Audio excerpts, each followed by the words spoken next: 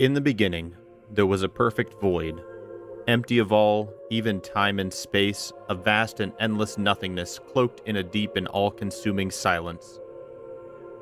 Within this void existed the Nameless, a power so incredible and incomprehensible that in all the universe it knew only itself to exist, knew only itself capable of existing in the great expanse that was its realm. The Nameless knew not why it was there, only that it was. In the quiet expanse of the void it sent itself out, to probe this empty space, to seek its boundaries if it had them. As it searched the void, all it could think about was the discovery of something different, anything other than itself. And there, as it willed it so, it found something different indeed. A pocket of space, and within it the flow of time creeping inexorably on. In all existence, this pocket of reality was the only thing different than the Nameless. Upon entering this space, something happened. Something terrible and wonderful, something terrifying and exciting. The pocket had the elements of space and time. The Nameless knew naught of these things and was unable to contain them within itself. The Nameless lashed out in all directions, filling the space with a force that knew no boundaries, then withdrew back into the familiar void to see what had become of the pocket. It was empty no longer. Instead of simply time and space existing, there now existed swirling energies, light and heat. Its perfect emptiness had been corrupted by the being of the Nameless. This new realm was still part of him, but different from all he had known. The energies collided and crashed. They were born and died. They became new and different things, none of which the Nameless had seen before or could predict. The Nameless felt wonder for the first time. Through its will, it began to shape the chaos that swirled within. To form new and interesting elements, it was only now learning. Once the basic elements were formed, it used them to form planets, both huge and small, stars and swirling masses of light, all for its wonder and joy. The Nameless operated on a grand scale and set its universe in motion, moving and pulsating with its own kind of life. Throughout its center it set the stars, pinpoints of energy much like itself that may watch over this new creation. Now the swirling ball of energy needed shaping.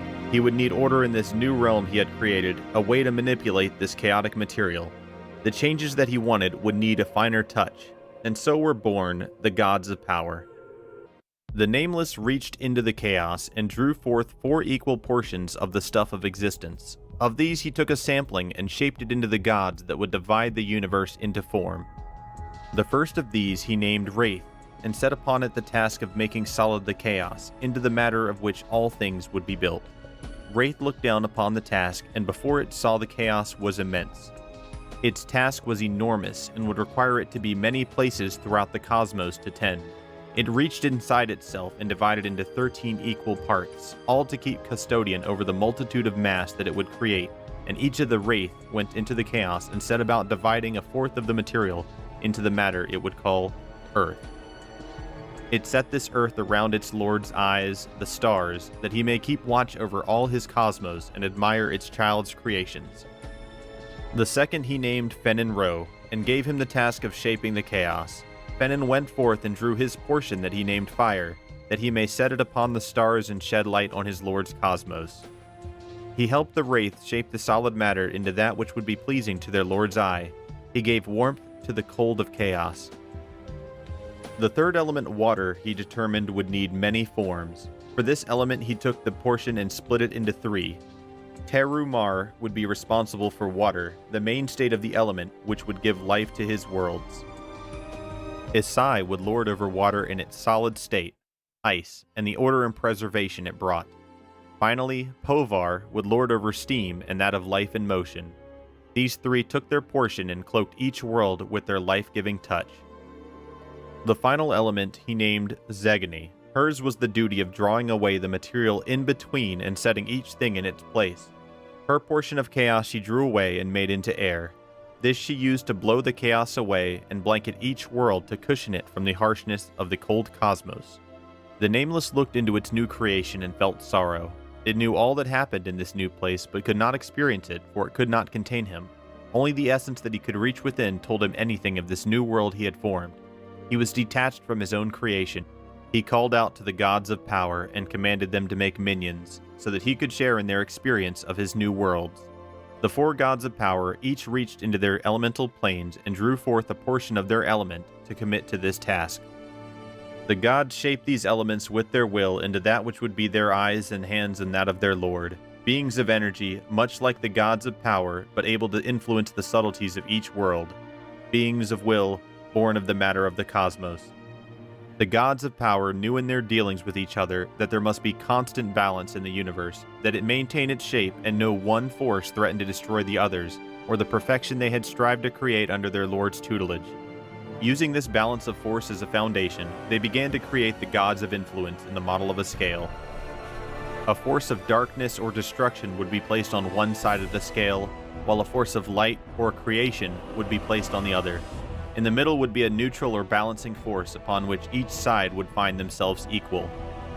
This would maintain the balance the gods desired without too much of their direct involvement. As needed, they combined their elements to create each god in turn. Rodset Knife, the prime healer, bestower of life and healing. The Tribunal, council of justice. Bertoxulus, the plague bringer, master of death and decay. Nathaniel Mar, he who represents all that is valorous. Fizzlethorpe Bristlebane, the king of thieves. Kazakh Thul, lord of terror. Urlasi Mar, queen of love. Druzzle Row, matron of art and goddess of magic. Inaruk, the prince of hate. Tunair, mother of all. Quelios, the tranquil, purveyor of peace. Ralos Zek, the warlord. Vishan, the worm queen, goddess of the sky and all dragon kind. Salusek Ro, the burning prince, god of the sun and flames. Karana, the rainkeeper, god of storms. Brel Ceralis, the duke of below and god of the underfoot. Prexus, the ocean lord and god of the sea. And so the gods of power had created each god in turn, good, neutral, and evil, which the children of Norath may choose to follow until the end of times.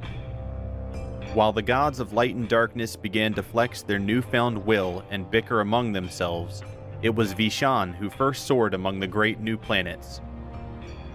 There was much to be discovered, and the Keeper of Wisdom must know it all, such that she would have the power of knowledge to serve her purpose. There was much to see, and many different worlds swirled within the space and past each other, seemingly oblivious to each other's existence. There was nothing of particular size among them, as all life was plant-like, or that of simple animals. Taking it all in, Vishan realized that she could not keep her eyes on all of it without some kind of help. She soared to what she felt was the planet closest to the center of all that was. Here she would place her progeny to grow and watch over her lord's creation. Here would be born the seeds of her watchful dominion. She named this world Norath, meaning foundation in the tongue of the gods. Upon this foundation, she raked her claws across the frozen continent of Velius as a farmer would plow a field. Here, she would sow her seed. She lay upon the world for many days and nights and laid her eggs within its scars. The first dragons walked the land and flew the skies. Powerful beings of great intellect, wisdom, and strength, they ruled the land as the firstborn of the gods. Of all creatures that would come, these would be the least diluted, the purest form of that which is to be born of the divine. Brel Ceralis, being the god of the underfoot, felt the claws of Vishan dig into his domain, the spine beneath each world. Immediately he looked upon Norath and saw what Vishan was doing. Looking upon this, he saw a potential threat to the balance that had just been formed. From his plane of underfoot, a dark realm of vast caves and endless tunnels, he quietly created a magical portal to a cavern deep in the belly of Norath. Through this portal, the Duke of Underfoot seeded the depths of Norath with all manner of creatures. The Duke of Below then returned home, sealing his portal within a labyrinthine chamber of mystical living stone. As the other gods came to Norath, Brel Ceralis approached each of them, and after some time convinced them to meet as one to discuss the fate of the world. In attendance was Tunair, the Great Mother, Prexus, the Ocean Lord, as well as Ralos Zek, the Warlord. Brel, carefully avoiding all queries as to the origins of his information, told of Vishan's discovery of the new and potentially powerful world in which she had deposited her brood. Words befit of the King of Thieves poured forth from Brel's lips, and he proposed that they accept an alliance of sorts, to which all save Rallos Zek agreed, ignorant of the fact that Brel had already released some of his creations into the underfoot of this new world. The planet that would be called Norath was divvied up between these beings of power for the purpose of keeping the Worm Queen in check. Each would create a race of beings to watch over Norath and keep a vigilant eye on the schemes of dragonkind. Brel claimed the bowels of the planet and created the dwarves, stout and strong, deep beneath the mountains of Norath. In the abysmal depths of the oceans, Prexis left his children, the Kedge, hardy aquatic beings of great mental power and stamina. And on the surface of Norath did Tuner create the elves, creatures of limitless grace and beauty, and Rallos Zek the giants, fierce and formidable beings, intent upon the defense of their lands. It was inevitable that such energies involved in seeding planets with life would attract even more of the gods, and it was the elves who drew the unwanted attention of Inaruk, Prince of Hate. In a decrepit tower overlooking the dark decaying alleys over the plain which he ruled, Inaruk waited, stoking the fire of his hate until it was a raging inferno. Inaruk cursed his fellow gods for not including him in their pact, and vowed to make them regret such disrespect. From the halls of the elves' fair city, Ssfhc, the Prince of Hate snatched away the first elven king and queen. In his realm of pain and anger, he slowly tore them apart, physically and mentally, over the course of 300 years. He then gathered the quivering remnants of these beings of light and rebuilt them into his own dark, sadistic image, a twisted mockery of Tuner's noble children. In depositing the Terdal, as Inaruk's dark elven creations would come to be called, back into Norath, the seeds for the Prince of Hate's final revenge were sown. Fizzlethorpe Bristlebane and Khazak Thul came next to Norath, and Brel met with them, concocting a second pact with these latter gods, wishing another excuse to create more peoples into this world. Rallos Zek again watched from afar, determined to add to his creation as well, and this time Brel convinced the warlord to join the pact, assuring him that it was indeed an appropriate time to fulfill his desires. Deep in the earth did Brel return to create the gnomes, resembling dwarves to some extent, yet more wiry and gnarled, consumed with tinkering with devices more so than their cousins. On the surface, away from the elves and giants, Bristlebane made the halflings, short and stubby folk, agile and with a propensity to meddle and even pilfer at times. Khazak Thul, Lord of Fear, was drawn to the swamps and jungles of Norath, and there created the green-skinned trolls and the reptilian lizard men and Ixar. Rallos Zek returned to the surface, pleased with his sanction to create even more races for his army.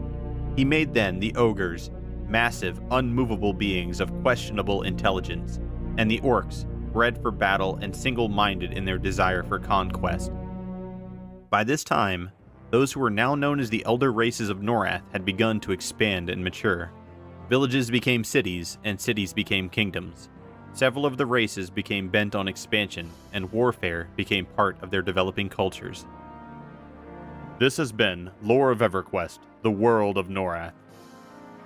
In closing, I would like to thank all the developers that have worked on EverQuest over the years, and a special thanks to the late Brad McQuaid, without whom this world likely never would have existed.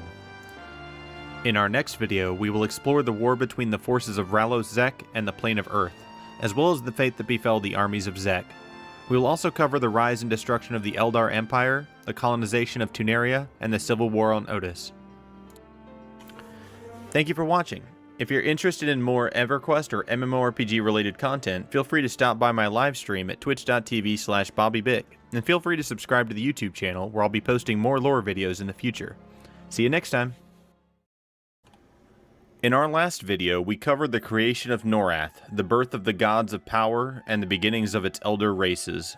If you haven't seen that video yet, I encourage you to watch it before this one, as some parts may be confusing otherwise.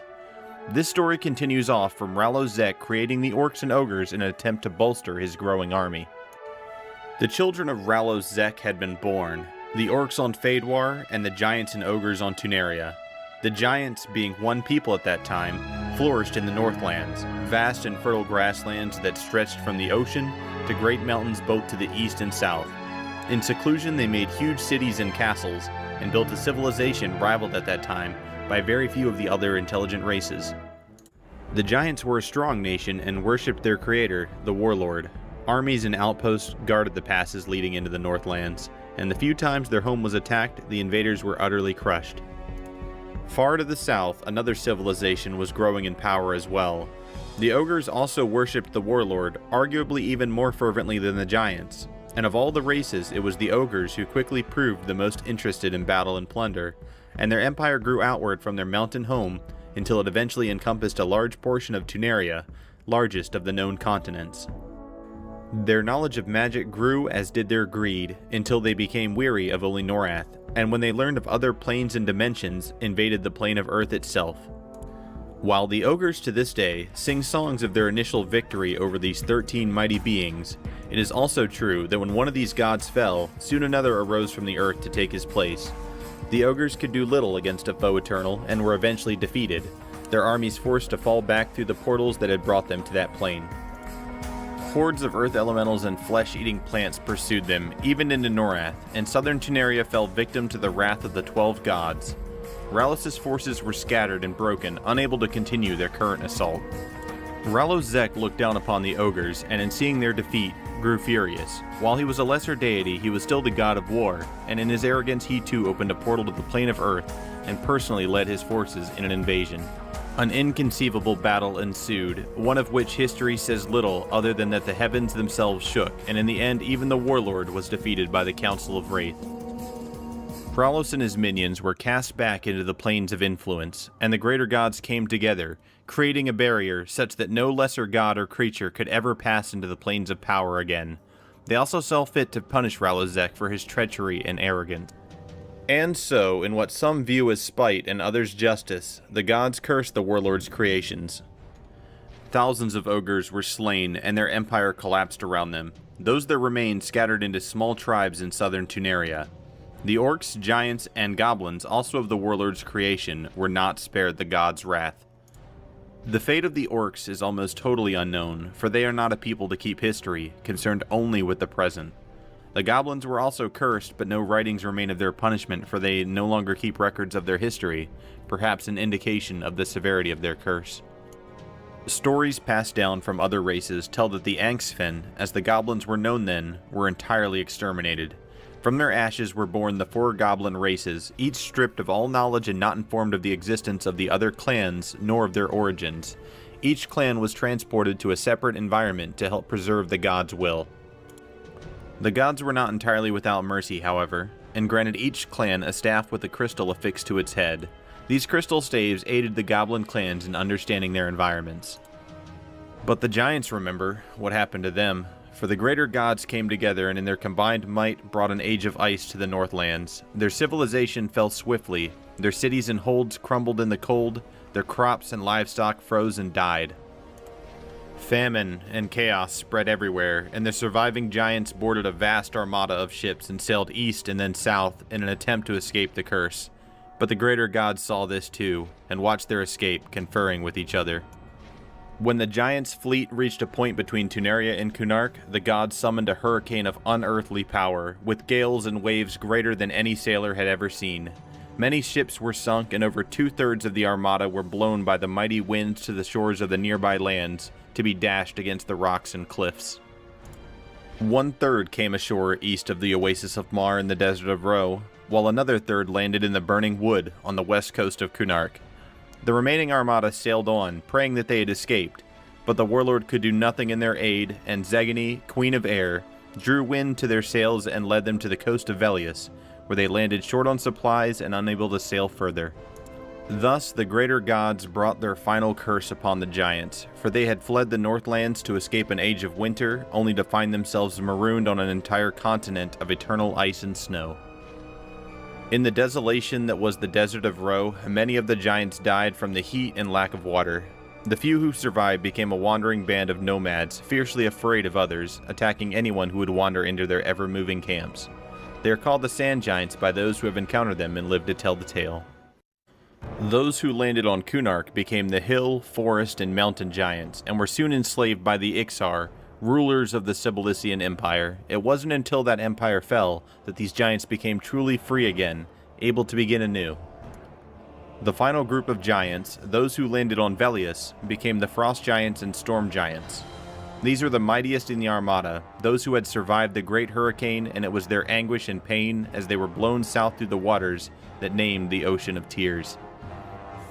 They eventually adapted to the cold and began to rebuild a civilization in central Velius, always careful to stay clear of the ice dragons who also dwelled there.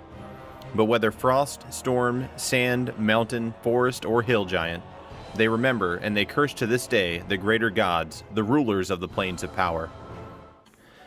As the chaos of the gods swept over many parts of Tuneria, an occurrence stranger still was visited upon the elves of the Eldar Forest. On a stormy night, amid the howling winds feeding the blizzards in the Northlands, a couple emerged from the woods, alerting the sentries on watch. The guards stared in dismay at first, and then rang the alarm summoning the captain of the guard. Captain Petron looked down at the disheveled pair to see their king and queen, lost to them so many years, returned. Where they had been, no one knew, but the captain could see a wildness in their eyes. He imagined an incredible ordeal, to be sure, to keep them from home these past 300 years. The two were immediately brought to the palace of the new king, their cousin, who had taken rulership of the kingdom in their absence as was proper. The king, of course, began preparations of ceremony to return the kingdom to its rightful king and queen as soon as they were healthy enough to return to office. Sadly, the cousin would never see this day, as both he and his wife died of a mysterious illness within 2 months of the king and queen's return. And so the new kingdom began in death. The royal family began to turn away from the ways of the forest and look beyond it to other lands and those that dwelt there. They looked on with envious eyes at their neighbors and soon spread the desires of conquest throughout the council. More and more, those in the council who were friends of the forest began to move away, take ill, or disappear on hunting excursions altogether. The ideals of the elves turned to an empire. The elves built great armies and took to the primeval forests of Norath, creating a vast empire that spanned several continents. By this point, the Eldar Forest, the elven realm of old, spread across the entire southeastern quarter of Tuneria. Tree communities and marble cities were built in the forest clearings and meadows, their white towers and spires climbing out of the forest higher than the tallest tree. Legends say this prosperity drew the jealousy of Ssfhc Ro, Lord of Flame.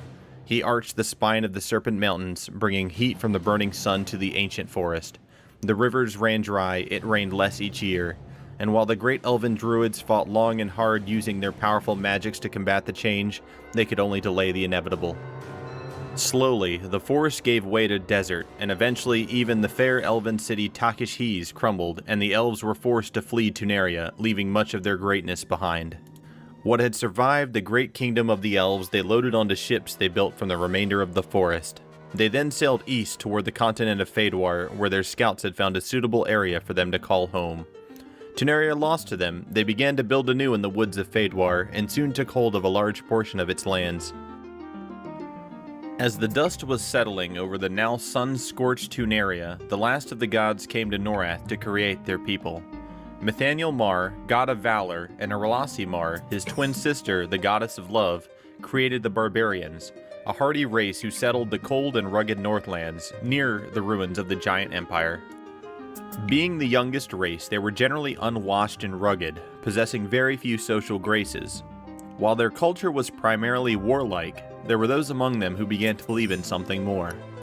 By this time, the other civilizations of Norath had either long since declined or were well on their way, and this small minority of barbarians saw an opportunity to triumph where others had failed. Perhaps it was the seed of wisdom planted by the Mar twins, or perhaps it was only by chance, but as the barbarians spread out across the lands, warring with both each other and any other race encountered, this tiny movement continued to grow. And so, even amidst the desolation and war, there was hope. This small and enlightened group of barbarians were the fathers of the human race, and they rapidly gained a foothold throughout the lands, studying the lost art of geomancy. The combined empire, as these barbarians, which began to resemble what we now call humans, spread throughout the known world. This empire then died even more quickly than it grew, and for reasons still unknown. And while they are the ancestors of every human on Norath, and their relics and ruins still litter the lands from Otis to Fadewar, little history of this period remains. After the fall of the Combined Empire, the remnants of mankind dwelled mostly in the center of Tuneria, inhabiting primarily the vast and fertile plains of Karana. Villages appeared and prospered, several reaching the size of towns, and 2 even became cities. To the west, a strong and noble band of humans, led by Antonius Bael I, founded Kinos, under the lofty principles of law. Freeport, to the east, became an active and dangerous port of call for all who dared to venture into the Ocean of Tears and beyond to the shores of Fadewar. Humanity, much to the disdain of the elder races who watched from afar, remained strong, even daring to rename their home after one of their own instead of one of the gods. The great continent of Tuneria would forevermore be known as Antonica. This is not to imply, however, that humanity was at peace. Competition was fierce, and when resources grew scarce for one reason or another, many groups abandoned the promises and alliances of their past and fought. A few leaders spoke out against the violence, urging the masses to remember why they had fled the cold north. Others reminded them of their former glory and the might of the Combined Empire. These leaders insisted that humanity adhere once again to those principles which all had agreed. Explorers and adventurers had been returning from afar with tales of elves, dwarves, and other strange creatures, as well as descriptions of ancient abandoned cities. A few even came back with limited knowledge of sorcery and the mystic arts. And when that discontent minority of leaders heard of all this, they became both jealous and determined. A small, frail man of great intellect called Arid led this group, and he formed them into a council. They quickly became irritated, even disgusted by their fellow man. Leaving a small network of spies behind, the remainder of Arid's followers fled the city of Kinos and boarded a small fleet of ships. They sailed to the west and landed upon the barren coast of the island of Otis. The land was sparse and uninhabited, and quite appealing to the council and their people. They quickly built a city of their own, dissimilar in almost every way to both Kinos and Freeport, for it was almost entirely a towering castle. Aridin it was called, and within it the scribes and scholars who called themselves High Men gathered and analyzed reports, captured books and scrolls, and other artifacts brought to them by their spies. The first human mages since the Combined Empire were born. Wizards, sorcerers, and enchanters occupied the great halls of Aridin and grew immensely in both power and knowledge. It came to pass some years later that a small group of erudites discovered the lost art of necromancy. They were branded heretics, and great conflict arose. For the first time in several hundred years, the erudites fought. They engaged in a civil war not entirely dissimilar to that which they had loathed and fled from back on the mainland, but there was one significant difference. They did not use swords and bows, but rather magic, and the result was terrible. Lives by the hundreds were lost, great buildings and structures destroyed, and eventually the heretics were forced to flee Aridin, to hide and regroup in the southern regions of Otis. In one final battle, great mystic energies were released, and an immense hole leading to unknown depths beneath the earth was created. Into the sides of this chasm the heretics built their own city, which they called Peniel, and while both sides still seethed with anger and hatred towards one another, their fear of what the last battle had wrought kept any further conflict at bay. And now here we are, in the age of turmoil. The beginning of this age has been filled with wonder. The elder races have begun to reclaim their former glory, while younger races have matured. An active economy stretches across Otis, Antonica, and Fadewar. While conflict and battle are hardly rare, it has also been centuries since open war has plagued the lands. A myriad of alliances and factions have been formed, friend and foe plot and scheme, and the world of Norath is ripe for action. But those are stories for another day. This has been Lore of EverQuest, the world of Norath. In my next video, I'll be covering the kidnapping of Ferunavai, the birth and rise of Lannis Tevil, and the Battle of Bloody Kithakor. Thank you for watching. If you're interested in more EverQuest or MMORPG related content, feel free to stop by my live stream at twitch.tv/BobbyBig, and feel free to subscribe to the YouTube channel where I'll be posting more lore videos in the future. See you next time! There are many stories to be found in the world of EverQuest, but few can be seen as having as big of an impact as that of the rivalry between two young women and the forces which they each represented. This is a story that encompasses a large part of Norathian history, and as such, it is impossible to cover every nuance and character involved in it. It all started in the Plane of Growth. One of the smallest of Tunair's creatures, a simple wisp, yearned for a life more than that of simply wandering the plane of the Mother of All. Believing it could do great deeds in Tunair's name and bring balance in Norath if only it had the opportunity to do so. This wisp would eventually venture forth from Growth and found itself on the field where a great battle had taken place between orcs and the Kodadal, or High Elves. There, upon that field, the wisp inhabited the body of a fallen High Elven soldier and would forevermore be known as Galith Verideth. Galith, having now shed his ethereal form and taken a mortal body, ventured to Felwith to seek the life he had so desired all these years. Tunair, always mindful of her creations, looked on with sadness. It was forbidden to leave the Plane of Growth, and the spirit would no longer be under her protection, forced to face the perils of a mortal existence. Galith's journey as a High Elf would start at the hands of Tinkal, Guildmaster of the Paladins of Tunair. It was in the halls of the Paladins that Galith would quickly prove to be a highly capable knight, rising quickly in the ranks of the Royal Guard of Felwith. His skill would eventually catch the eye of the King of High Elves himself, Ssfhc, and he was appointed as a king's advisor as well as to protect both Tiras and the Queen, Alicia. While much of Galith's time was spent with the king, he found himself spending more and more in the company of Alicia. The two discovered a fondness for one another, one which did not go unnoticed by the king. Galith, unaware of the king's suspicion, was equally unaware that he was being followed. On a sunlit morning by the pond in the palace courtyard, Galith and Alicia found themselves alone again. This time the couple found themselves joining hands, a sight which did not escape the eyes of a wood elf rogue sent to spy on their activities. It was that night that Galith and Alicia would meet in the Greater Fadark to watch the sunset. It was that night that the Chosen of Tunair would be brought into Norath. Upon returning to the city, the couple were stopped by the guards. Alicia was whisked away behind closed doors, and Galith informed he had been barred from the city by order of King Tiras.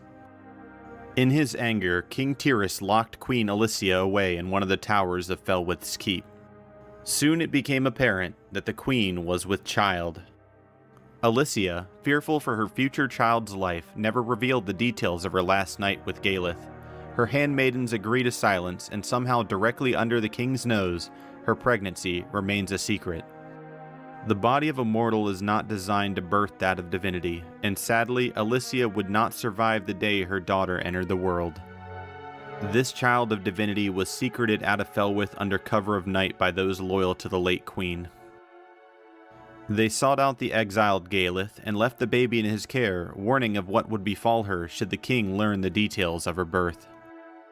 Galith agrees to this charge and names his daughter Ferona Vi, meaning Chosen of Tunair, and would occupy her youth training her in the ways of the Paladins of Tunair.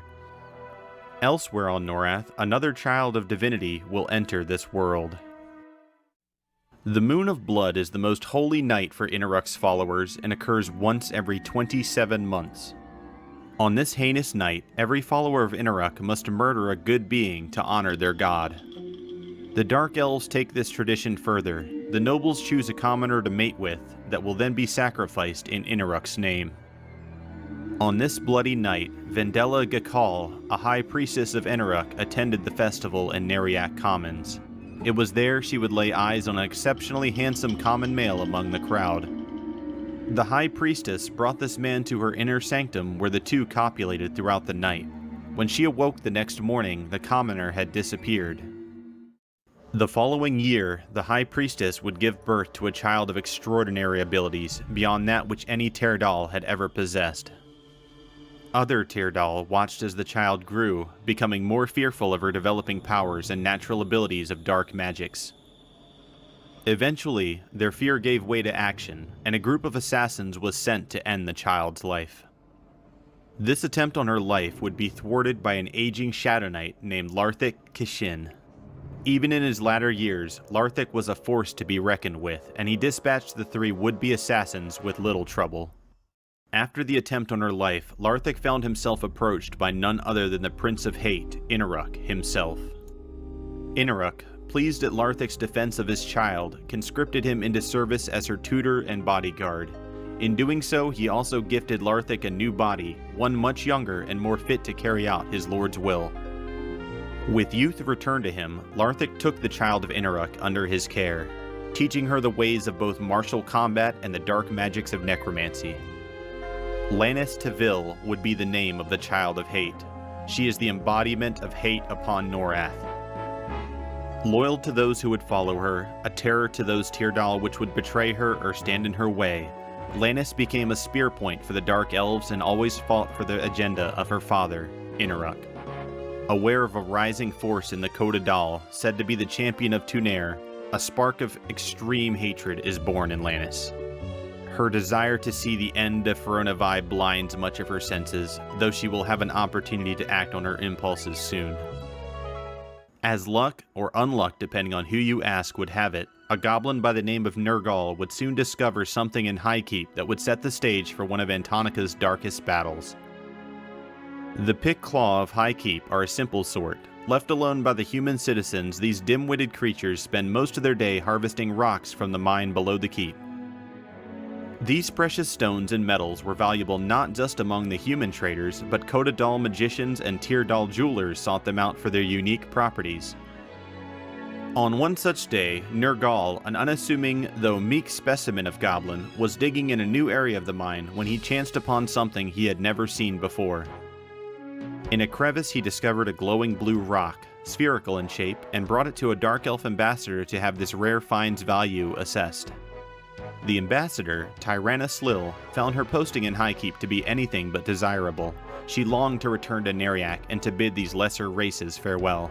On that day, Nergal brought this strange blue stone to Tyranna, and using her necromantic magics, she discovered the incredible magic properties it contained. Promising great rewards to Nergal, Tyranna bade him to show her the location of the vein where the stone was obtained. Nergal, hesitant to reveal the location for he had been tricked before, eventually gave way after being plied with sufficient alcohol.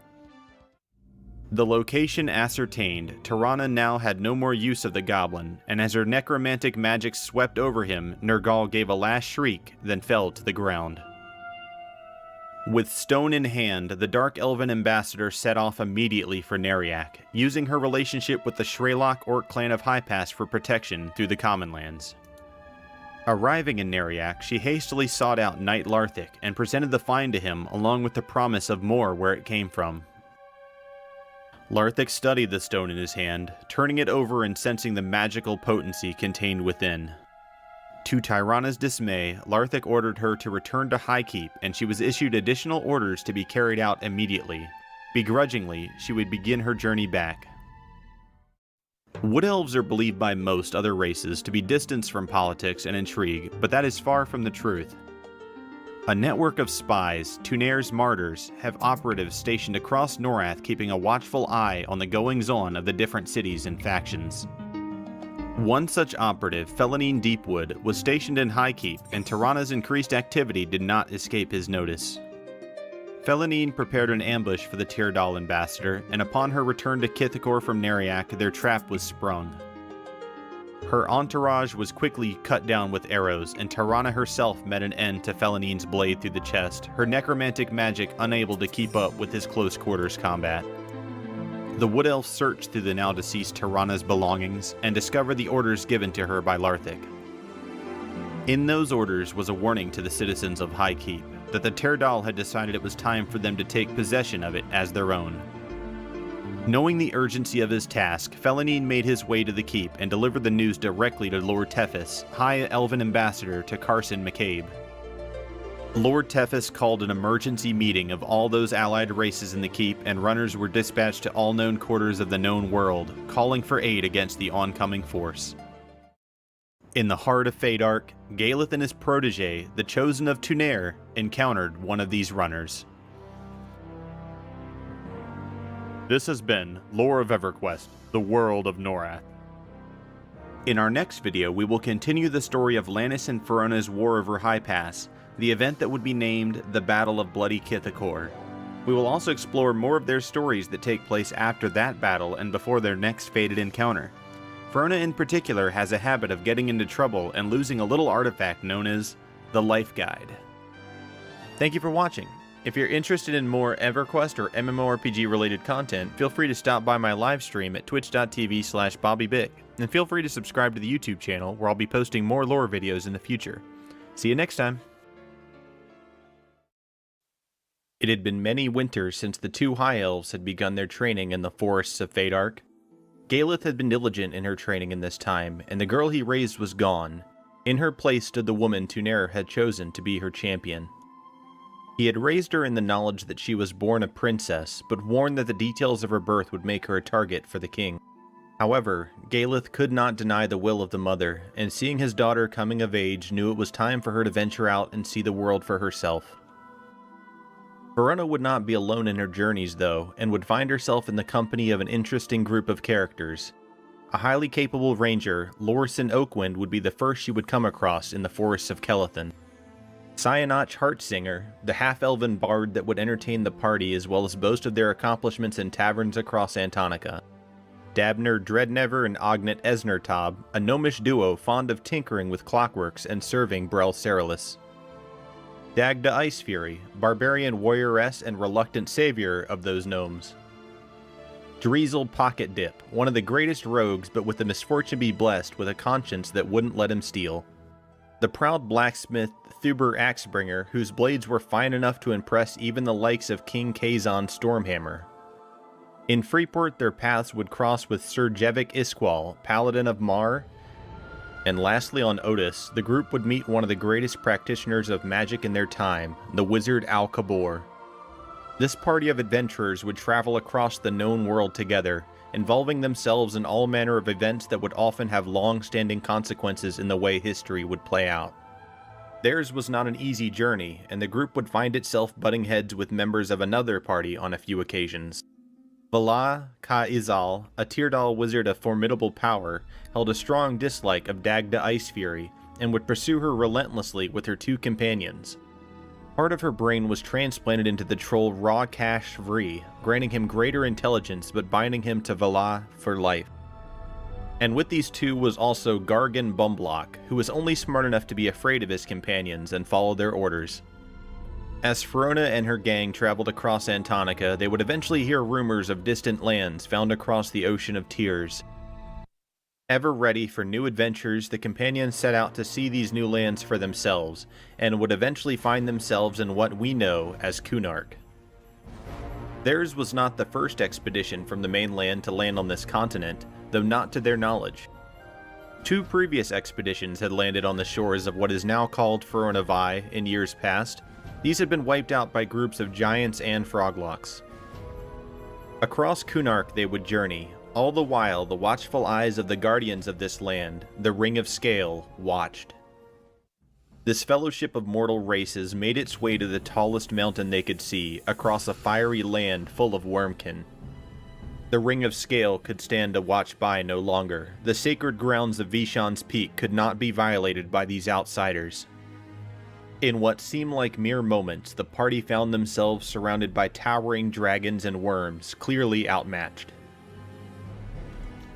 The dragons, however, were not foolish. Being divine creatures themselves, they could sense the influence inside of Verona, and were not willing to risk angering the higher power which clearly favored her by ending her life. Instead, sensing an opportunity to gain information and solve this issue, the Scale Guardians struck a deal with these travelers.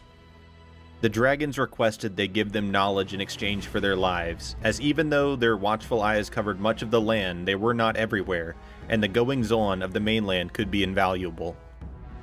Not knowing the full extent of this demand, Verona's party reluctantly agreed. What the dragons had neglected to mention is that this exchange of information would have side effects for the issuer. As the knowledge passed from them, the memories of the travelers began to unravel. How they had reached these lands and their own friendships became a haze. Content that this would make safe their mountain temple, the dragons at last conjured up a series of portals that would send the adventurers back to the lands their earliest memories showed. The party had been scattered, and they weren't even aware it had happened. What transpired did not go unnoticed by other forces operating on Kunark, though. Korokust, operating as one of the Ixar Lich King Veneral Sathir's agents, received reports from his fellow councilmen in Chardok about the memory manipulation. This information caught Veneral's attention, as the notion of stealing others' memories would prove pivotal to his grand designs. Not knowing where the travelers had ended up, Veneral had no choice but to bide his time and keep his scouts searching for what had become of them. Her memory was a fog, but Verona Vi found herself in familiar surroundings. She was back amongst the trees of Fadark and could at least recall where she called home. Looking up from the campfire, a smile beamed across Galeth's face as he saw his protege approaching. He quickly noticed, however, that something in Verona had changed, that while she saw him, it was like she was looking at a stranger. Galeth welcomed Verona back, trying to mask the worry that gripped him. He had seen many arcane maladies over the years, but knew not how to undo what bound her mind. Luckily, as years went on, Verona's memories were slowly coming back to her, though that of her recent travelers remained locked behind some invisible barrier. It would be roughly 10 years later that a messenger bearing word of war would cross her and Galeth's path. While the armies of Lannis were growing, Tunair was readying her chosen to save her people. She knew the time had come for Verona to lead the Coda Dal against the growing threat on Antonica, and for that she would need to face the king. In a dream, Tunair spoke to Galeth, telling him it was time for the High Elves to meet the royal child, to seek the aid of the noble spirit Equestrial on their way. She then sent forth the spirit of the departed Queen Alicia to King Tyrus during a great banquet at Felwith. The queen informed the terrified king that she had borne a daughter in secret and hidden her away from him, that this daughter would come to save his people and deliver them from the evil looming across the ocean. The ghostly queen then vanished as mysteriously as she had appeared. Tyrus, hearing word of this unknown daughter, stood up immediately and saw a trio approaching. He recognized his former advisor and protector Galeth Verideth immediately, but that was not what caught his eye. On Galeth's flank stood a tall High Elven sword maiden, followed closely by the rumored unicorn Equestrial that roamed his lands. Galeth bowed to the king and simply stated, "Your Majesty, allow me to introduce your daughter, Verona Vi." Lord Tethys and Carson McCabe of High Keep stared at each other with long faces as they stood at the council table. Gathered with them were the merchant lords representing Kinos, Eredin, Freeport, and Caladim. The merchant lords brought no good news from the respective cities to Tethys's dismay. Antonius Bale had sent word that Kinos would be unable to assist, as they feared attacks from the Bloodsabers or the Gnolls should their forces be stretched too thin. Freeport was in an ever-present civil war, with the Freeport militia and the Paladins of Mar vying for control over the city. Neither would be willing to give up ground to the other for this cause. The erudites of Otis would begin deliberations as to if they should get involved, but even should they elect to join in the defense, it would likely prove too late. As for the dwarves, King Kazon Stormhammer believed more in defending the shores of Butcherblock should High Keep fall. Their words left a bitter taste in Tethys's mouth. While his forces were divided, he knew that the combined might of the Tyrdal was poised to be brought down upon him. The child of hate, Lannis Teville, had gained support not only of the common Tyrdal, but of the noble class as well. King Nathox Thex and Queen Kristanos Thex had offered her their support in her military campaign, going as far as allowing her command of the entire Tyrdal army. Though this army of obliteration was primarily made up of Tyrdal, allies from Agak and Grob were present in their ranks as well. With sparse numbers and their backs to the wall, the mood in the council chamber was anything but optimistic. Lost in his thoughts, Tethys didn't notice that two strangers had been escorted into the council chambers. "Perhaps you are not as alone as you think, my friends," said the taller stranger as they lowered the hood from their cloak. A smile beamed across Tethys's face as he laid eyes upon his old friend, Galeth Verideth. Galeth motioned towards his companion, "And this young lady is Verona Vi, Paladin of Tunair and my finest student yet." Word of Verona Vi had already reached the Lord of High Keep. The news of a lost princess travels quickly. Tethys, realizing he was in the presence of royalty, quickly bows his head, only to be met with Verona's protest. "We come with the support of King Tyrus and the rest of the Coda Dal." The council was overjoyed to hear that the entirety of the Paladins of Tunair was en route to help defend the gates of High Keep.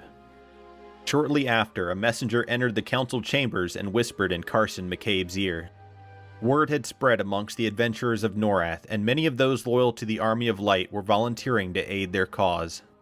The balance of power had drastically changed, and Ssfhc now looked over his battle plans with cautious optimism. By the grace of Tunair, they just may have a chance. Forces across Antonica were being readied for the oncoming conflict, for none knew when the Army of Obliteration would begin its march towards High Keep. The Tyrdahl sought to drive a wedge between the cities of Kinos and Freeport, to have a position of strength in the centralmost part of Antonica. Lannis and Larthic had their own agenda as well. The stones found in the mine below the keep would allow them to channel power between the mortal realm and that of their god, Inaruk. It was a rainy morning when the march would begin across the Commonlands. Their hordes were consuming fire, and platoons of Tyrdahl crushed the small opposition forces that stood in their way. Leaving a rear guard behind, Lannis's army would enter Kithakor and begin to strategically spread out to cut off access from reinforcements. A detachment of 30 Tyrdahl entered Rivervale and overwhelmed the halflings with little resistance, plundering what little wealth they had and securing their flank. Small pockets of heavier resistance would spring forth to ambush the approaching invaders, but try as they might, the sheer numbers of the Obliteration army was too much for this to stop it. Ssfhc, Galeth, and Verona waited at the foot of High Pass, the noise of battle becoming louder as it echoed through the trees. With them were the assembled forces of the Paladins of Tunair, as well as the brave adventurers who had volunteered to take up their cause. The ground shook with marching boots. Animals fled the forest in a panic stampede. The brunt of the Army of Obliteration had arrived at the doorstep of High Keep. Lord Ssfhc stared out at the army before him and saw the Child of Hate for the first time. Lannis Teville stood at the front of her forces, a grin across her face as she felt her victory close at hand. Ssfhc raised his mailed fist into the air and shouted a warning to the invaders. "By the grace of the Mother, you will be stopped, Child of Hate. Your cursed army shall go no further than where I stand." This proclamation was met with only laughter by Lannis, and the reply, "Old fool, you feel such hate for me, and in that I am glad. This only proves the strength of my father and his power. However, the hate you feel towards me is nothing compared to the sheer depths of hate I hold towards you and your kind. Prepare to feel the full power of the force that is hate itself." With these words, the final battle for High Keep would begin, and the armies of Obliteration and Light clashed. Lannis and Ssfhc quickly came to blows, her swords ringing out against his shield as he struggled under her relentless assault. The aged fighter eventually gave ground, and Lannis's blade struck his shoulder, causing him to lose his shield. In an attempt to stop the bleeding, Ssfhc whispered for aid from Tunair, and a blue glow healed his shoulder. Lannis did not let this opportunity slip by though, and Ssfhc looked up just in time to see a channeled blast of magic spring forth from her fingertips. The magic caught Lord Ssfhc off guard. Stunned, he was unable to defend himself as Lannis struck a final blow, sending him into the embrace of the Great Mother. Verona saw Ssfhc fall and rushed to his aid, only to find she was too late to save the Lord of High Keep. Wasting no time, Lannis sprung upon the Chosen of Tunair and began raining the same blows upon her that had brought down her previous victim. Verona had spent her entire youth training under Galeth, and she did not take her lessons lightly. Remaining calm, she parried the oncoming blows as the Child of Hate foamed at the mouth with rage consuming her. Elsewhere on the battlefield, Larthic and Galeth were engaged in their own deadly dance. The two warriors were nearly identically skilled, both had seen their share of battle. Unfortunately for Galeth, he was an old man, and Larthic's dark magics had allowed him to maintain a youthful body which his could not keep up with forever. Verona began to notice the furious assault against her had begun to slow ever so slightly. In a motion, she deflected Lannis's attack and countered with a shield blow to the back of her head. It was the Chosen of Tunair's turn to be on the offensive. Dodging a deadly sword thrust, Lannis was being driven back by the force of Verona's blows. The Great Mother was greatly displeased seeing the blood spilt in her forest, and Verona seemed to grow in stature and strength as she continued her assault. Lannis had never been on the defensive this much, and her eyes, once a blaze of hate, were now filled with exhaustion. In desperation, she cried out to her mentor and protector Larthic for aid. Hearing her cry, Kashin was filled with rage, and in a single blow knocked Galith unconscious with the pommel of his sword. Larthic looked across the battlefield. What should have been the eve of the Tyrdahl's victory was slipping away. Reaching into his cloak, Larthic produced the glowing blue sphere that had been discovered by Nergal. The orb glowed and pulsated, vibrating with energy.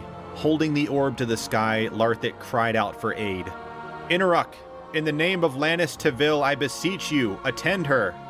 And the energy inside the orb was released. In that moment, masters of the arcane across all of Norath felt a sense of dread. The very essence of the plane of hatred was reaching out and touching the mortal realm, their magic sensing a way to bridge the connection themselves. Those inside of Kithakor were feeling much more than dread. The screams of 10,000 damned souls filled the world as an immeasurable power opened a rift in the astral barrier. The fighting which had consumed the foothold of High Keep ceased as the hearts of all present were filled with the fear emanating through that rift.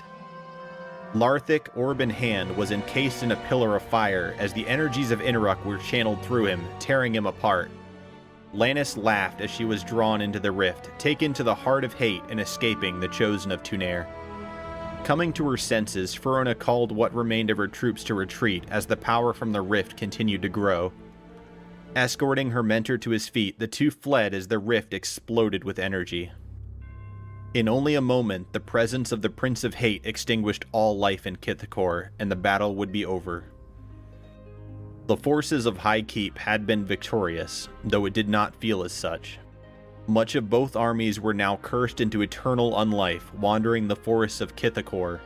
What remained of the Tyrdahl forces retreated back to Neriak, unable and unwilling to continue an assault through those cursed lands. Galith and Ferona bid farewell to Carson McCabe and the rest of the Council of High Keep. They, along with those paladins of Tunair which survived, would make the journey home to Fadewar to bury the deceased Tethys.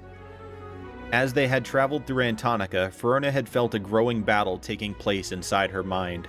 Her journey had awakened even more memories inside of her, but pieces were still missing. She found herself spending many sleepless nights wandering the forest, trying to figure out what had happened to make her forget such a large part of her life. Tunair watched from her plane of growth and knew it was time to speak to her chosen. This has been Lore of EverQuest, the World of Norath. Thanks for watching. In closing, I would like to go over some lore inconsistencies that I found in my research and explain why I chose to tell this story the way I did. First off, I would like to give a huge thanks to the community for the continued support, as well as a special thanks to Beemith, who some of you may know from the EQ forums. He's a real lore guru, and sent me down some paths that I would have otherwise overlooked. So a big problem with a story like this is it covers a large part of Norath's history, as well as some very pivotal moments. EverQuest's story has come from a variety of many talented individuals over the years, and as a result, sometimes there are conflicts in the timeline and the way events are told. If you want to get real immersive, you could even say the League of Antonican Bards has a habit of twisting truth to sometimes fit a bit better in a song or a tale. So for starters, there are a few different stories on how Ferona meets the king and becomes the princess. The story I generally go with is the oldest source that doesn't directly contradict numerous other old sources. What this means is that while I use the original lore as a rough guideline as much as I can, when I run into big inconsistencies with the way the game developed over the years, I defer to what we, as the players, can actually see in the game. Try as I might, I am unable to find much information as to Ferona and her fellowship's original first journey after she first sets out from Fadewar. I do know that she and her companions have their memories stolen from the Ring of Scale agents as referenced in a few very old lore documents.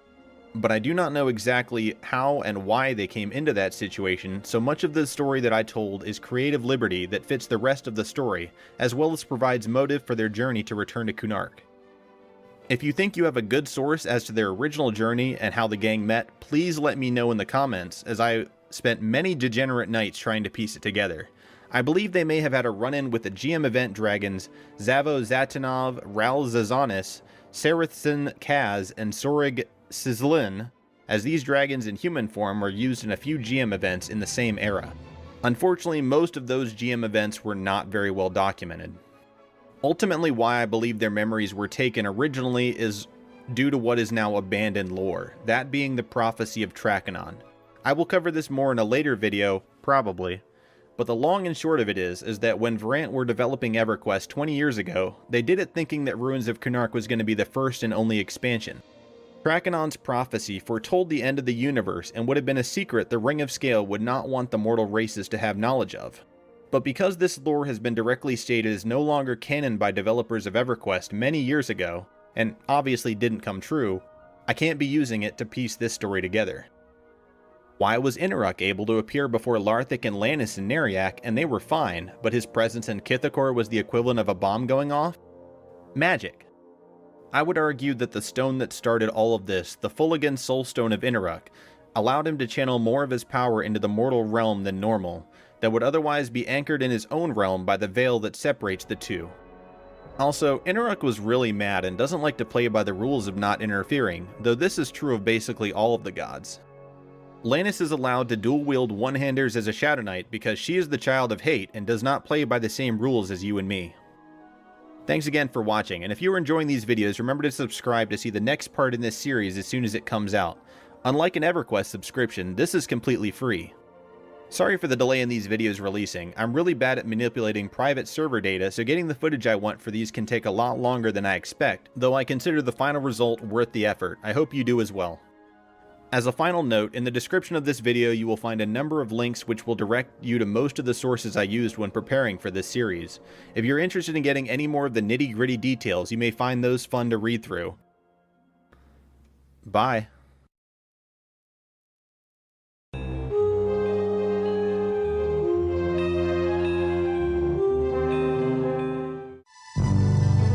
The story of the Coldane begins in Paladin, long ago. A densely populated underground city mostly consisting of dwarven miners, Paladin was built deep into the mountainside of the continent of Fëdor. For thousands of years, the dwarves had earned a reputation throughout the world as excellent miners, sturdy warriors, and devout clerics. Devout to their creator, Brel Cyrillus, who planted them in his image deep underground, where he knew they would thrive. But new opportunities for mining often came from above ground and across oceans, as dwarves would journey far and wide in search of new tunnels to mine. The king of Paladin at the time was contacted by a representative from a town on the other side of Norath that would eventually become known as Aruden, about an opportunity to mine quartz on the newly inhabited continent of Otis. Paladin had never sent a mining colony as far as Otis, but it had also never turned down an opportunity to do what many dwarves saw as their true purpose.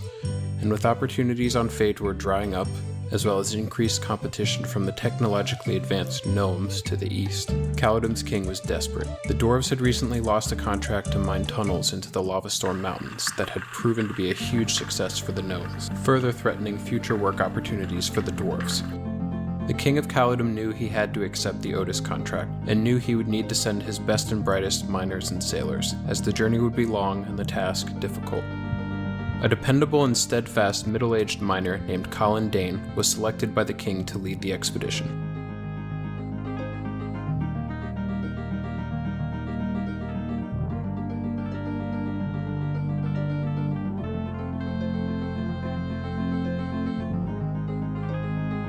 In total, hundreds of dwarves gathered at the docks of Paladin to sail to Otis.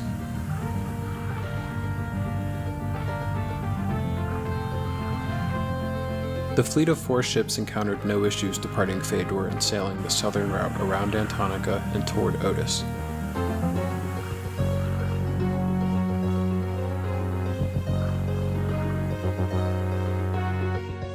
However, in between Antonica and Otis, the fleet ran into a massive storm, with waves stronger than even the most experienced of the sailors had encountered.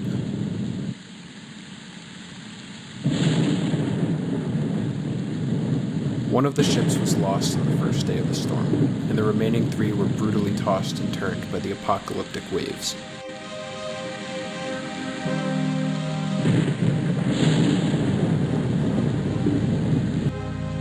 The dwarves all huddled together in the ship's holds, waiting for the seas to calm.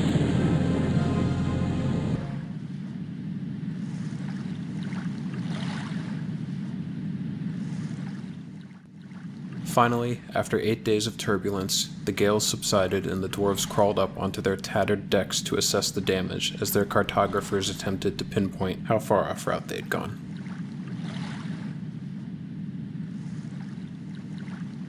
To everyone's horror, one more ship had not survived the storm. Only 2 from the original fleet remained intact.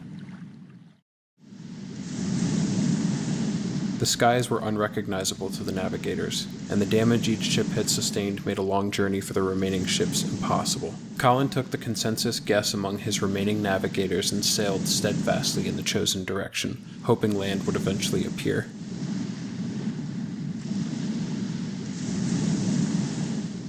Two days later, with no sight of land, the only thing all of the crew could agree on was that the air was getting colder. Some nights were so cold that it was normal for the dwarves to wake up each morning and find another member of their crew had frozen to death.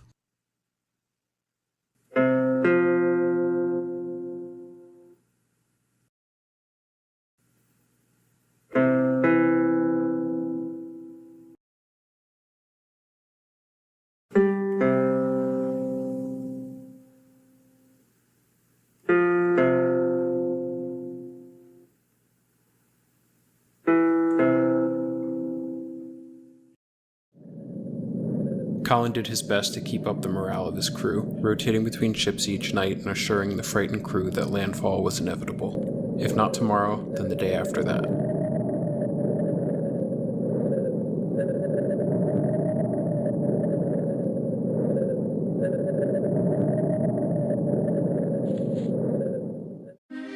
Eventually, Colin's words rang true as audible cheers erupted from the front ship's deck when a large, white landmass appeared in the distance.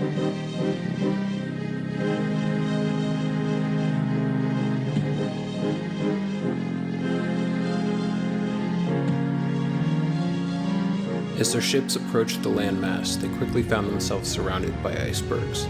The dwarves were lucky on this day, as the icebergs were spread out enough that the ships could safely steer toward the landmass.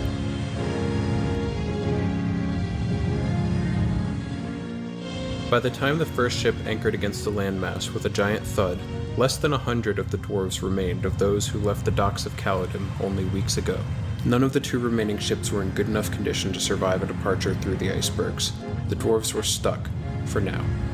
There was chatter among the dwarves that this may be the ancient continent of Velius. All of Norath knew the legend of Velius, the frozen continent where life on the planet began, and where no civilized race had successfully journeyed to and made it back to tell the tale. Most of the dwarves weren't convinced that this landmass they stumbled upon could actually be Velius.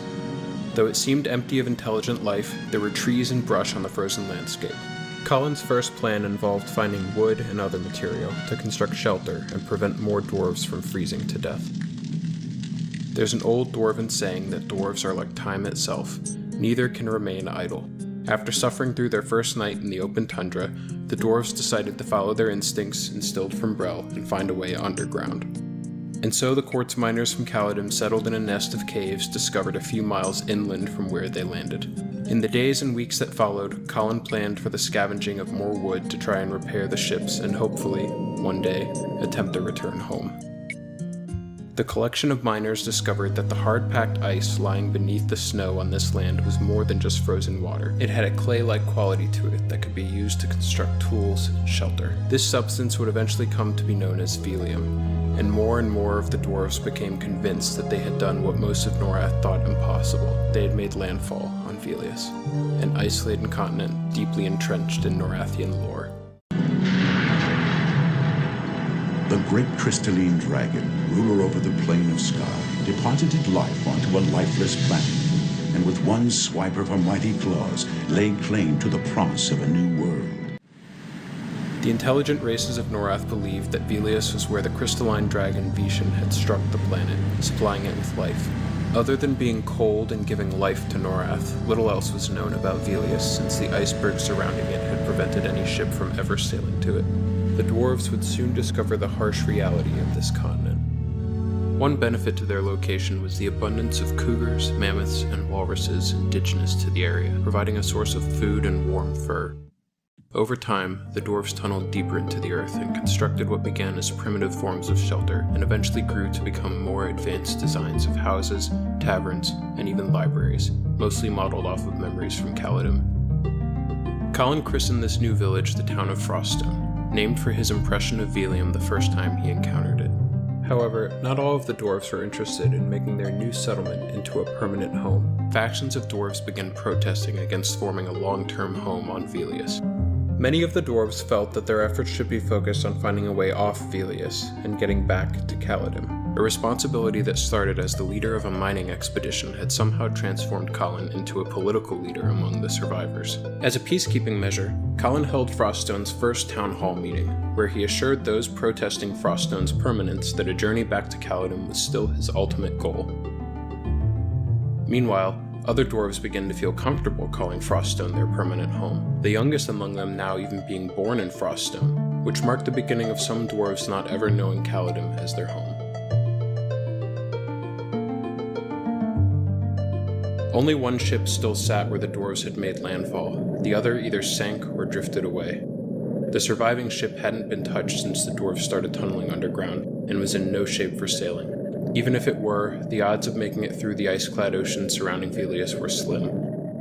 As Colin went to bed that night, he wondered if sailing off the continent was even realistic, and if the dwarves would have to make their new settlement permanent if they wanted a chance at survival.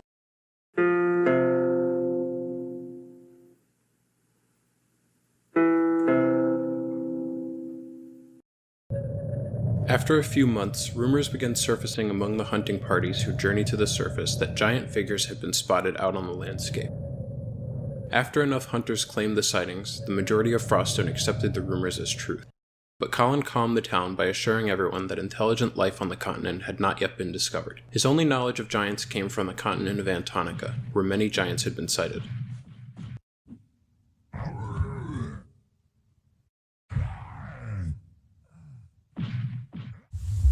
Lore books told the tale of a curse that plagued all giants after their creator, Ssfhc, attempted to use an army of his creations to conquer the other gods. After the army's defeat, a council of victorious gods decreed a curse on all of Ssfhc's creations. They would be just as strong, but stripped of all intellect. Reacting on nothing more than instinct, they were reduced to some of the strongest, yet dumbest, races on Norath.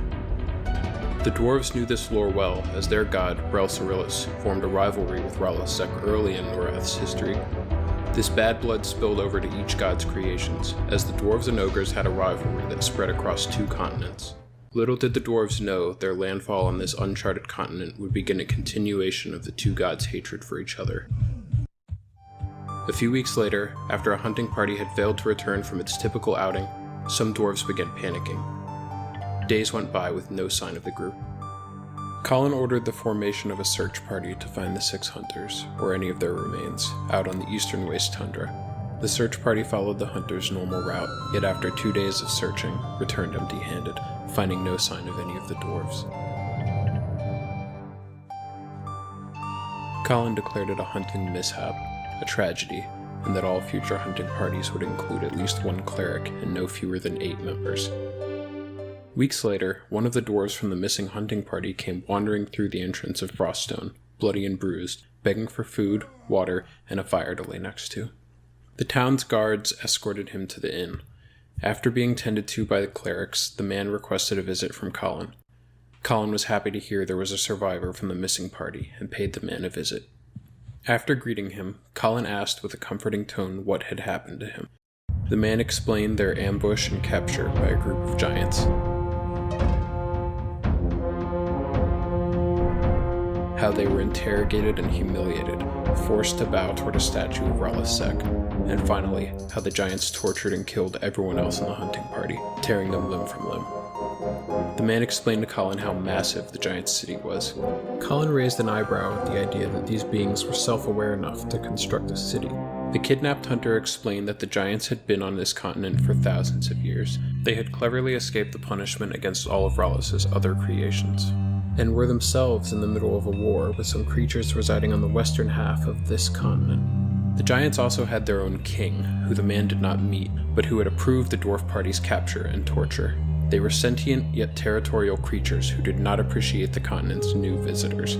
Colin was alarmed to learn how close the giant city was to their camp, a mere 10 miles to the south, and yet no other dwarf had encountered it. The giants, more astutely aware of their surroundings, had been observing the dwarven hunting parties for months before finally capturing them. Finally, he explained that the giants had spared him so that he could deliver a warning to the leader of the dwarves to leave this continent or face execution by the giants. Colin was furious. If only it had been so easy to leave, that choice would have been made from the beginning. Colin had privately already determined that Velius had to be their permanent home.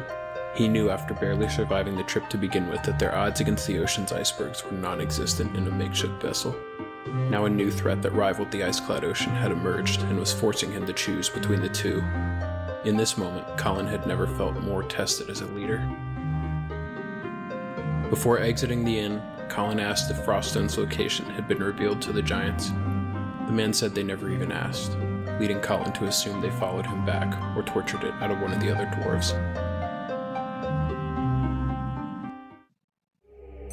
Since sailing wasn't an option, Colin determined that he had to choose between either fighting or an attempt at hiding. He had to act decisively. He gathered his closest advisors and informed them of the situation, displaying no outward sense of fear or hesitation to the group, which inspired their unanimous support. Though they couldn't guarantee success, they would stand behind whatever option Colin chose. Colin's decision was practical. Now that he knew the hunting party hadn't perished in an accident, he ordered the hunting parties to be smaller, to only hunt during snowfall so as to cover their tracks, and to hunt in the opposite direction as the giant city. He considered sending a diplomatic group to try and reason with the giants, but his instincts told him he would never see the group again. Instead, he sent a small scout group that only emerged from Froststone at night to search for a more discreet location that the dwarves could eventually relocate to, one the giants were less likely to find. Colin much preferred hiding to fighting. Froststone was built out of urgency, and without any thought for the need to defend themselves from an army. It was tunneled underground, but still in the middle of a snowfield. The tunnels were also mistakenly made spacious enough that the giants would likely be able to fit inside. The giants could probably overwhelm Froststone and eradicate the dwarves at will. While Colin weighed the options for relocation, he knew he would have to simultaneously brace the city for a potential assault. He held another town hall, but purposely didn't disclose his relocation plan. Paranoid that the giants could easily torture the relocation plan out of a captured dwarf, he only told the dwarves of the presence of the giants and their dissatisfaction toward the continent's new visitors. He expressed his conclusion that keeping a low profile and bracing for an eventual confrontation was the short-term plan. Meanwhile, as Colin's most trusted scouts searched for a new home, the giants began preparing an assault on Froststone. Despite trying to mislead the giants by covering their tracks, the larger creatures could only be held off for so long.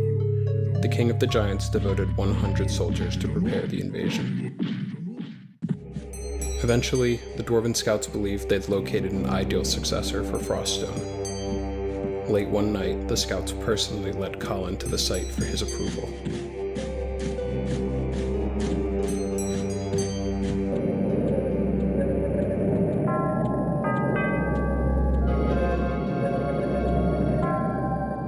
As he gazed at the mountainside for the first time, it took him back to the first time he looked upon Paladin.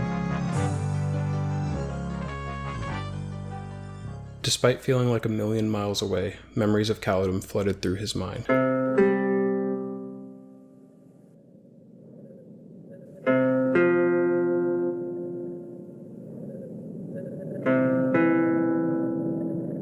A snowflake landing on his cheek brought him back to reality.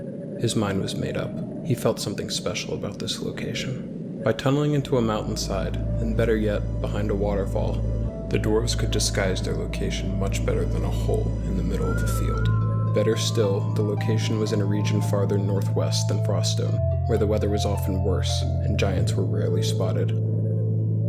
More frequent snowfall created the perfect camouflage for covering tracks and easily escaping pursuers.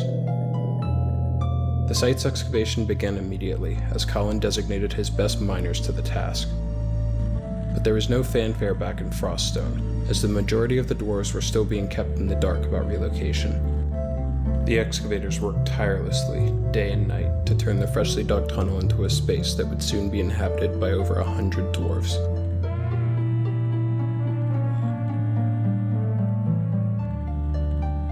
As the days passed, Colin knew time was running out.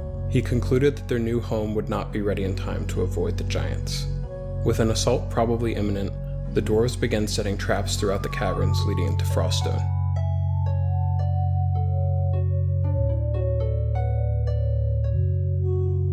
Makeshift guards who had been trained to guard against the occasional bear or cougar were now preparing for an army of giants. A few days later, the dwarven hunters emerged from underground to find an army of giants staring down Froststone.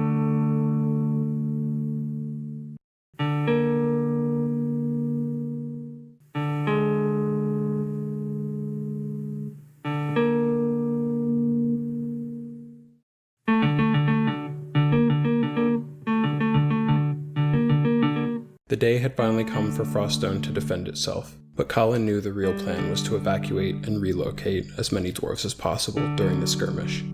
The head giant, donning a red beard twice the length of any dwarf, called for the leader of the dwarves. Colin began to feel nerves creeping in, as he prayed his ultimate plan was still a mystery to the giants. As the giants charged the cavern's entrance, Colin ordered the town's populace into a shelter, one he knew had an evacuation route that had been kept secret from all but Colin's closest confidants. The guards stood near the front of the city, just past where the final trap had been set.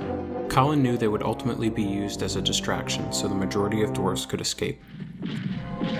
Fortunately for the dwarves, the giants struggled to maneuver into the caverns as their large frames made them vulnerable to arrows and avalanche traps. But Colin knew his minor victories would only delay the inevitable. The giants were determined to wipe out as many dwarves as possible, though they were surprised at how good a fight the sturdy little dwarves were able to put up.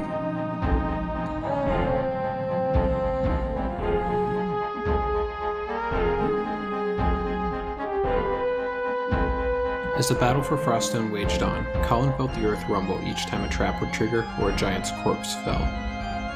Ultimately, one by one, dwarf after dwarf fell in battle. Colin gathered his advisors into the large room he had previously held town halls in.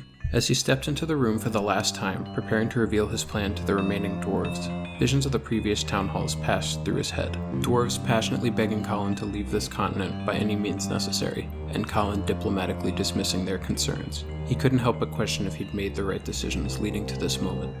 The rumble of Froststone crumbling around him brought Colin back to the moment. He ordered his closest confidant, Glite Snowchipper, who had personally led Colin to the site that would soon become the dwarves' new home, to begin leading the evacuation. Colin explained that he and a small group would focus on luring the remaining giants as deeply as possible into Froststone, while the newly formed evacuation tunnel would lead to a hill-covered region to the northwest, with the tunnel's entrance being collapsed after the last wave of dwarves made their way through.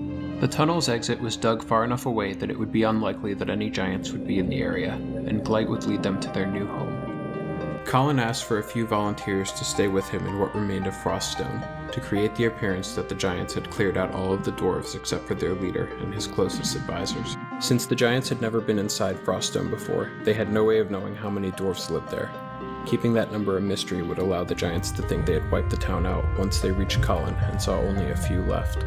As the last line of defense fell, the giants stormed into the room that saw Colin and a few other dwarves, most of them seeing the giants face to face for the first time. It was obvious by the protective formation around him who the leader of the dwarves was. Colin prepared his mining hammer, which he had modified for combat, the same hammer that his father handed down to him, that had earned him the respect of his fellow miners in all of Paladin, and likely had a hand in him being selected to lead this expedition. Colin and his men fought, knowing there would be no victory in combat.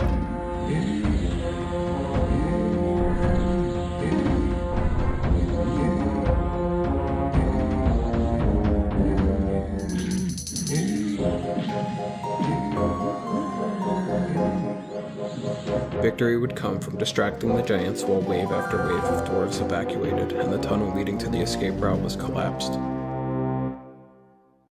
As Glite collapsed the tunnel's exit, he knew he was sealing Colin's fate behind him.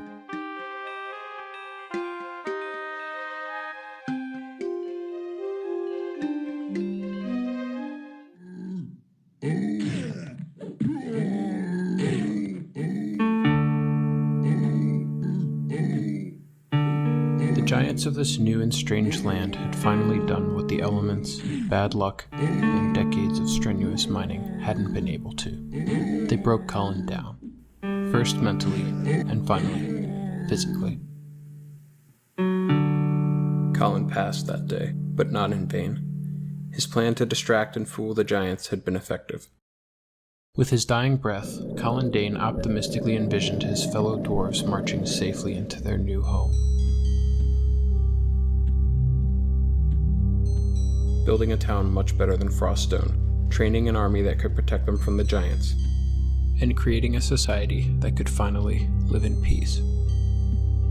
As they were introduced to their new home, the dwarves were determined to make sure Colin's sacrifice was not in vain.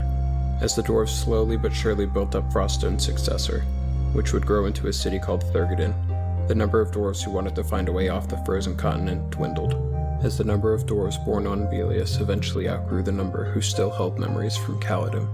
Eventually, the last dwarf born on Fëdor passed away. Several generations of dwarves born and raised in their new home, surrounded by Velium and ice from birth, started to carry physical characteristics that differed from their estranged relatives back on Fëdor. Their skin paled and hardened, future generations decided they had grown so separate from their cousins in Caledon, and that the constant exposure to Velium had altered their nature so much that they qualified as a distinct race. The dwarves began to see themselves not just as dwarves, but ice dwarves, and renamed themselves in honor of the sacrifice and leadership that came from their first leader. The contraction of Colin Dane's name, the Coldane, is how they chose to identify, and would go on to develop their own new culture befitting their harsh environment and constant fears of war with the giants. The Coldane even named their political leader the Dane. Each new leader would take on the name Dane, followed by the numeral representing their order of succession since the original Dane. Meanwhile, it wouldn't be long before the giants, thinking they had rid themselves of the tiny nuisance once and for all, began spotting parties of dwarves in various parts of the continent. This time, the carefully chosen entrance to the Coldane city kept its location a mystery to the giants. Skirmishes breaking out in the tundra between giants and dwarves were common, and the rivalry between the two races would only escalate as the Coldane population, as well as access to resources, increased.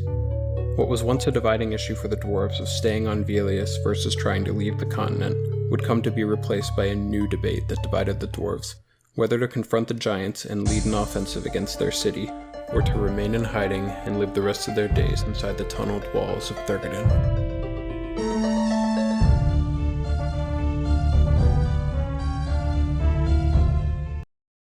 Hey level uppers, it's Larry, and this is a 3-part series around the history of EverQuest's very first expansion, The Ruins of Kunark.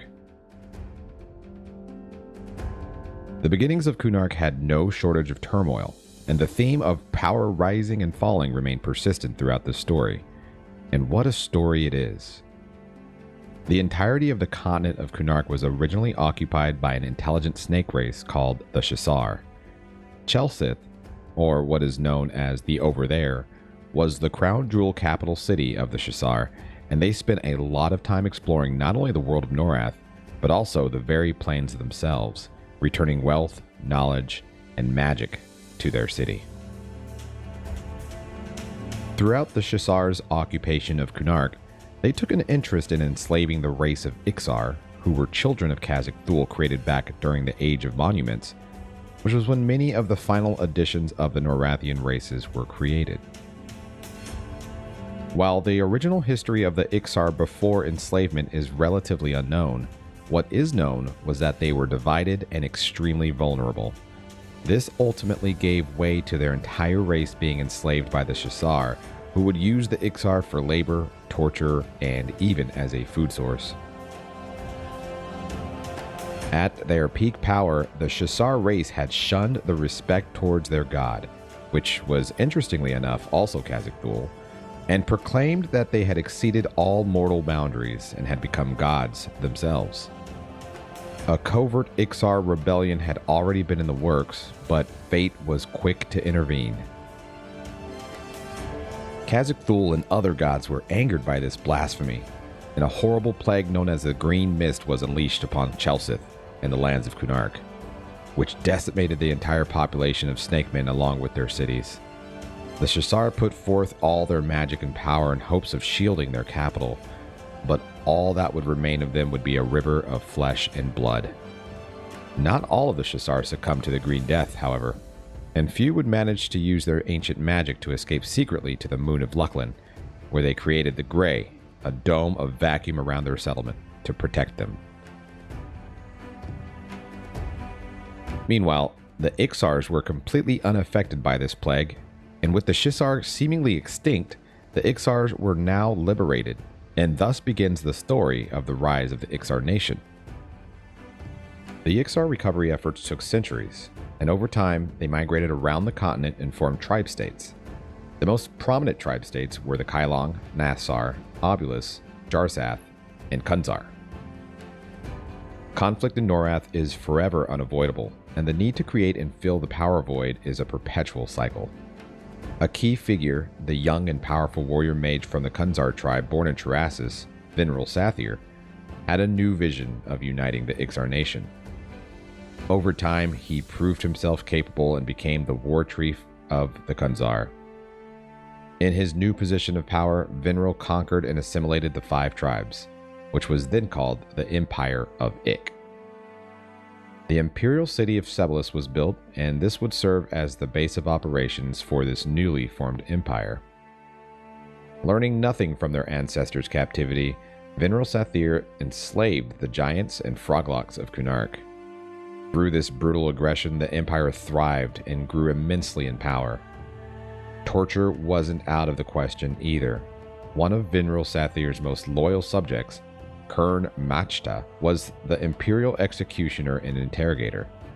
And instead of having the halls of Seldalus filled with unsavory sounds of torture, Vinral had a massive tower constructed where Kern could have his way with enemies of the empire. Vinral and his necromancer wife, Drusilla, who remained in the grand city of Terrassus, eventually started a family by having a son named Ryle. And Ryle would play an interesting role in this story soon enough. The inevitable nature of death is rarely ever accepted, and time is unrelenting. In his old age, Vinral Sathir feared what was to come. To compound the issue, Vinral's wife, Drusilla, had recently died, and in his state of fear and paranoia, he banished the citizens of Terrassus and used magic to seal the entrance to the city to protect his massive library of knowledge, as well as the crypt of his beloved, from defilement. The dark arts were not unfamiliar to Ixars, and whether welcomed or not, it had been a practice learned and passed down since their ancestors' enslavement.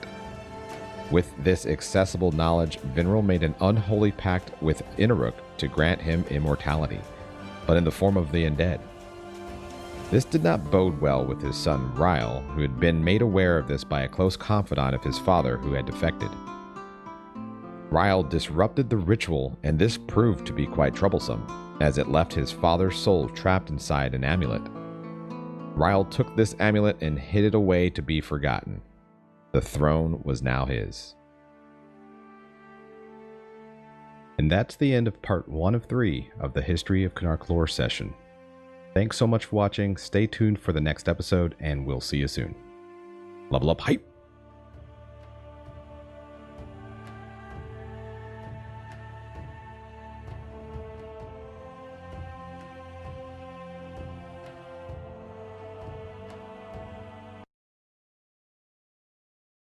Hey level uppers, it's Larry, and this is part 2 of the 3-part series around the history of EverQuest's first expansion, The Ruins of Kunark. We pick up with Ryle, Vinral Sathir's son, who just sabotaged his father's dark ritual towards immortality, and has now taken the throne for his own. Like father, like son, Ryle aggressively took more and more land, and his reputation was a ruthless one. His loyal warlords, Kern the Executioner, Karaticus of Northwood, now known as Worslick's Wood, and Chosuth the Vampire of the 5 Towers of Taraz, now known as Kaesora, were at the forefront of terror, and they had conquered the majority of the continent with the exception of a few giants and the Dragonlands. To ensure domination of the former, the giants, a southern stronghold was constructed, now known as Karnar's Castle, to ensure their suppression. Seeing the writing on the wall, the Ring of Scale, or the Collective of Dragons, had an emergency meeting to determine how to best anticipate an impending Ixar threat. A young and powerful dragon, Trachanon, advised that aggressive preventative action be taken immediately. However, he was in the minority with this plan. The minority of the dragons in this vote decided to take matters into their own hands, and they formulated a plan to set up a trap to destroy Ryle on his warship during his next voyage, which the dragon saw to completion. The consequence of this action was severe and triggered not only a war with the Ixars, but also a civil war amongst the Ring of Scale. Ryle's next of kin was his son, Atrib, an archmage who was much more reclusive than his father. He spent a lot of time in his underground laboratories with his small team of sorcerers practicing the magics of the ancient Shasar, who realized the possibility of fusing two intelligent species together. One experiment in particular, which involved a heretic Ixar and a young captured dragon, created an entirely new race called the Sarnak. These would serve as the meat shields of the new and improved army of Ik. Understanding the aerial disadvantage that his army would face, Atrib experimented with fusing froglocks and dragons and created a completely new flying beast called the Sokokar. The Sokokar proved to be a very effective flying mount with the droves of Sarnak slaves that had been created. It was now time to strike the dragons. The civil war between the younger, more rebellious dragons and the Ring of Scale was a huge distraction and took their attention away from the Ixars for decades. This gave Atrib the opportunity to bolster his ranks significantly. With the civil war at one of its most active points, Atrib and his army of Ik advanced on both sides of the war and annihilated them. This effectively pushed the dragons back into their last remaining stronghold, Viashin's Peak, where they managed to bolster an impenetrable defense. Despite the massive success against the dragons, Atrib ended up disappearing for unknown reasons. Speculation is that he was either captured, killed, or he was trapped from an experiment gone wrong in one of his underground laboratories. This would leave his first son, Gnak, next in line for the throne and to finally win the war against the dragons. Where Atrib excelled in magic, Gnak excelled in combat prowess and strategy.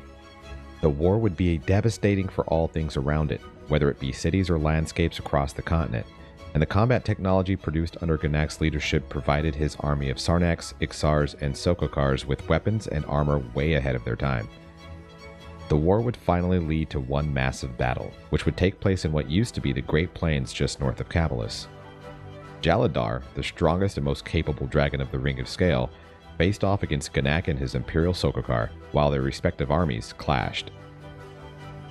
The intensity of combat was something out of this world.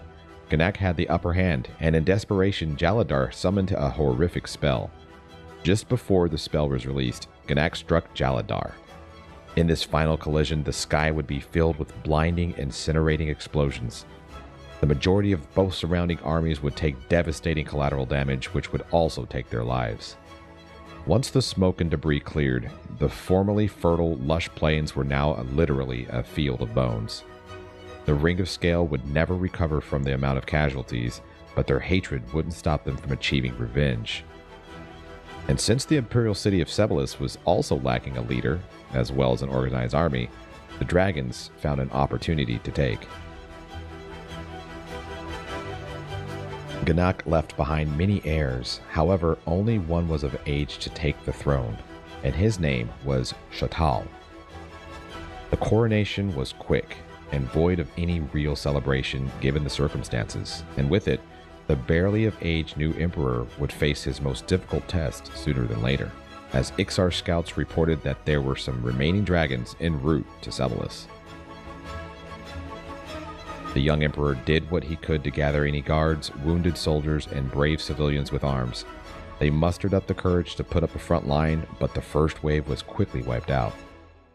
Miraculously, the ragged forces managed to push the war-torn dragons out of Sebelis, but it was the aftermath of the attack when the defending forces realized the true intent of the desperation attack. The Imperial Palace had been destroyed, and with it, all of Gnak's heirs, including Shatal, were killed. The Sathir dynasty had abruptly come to an end. And that is part 2 of 3 of the History of Kunark lore session. Thanks so much for watching. Stay tuned for the next episode, and we will see you soon. Level up hype!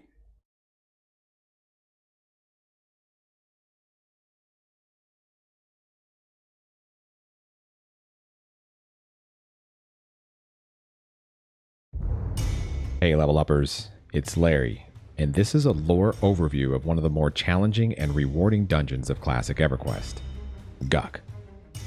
The story of Guk is driven by an incomprehensible amount of hatred, violence, and oppression. The story begins back during the Elder Age, which included the very first alliance of the gods Brelcelaris, Praxis, Tunair, and Rallis Zek. The alliance intended to help suppress any uprising of dragons created by Vision, and to accomplish that, many of the races of Norath were created in order to safeguard this effort. Seeing a chance to invoke fear into the world, Khazad-dûl also took an interest in having his brood of troll race take to the swamps, and it was actually the trolls who were the original inhabitants of the great city of Guk. Perhaps given the inherent bloodlust nature of the troll race fueled by their creator, there was inevitable opportunity for conflict with the nearby ogres and even inner factions of troll tribes. And a lot of this conflict surrounding the devastating transformation of Guk begins with a curious artifact and a prophecy of epic proportions. The Prince of Hate, Inaruk, found an opportunity to break the unity amongst the troll tribes by way of a young shaman named Zrakth. Zrakth, possibly enlightened by straying away from his creator, Khazad-dûl, was desperate to know when his troll people would receive the power that they had been promised by his old god for so long. In response, Inaruk offered a ritual that would give the young shaman a vision, but at a significant cost: his life. Zrakth initiated the ritual and went into deep meditation without food or water for days. On the 8th day, a vision came to him: the coming of the Grozmok, a troll to unite all trolls, to master and share the art of war and magic, and almost unsurprisingly, conquer all who opposed. A stone of Grozmok was materialized, and this would serve as the symbol of power to those who wielded it. However, the cursed nature of this prophecy is that many would die being unworthy to fill the role, and would be deemed as false Grozmoks. Zrakth was slain by the ceremony that brought this stone into existence, and one of his disciples took the stone along with the knowledge of this prophecy to his tribe. The disciples' tribe reigned supreme, and they tried to position themselves over generations to give rise to the Grozmok. That was until the children of Rallis Zek, the ogres, caught wind of this prophecy and its potential long-lasting harm to their way of life. The ogres took no time to act upon hearing this news, and attacked the homeland of the tribe, taking the stone back to their fortified strongholds for an extensive period of time. So much time, in fact, that knowledge of the stone had gradually faded amongst the troll people. Eventually, the entire Ralosian Empire was struck by a curse for their hubris, and they quickly descended from their position of power. Taking advantage of the opportunity, the two largest troll tribes at the time, Clan Broken Skull and Clan Yakesha, laid waste to the lands of the weakened ogres, and the marauders of Clan Yakesha found the stone while looting a decimated fortress. The stone was offered as tribute to Warlord Yakesha, and the tribe's ancients managed to translate the writing inscribed on the stone, which revealed the prophecy of the Grozmok. Unknowingly falling victim to the curse of the prophecy, Warlord Yakesha felt that he was the chosen one to be the Grozmok, and as a result, word spread across the land, which drew a lot of attention towards the exposed new ambitions of Clan Yakesha. This created a heightened level of paranoia for Warlord Yakesha, whose mental descent took a toll on the morale and organization of Clan Yakesha, and the warlord isolated deep in his fortress, which is what we know as Guk. Throughout this story, a race of froglocks, creations of Nathaniel Marr, had crossed paths with the trolls, and sadly ended up mostly being enslaved by them. Seizing the moment of disarray due to Warlord Yakesha's mental state, and the aggressive, violent advance from the Broken Skull clan seeking to reclaim the stone for their own, The now liberated Froglocks took up their former captors' arms and finished the job by taking over the entire fortress of Guk for their own. More time had passed, and this was not the last of Warlord Yakesha. His isolation deep inside the fortress allowed him to go unnoticed. This afforded him the time to spend in prayer to the god of Inaruk to help him escape. Inaruk heard the troll's prayer and upon closer inspection became outraged that the creations of Nathaniel Mar had taken the home of his children. Warlord Yakesha's true purpose would then be realized. Inaruk struck down a devastating, soul-robbing shockwave throughout the entire fortress of Guk, with the epicenter being Warlord Yakesha, who served as the conduit of this curse. Such a role proved to be fatal, and once the curse had spread into the mortal world, Warlord Yakesha was extinguished. This curse was so powerful, so evil, that it temporarily ripped the very fabric of reality and created a portal to Inaruk's very own Cauldron of Souls, a place where the god of hate promises suffering beyond comprehension and imagination. With their souls robbed, the surrounding Froglocks had the life sapped from them, and the hunger of hate now consumed them, all driven by one purpose: to feed souls to the curse. And that is the lore that brings us to the Guk that we all know and love. Thank you for watching. Make sure to check me out on Twitch and Discord, and we'll see you next time. Level up hype!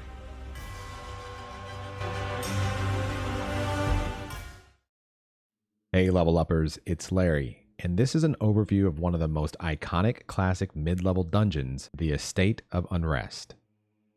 The tale of the Estate of Unrest, or what it was originally called, the Estate of Rest, is a grim and troubling one.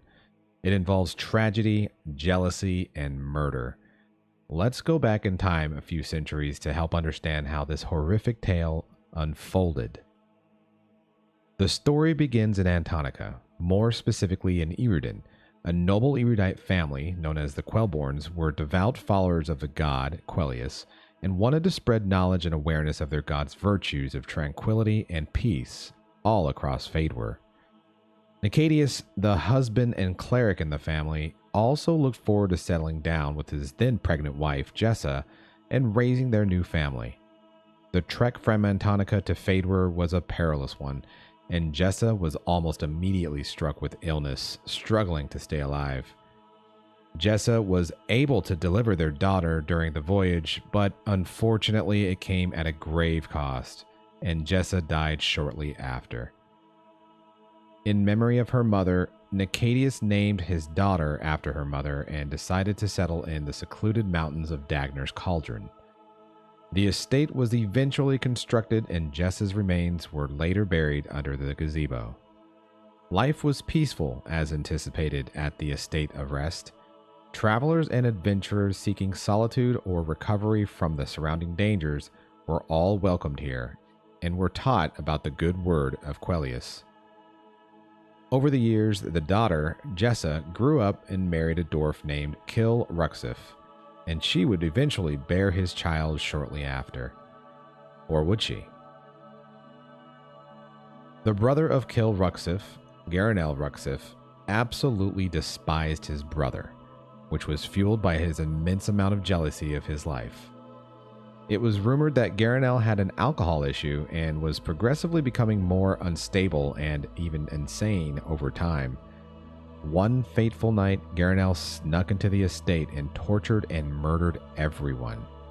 Nicadius, who was standing vigil at the chapel, yelled out for Quellius just before being struck down. Quellius did, in fact, appear and was infuriated at the grotesque scene caused by the envious dwarf brother.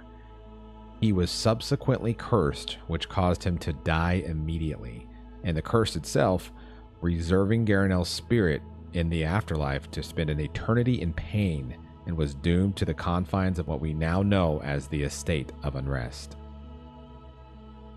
Time had passed, and the evil-filled ghost of Garanel had festered in hatred and pain for so long that he actually started to strengthen as a result of it. Meanwhile, back in the heretic city of Paniel, a curious priest of Khazad-dûl was intrigued by the story of what occurred at the estate. Unfazed by the dangers that had been reported, the dark arts priest traveled to the estate to see the chaos firsthand. Upon the priest's arrival, Garanel attempted to kill the intruder. However, this particular foe to Garanel was much stronger than anticipated. The priest was able to subdue Garanel and threatened to banish him into eternal darkness. Not fond of the void, Garanel decided that he would hear this priest out. By the end of their conversation, the priest became fascinated by how things came to be for Garanel and decided that he wanted to invest all of his dark powers towards the cause. In a gross display of Khazad-dûl's power, the priest raised the dead and intensified the evil across the entire grounds of the estate, even sacrificing his own life to see Khazad's will through. And that's how we get to the estate of unrest that we all know and love. Once again, thank you all so much for the support and the kind words from my previous videos. Thank you again for tuning in, and we'll see you next time. Level up hype!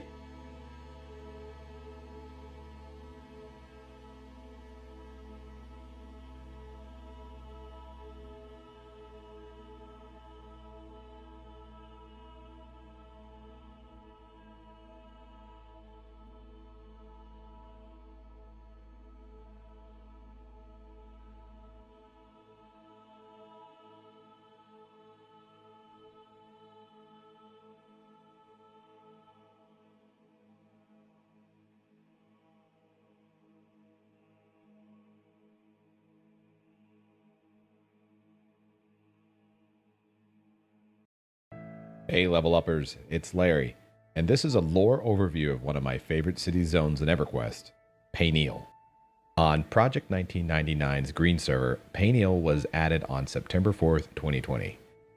With the addition of the city, the ability to create erudite Shadow Knights is now a reality. This also brought a few other changes to the server to include shrink potions, special quests, and additional necromancer spells such as the highly anticipated subversion line, better known as Twitch. At the time of this recording, there are no comprehensive patch notes to highlight all of the changes, but what I wanted to do in this video is to actually outline the lore of Payneal and how it came into existence, because I feel like it's truly a fascinating tale. So here we go. Payneal is the city where worshippers of Khazad-dûl reside, also known as Khazakites. And this was not necessarily by choice. Practitioners of necromancy once lived within the gates of Iridan amongst the erudites. However, due to their unrelenting practice of this forbidden art, the powerful necromancers were outcasted from Iridan and subsequently labeled as heretics. A battle of epic proportions took place as the followers of Irud wanted to extinguish all that remained of these followers of the god of fear. The battle was cataclysmic, and at its apex, a massive tear into the earth was created by the impressive escalation of magical damage done by both sides. Both sides responsible for this irreparable damage were shaken to their cores and decided to cease any additional conflict for the time being. The heretics could no longer organize their efforts openly and had to retreat into the cavernous depths of what is now known as the Hole. Being secluded not only bought them time, but also gave the illusion that they had completely phased out from existence. This could not have been any further. This is where and when the original city of Payneal was born, and gave way to the heretics to practice their dark art of necromancy uninterrupted. While exploring the depths of their now thriving underground city, they discovered a curious item called the Vault of Living Stone. This was a self-repairing artifact created by the god Brel Celeris, intended to serve as a magical seal to protect Norath from the plane of Underfoot, which was riddled with vicious elementals and other unsavory types. The heretics, determined to try to figure out how to harness the artifact's powers, managed to damage it just enough to break the safety seal that kept Norath safe for so long. The full regret of their mistake wasn't fully realized until Earthen Lord Yale and Underfoot's denizens swarmed through what is now the Broken Seal and, in quick fashion, demolished Payneal and its residents. With their intelligence and maybe even a stroke of luck, the heretics were able to repair the seal and keep any additional creatures from the underfoot at bay. But their old city of Peniel would never be occupied by them again, and was now occupied by Earthen Lord Yale and his horde. The surviving heretics that managed to flee relocated their efforts and found a suitable location near the top of the chasm that was just out of reach of any harm. In memory of what was lost, the heretics named their newfound city and what we now get to experience on Project 1999's Green server as Peniel. That's all I have. I hope you enjoyed a little bit of a lore session around the city of Peniel.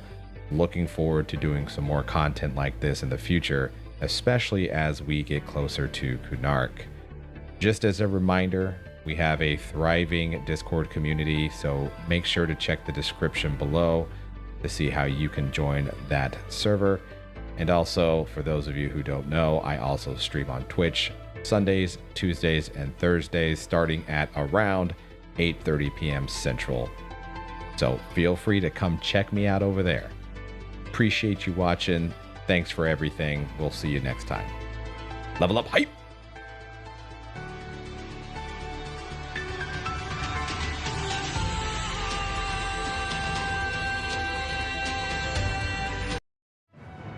There have always been mysteries surrounding EverQuest. Tales of a clockwork dragon, quests that haven't been discovered, swords made of fire, horrors beneath the waters of Lake Wrath. This guy? But since then, a lot of these have been debunked or even proven. So I wanted to focus on some of my own personal EQ mysteries. Things that I've always had questions about but could never really explain. But in a world so large, where to begin? Right here with Velius! It's finally been released, and you know what that means, right? The drowned citizens are back in the Freeport sewers! Woo! Now when I tell someone that they swim worse than a drowned citizen, it has some real weight to it.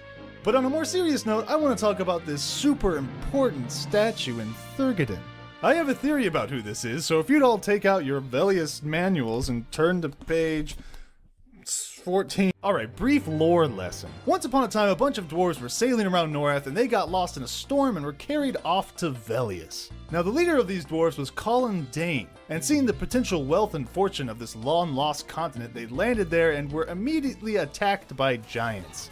Long story short, Colin Dane sacrificed himself so that his people could escape, and they later founded the city of Thurgoden, and so on and so forth. These dwarves then adopted the name Cole Dane in honor of Colin Dane, combining his first and last names, and ever after, the leader of the dwarves was referred to as Dane.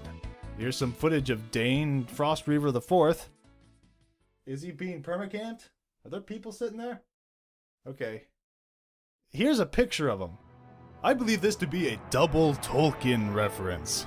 In Lord of the Rings Tolkien lore, the dwarves kind of passed down a name, Durin, much like the Danes of EverQuest.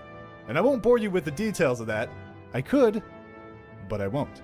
That's reference 1. Reference number 2 would be the actual name Dane.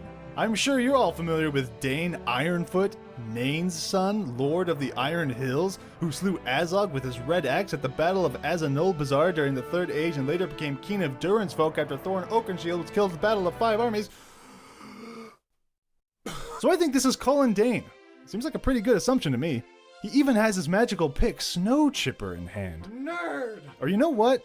Now that I think about it, it's probably just Brel Ceralis. Here's another statue that's always bothered me. Why is this a hill giant? Shouldn't it be an ice giant? Well, no. Besides the fact that an ice giant statue would probably look a lot like a normal ice giant, this is actually the homeland of the giants. After that fiasco with Relazek, the gods put a curse on all of his creations. Ogres and goblins were stricken dumb. I don't know what happened to orcs. Maybe they were given red eyes and green skin and kilts. But the lush green land of the giants was covered with ice and snow, and the giants that didn't flee their homeland slowly turned into ice monsters. Now I know what you're all thinking. That explains the giants, but what happened to this guy? Well, I don't know. But don't worry, Goblin King. I'll save you!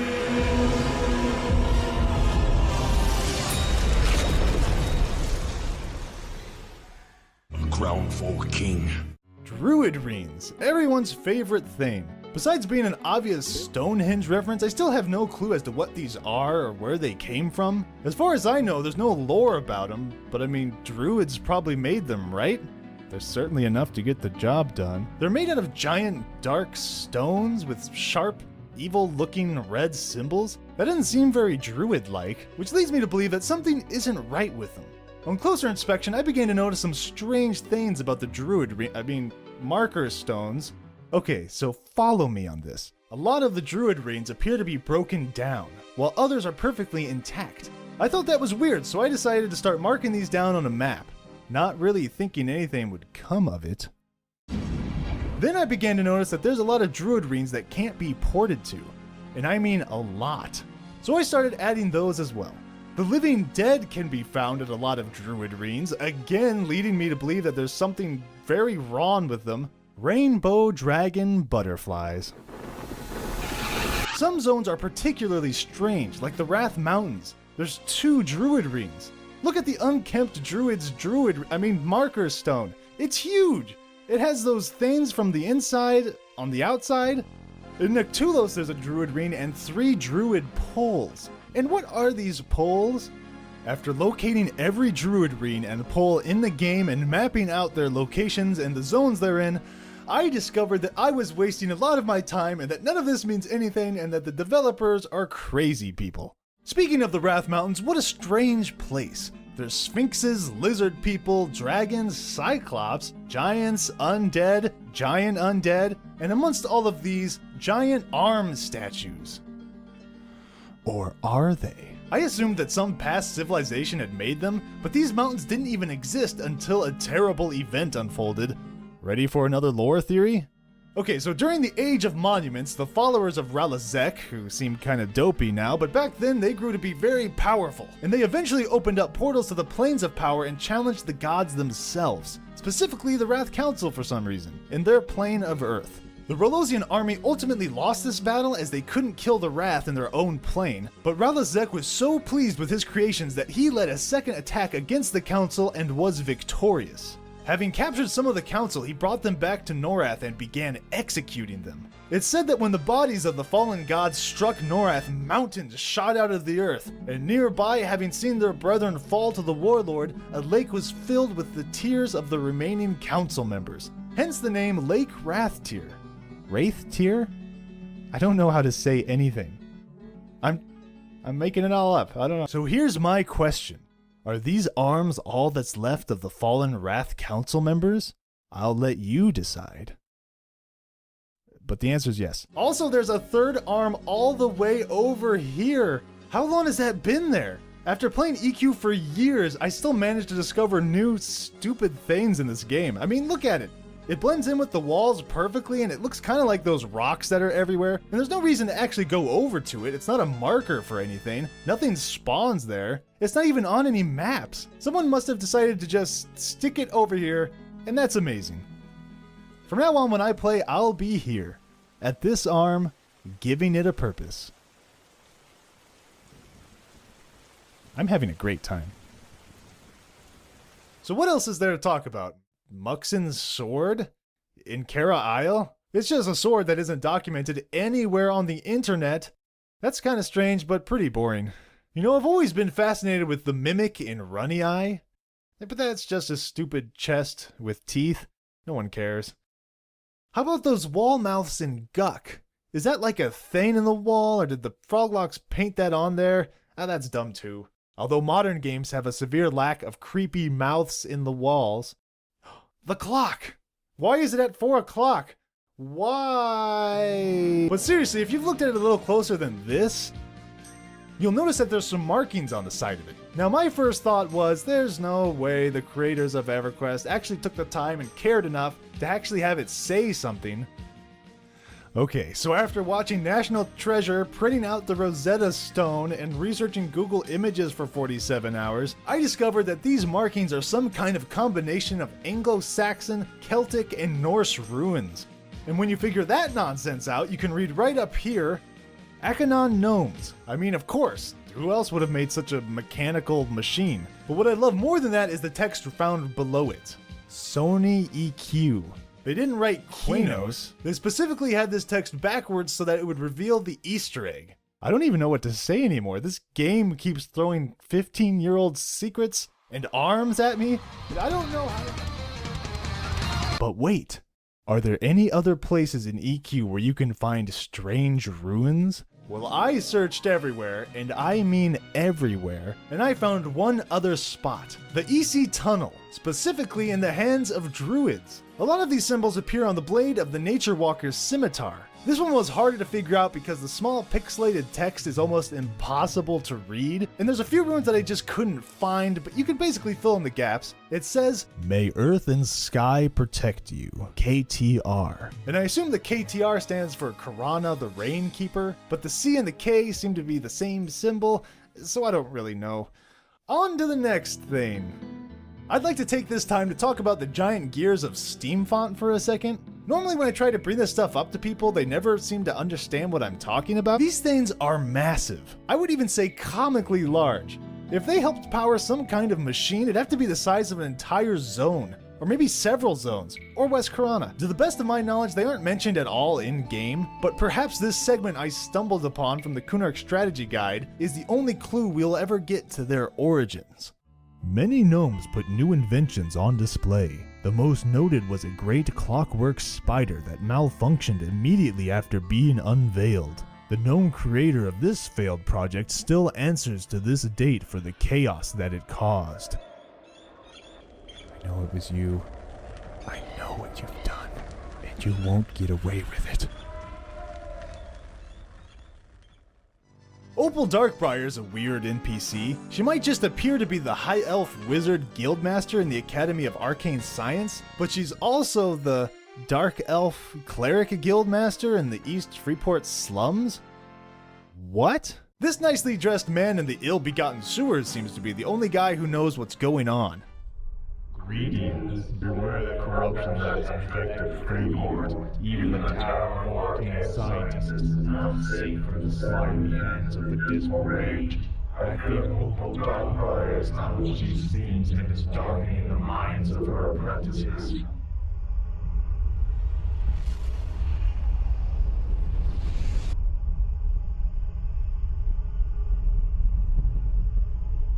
What a creepy weirdo in the sewers. If you actually go and talk to her, she says, "You're not a member of the wizard class. Be gone." What does it mean? Alright, I'm putting an end to this. I could go on forever, which I guess is a credit to this game, isn't it? You know, the more I look around and explore EQ, the more I realize just how much effort was put into it. I used to find dead ends or strange pots or seemingly meaningless NPCs and think just that these things weren't finished or didn't have any thought put into them. And the more I question these things, the more I discover how wrong I was. So the next time you're mindlessly grinding EXP or farming plat, take a second to look around, explore a little, go on an adventure, have some fun. This game is amazing, and there's more to it than just raiding or gathering items, in my stupid opinion. As for me, well, I plan to keep on learning and finding meaning in everything. I still don't know much about Kunark, and I really want to talk about the history of the deserts of Ro. Ever wonder why this thing is here? Well, there's a reason for it. Or how about the Oasis of Mar? Why is it called that? There's plague inns, this stone, 4-frame wall-fire animations and Runny-Eye, this guy's face, this weird glitchy shelf and Soleil, what is it? The human faction? What's that all about? Terrorantula? I've never seen them. Egyptian scarab statues, secret fire pots, cat people lore?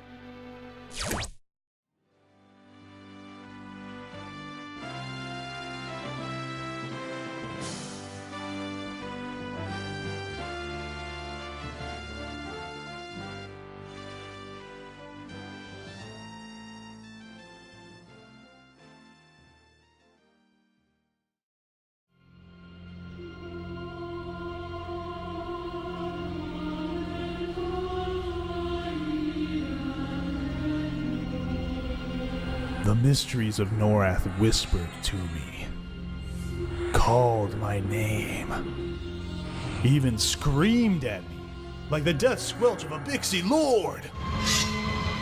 I knew there was only one thing left to do. Talk about more of them. There are so many mysteries in EverQuest that they couldn't possibly be contained in one video, so I've made another. And once again, these are my own personal mysteries. They may be common knowledge to some, or maybe you've never even heard of this stuff. I don't know. But in my most recent search for knowledge, I heard rumor of a man, a myth, a legend, Miracle and his magic highway. That means I'm gonna talk about lore! Miracle was a man who lived thousands of years ago, and he was once one of the erudites who founded Erudin with Erud. I don't know how to say it.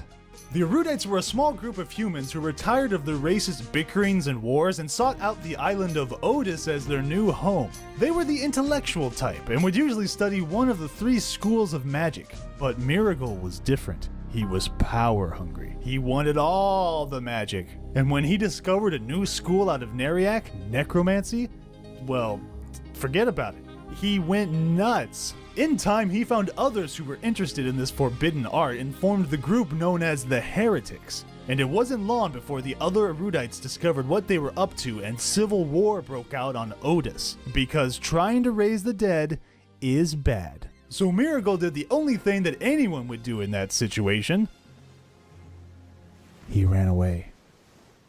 Miracle spent centuries roaming the lands of Antonica, accumulating as many spells and magical treasures as he could and storing them in his creepy ice tunnels in the north. He even discovered the use of portals, which he created all around Norath to help speed up his search for knowledge and power. By the way, that's what Miracle's highway is.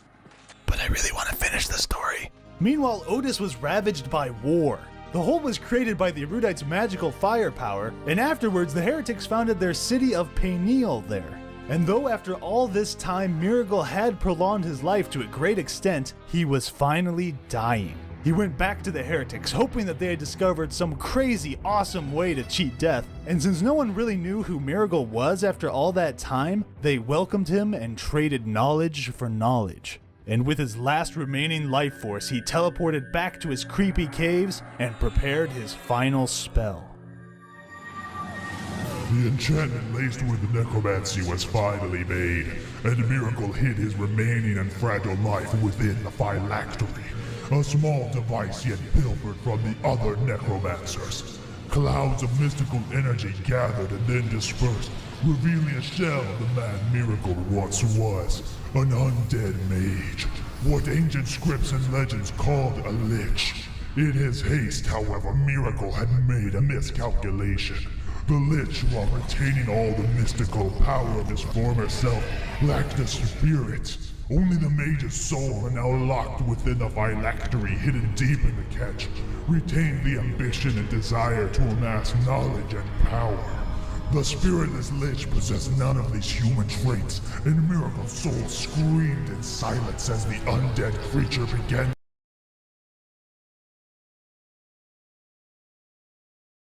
What up, I'm back.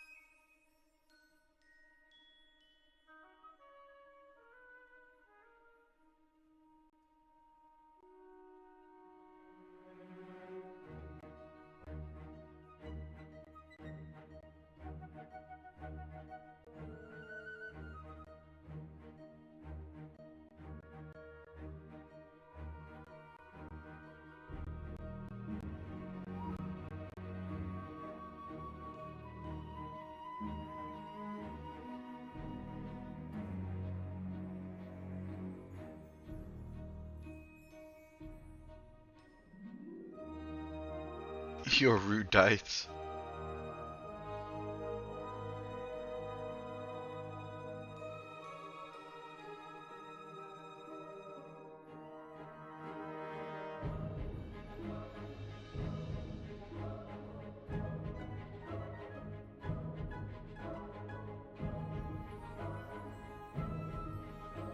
Alright, we start our adventure now.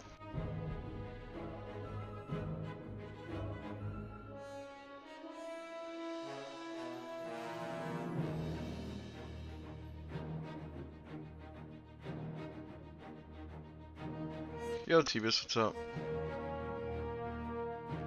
Here's my solo self out hardcore. The Paladin, Slippy Pal.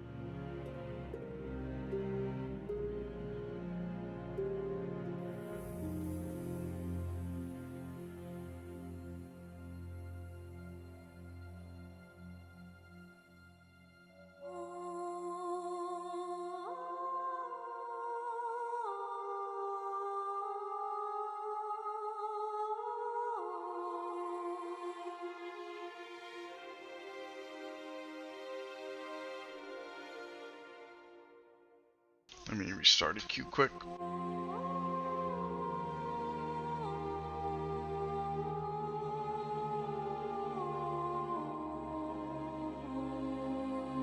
And my goal for today probably is like level. I mean, it depends if how much I die from these stupid skeletons, but I'll probably die like a couple times, I guess. Try to be careful, but sometimes you just.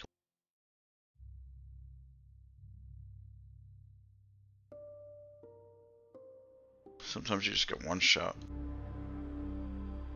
Level 10 I'll do it. Like I'll just gotta do skeletons till 5 and then I'll do, at 10 I'll do it.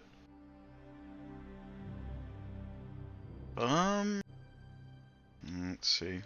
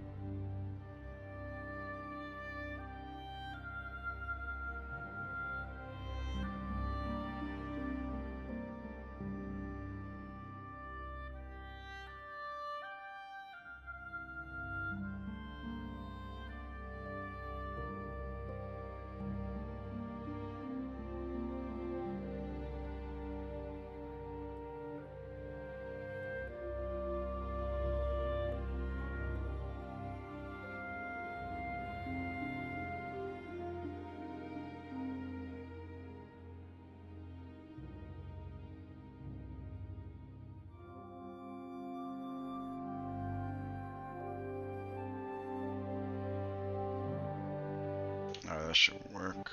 Now, hopefully.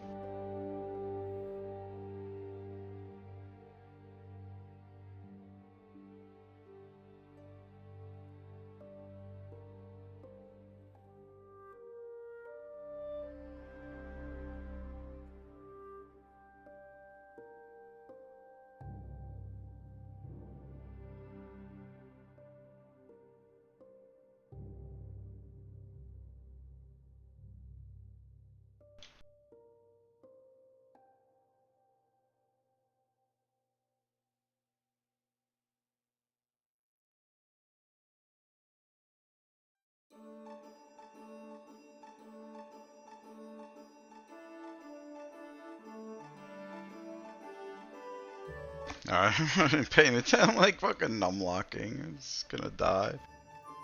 Alright, I'm hardcore. I need to pay attention.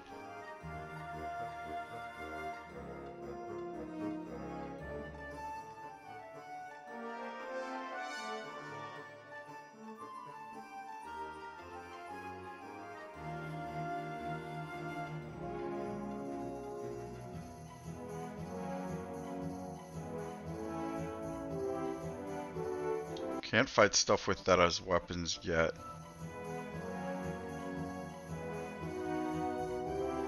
I did put points in one hand slash to make it easier though.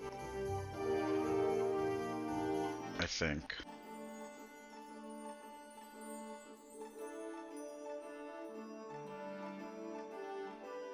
Level 1 hardest level.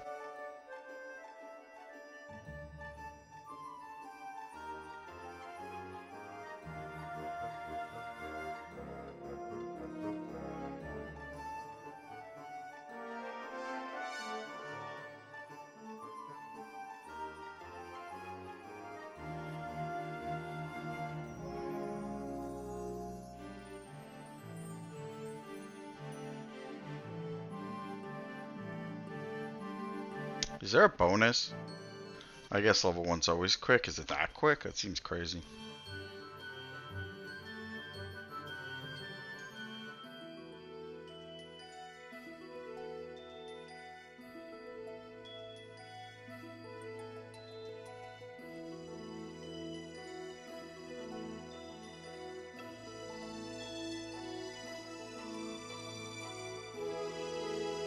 Yeah, I got bracers. Good start.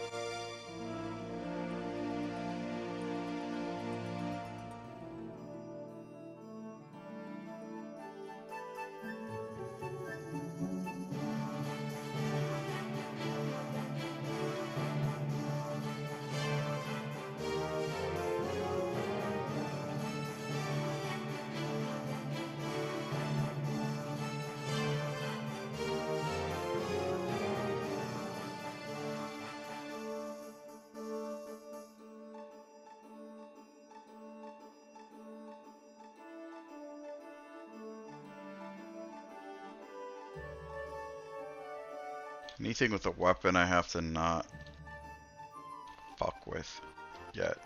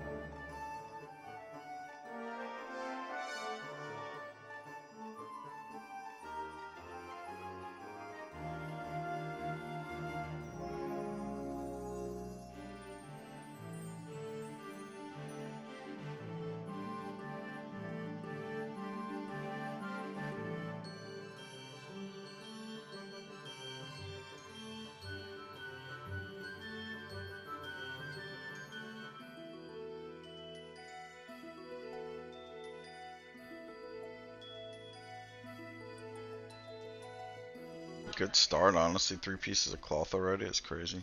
Yeah, you make a lot of money doing this. It's not only like insane XP, like the money you make is fucking nuts as well. So yeah, it should be fully geared. Ah, he has a staff, man. Like I can't risk that. I don't think. Ah, I want to risk it so bad. I'm gonna get greedy.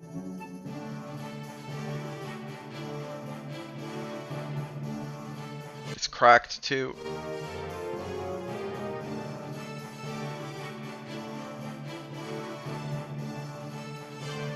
I have to win.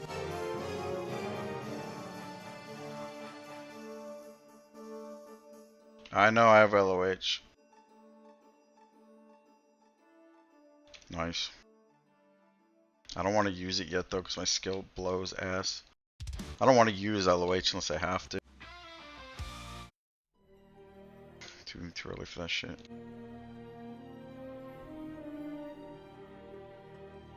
I will use that staff just at level 2. I'm not using it at level 1. My skill is too low. I don't wanna. It's not worth it yet.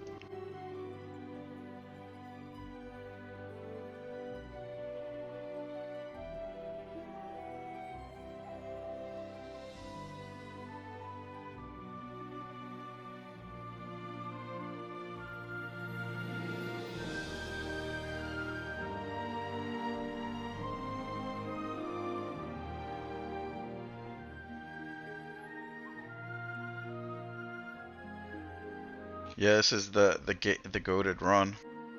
Until I get one shot by a brittle skeleton, then it's just done, over with.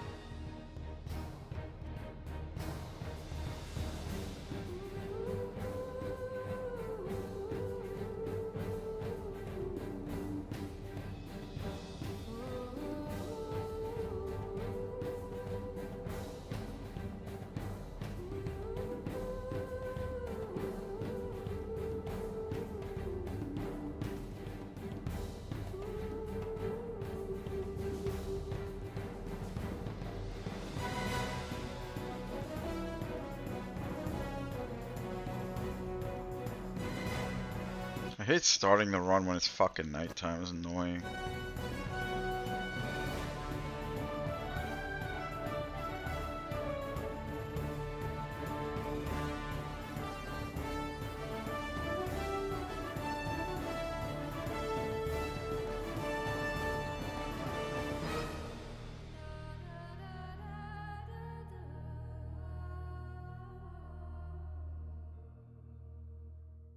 I have health, so I guess I can try to get some skill ups in this.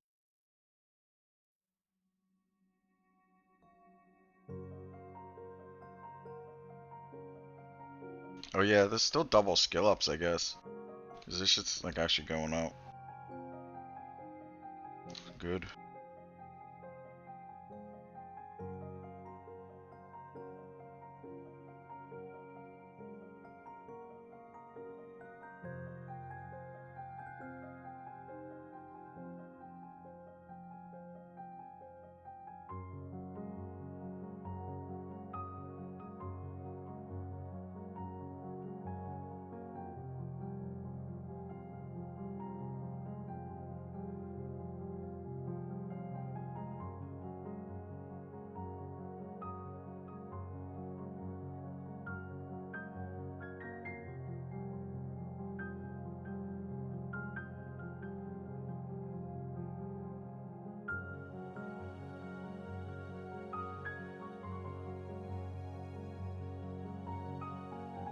Fuck them up.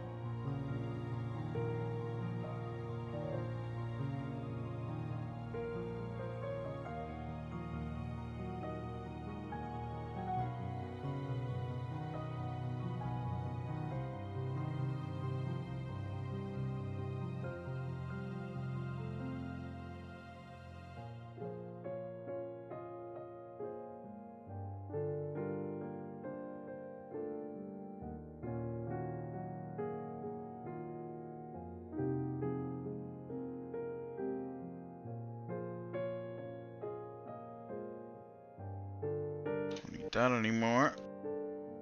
Level 2.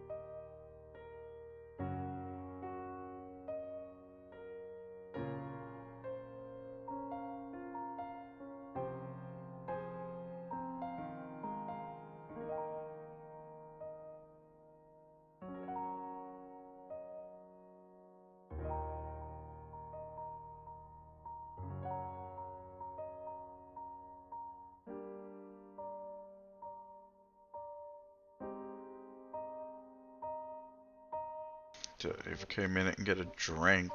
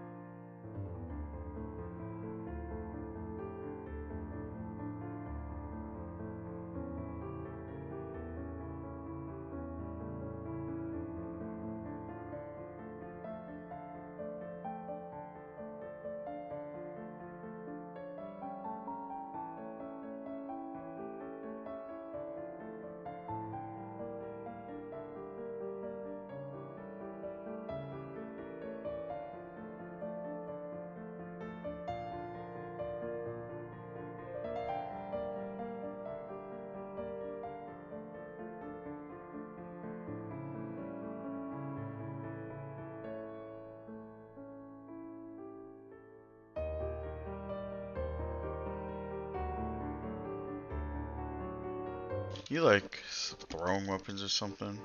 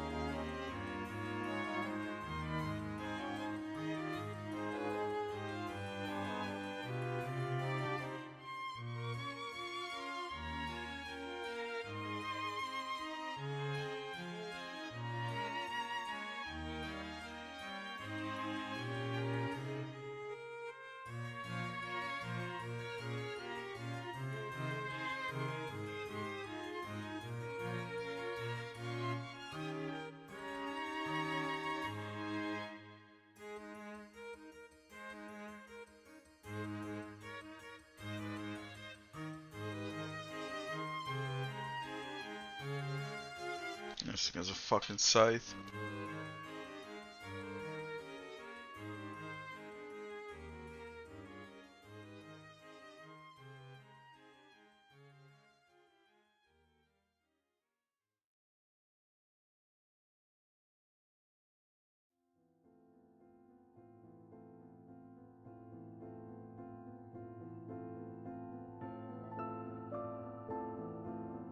A lot of Birdos over here.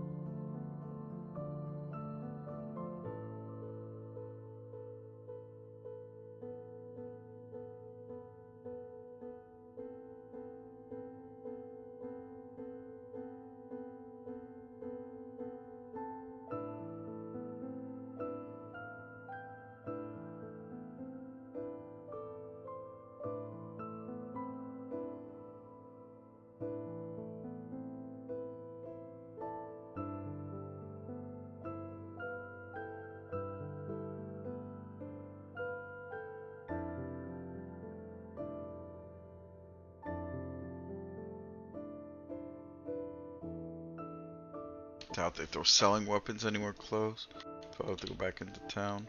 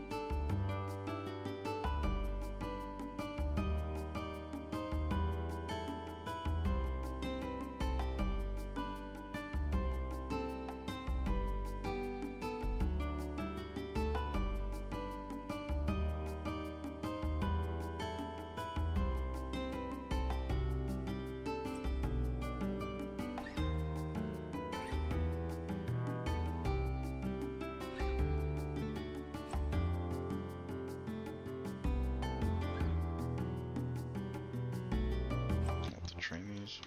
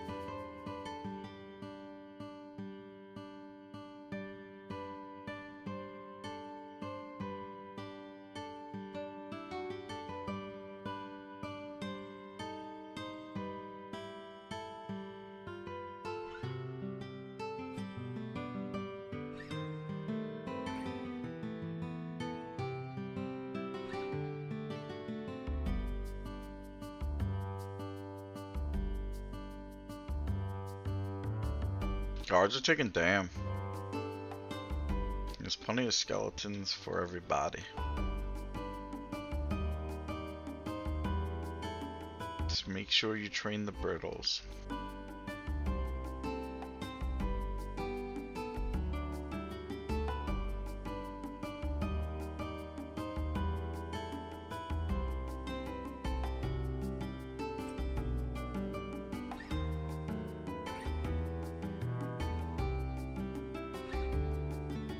I need a guild invite if anyone could get me, by the way.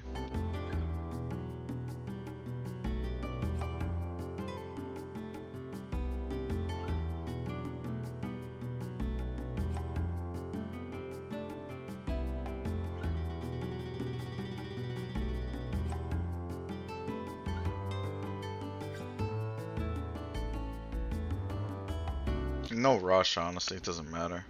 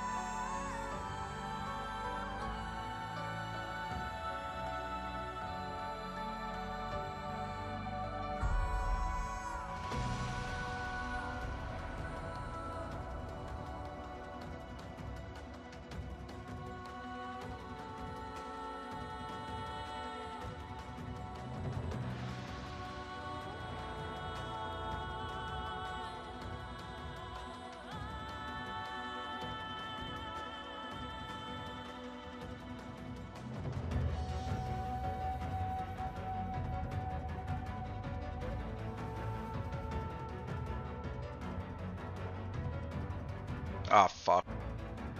Oh, that's good. I got one shot. That's good. I ran right into that thing.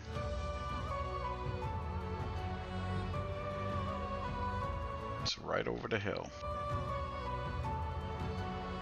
He's gonna take a hit.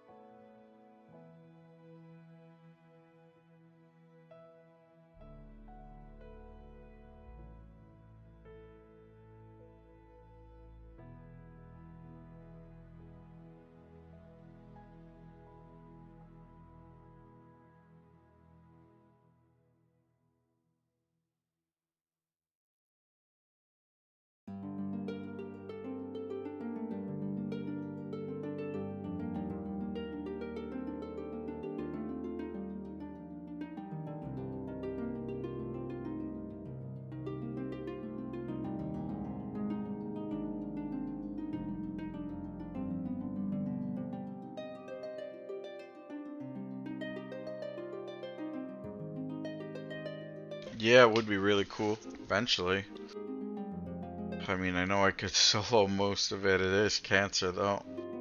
Paladin, like, it's gonna be super hard, honestly.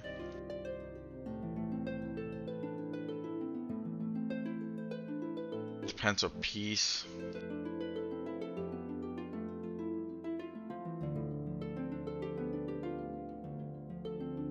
There's, I guess, like the fawns were the hardest, one of the harder parts.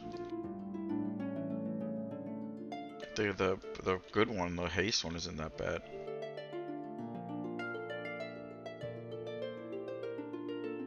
Just fail it a lot.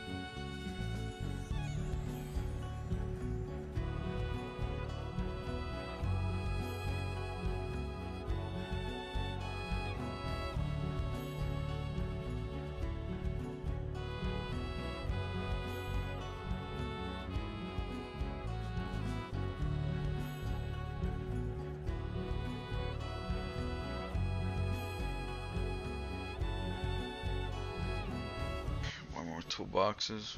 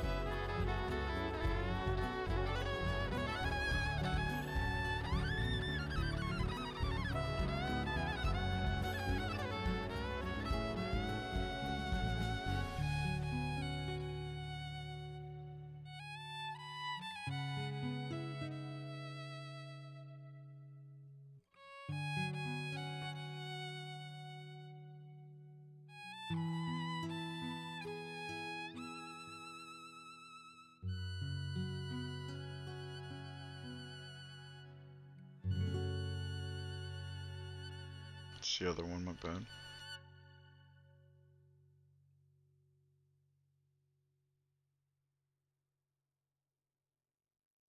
Yeah, what up, Brad? Yeah, I mean, yeah, 24 hours of no Pally hardcore.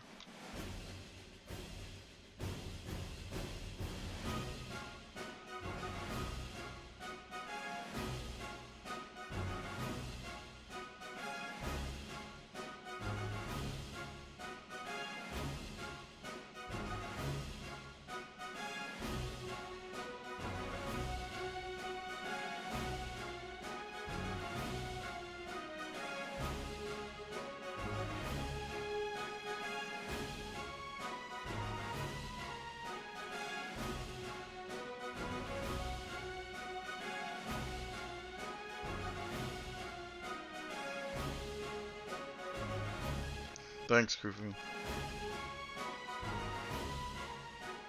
I mean, it won't be exactly 24 hours. We are raiding tonight and stuff. Like, I won't be on this character 24 hours, but when we're not raiding and shit, yeah, I'll be on this guy.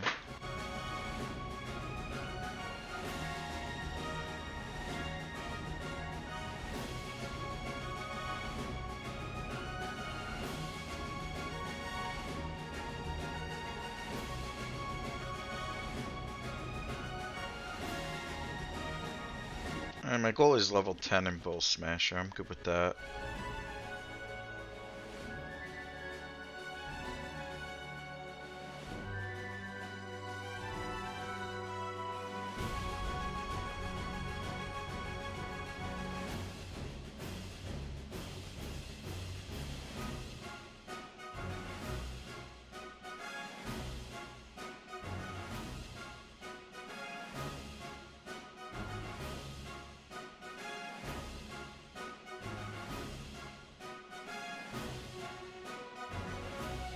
Thanks, bro.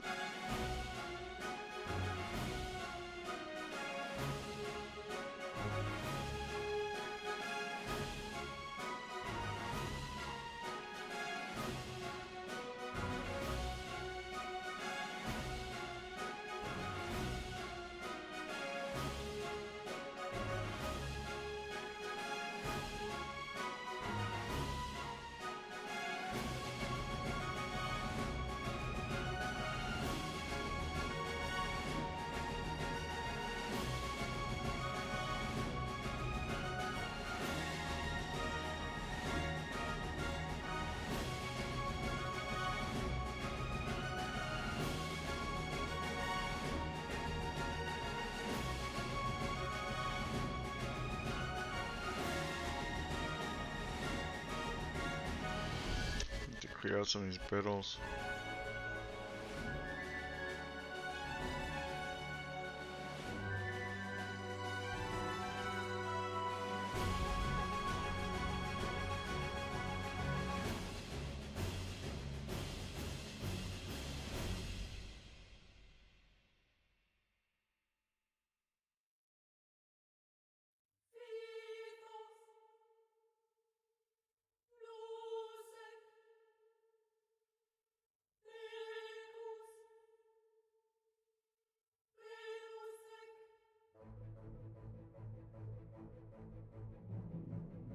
Since the skill ups are so good, I guess I just switch weapons to the two-hander.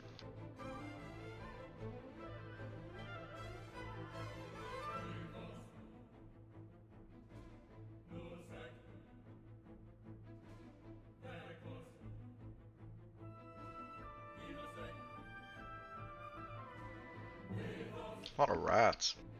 Holy shit.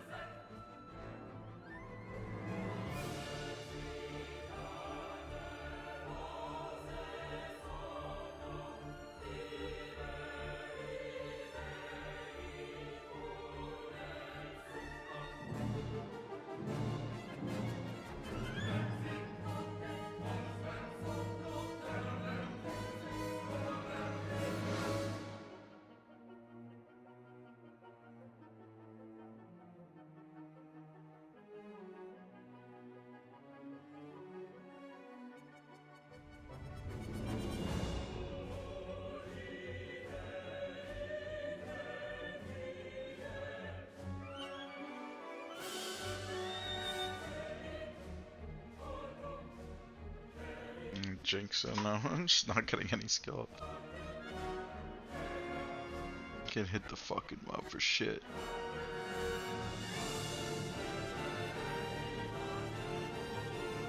Yo, what up, Lavix? Yep, we're pumping.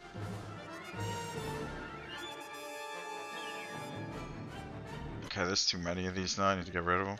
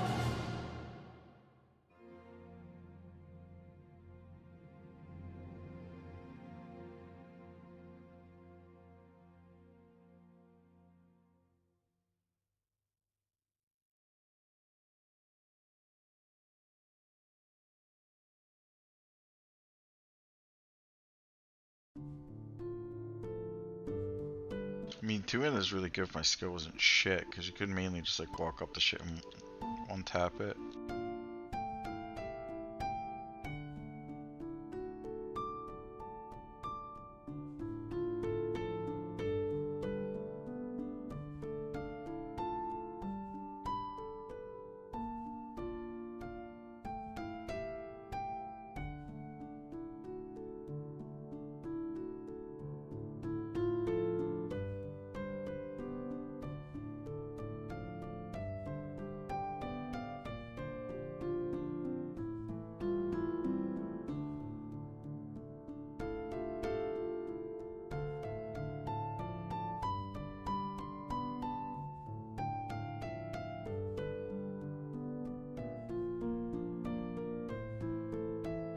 Yes, too many of these. Damn it.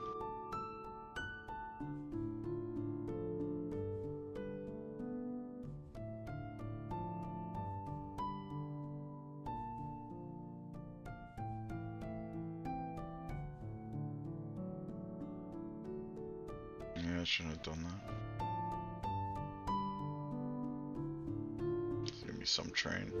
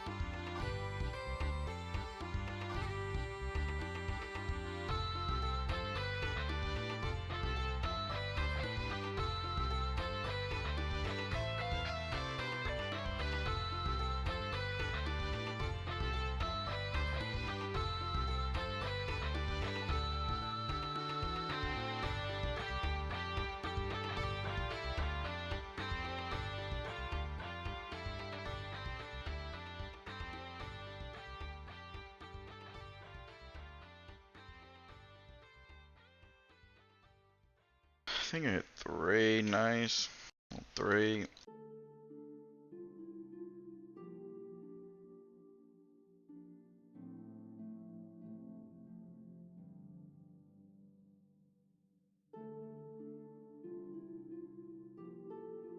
Kill a lot more skeletons.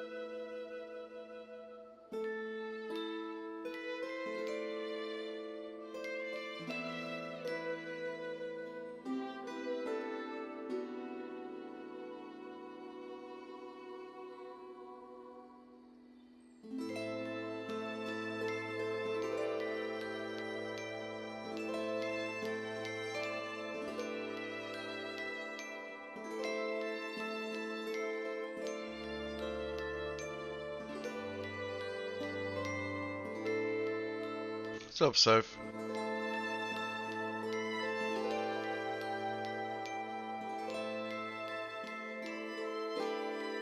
Yep, this is my 24-hour stream, Hardcore Paladin. Hardcore Paladin.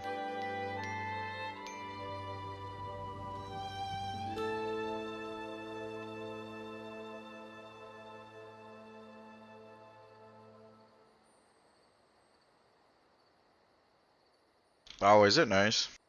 Good luck. Let me know how it is.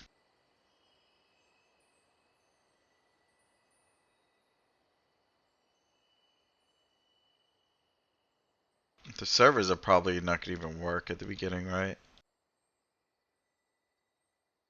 It's gonna be one of those. Yeah.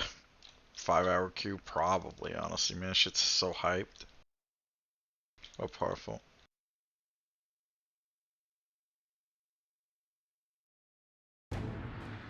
Perfect time for a solo challenge. Everyone's gonna be playing PoE 2. Good luck on the raid tonight.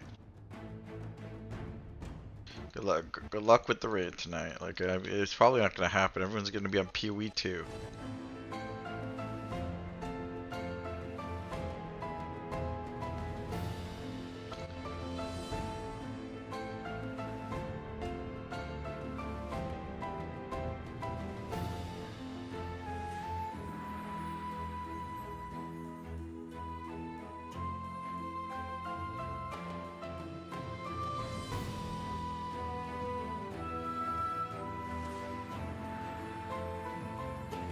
Griff, you're gonna be at the raid? No, you're not. Don't lie. Why would you be at the raid? I don't even expect. I don't expect that.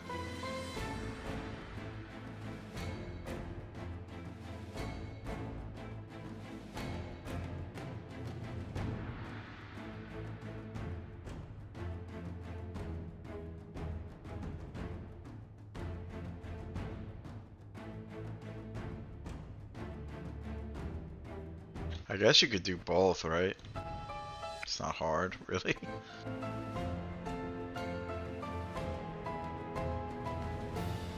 Am I so encumbered? Was I even encumbered? I don't think so, actually.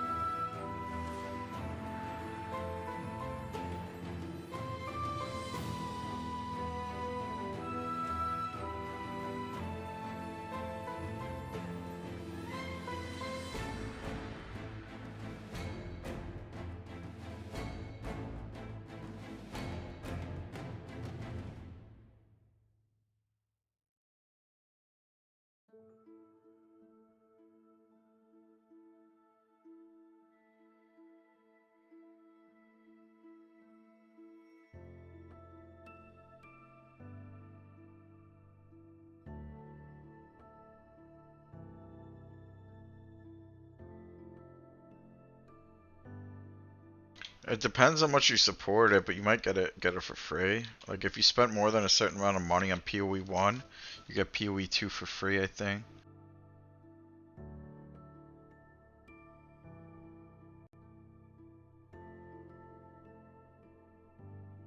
They were like, nah, what'd you spend on that game?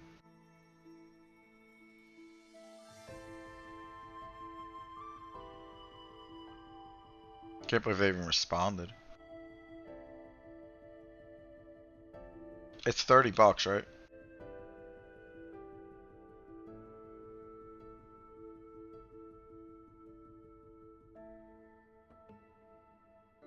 You spent 4 to 5k on PoE easy? Yeah, so you should get it for free. Like,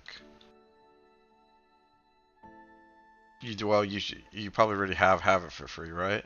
How does it work? Do they just send you a key?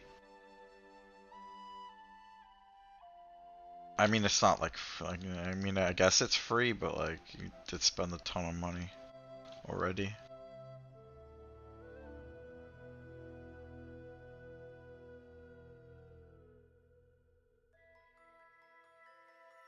Oh, you spend like $80? Yeah, dude, then you're not getting it for free. Then you have to spend like, my brother said like 500 or something. I don't know what the exact number is. But yeah, like you have to spend like at least $500 or something. 240, okay. Yeah, that's the number.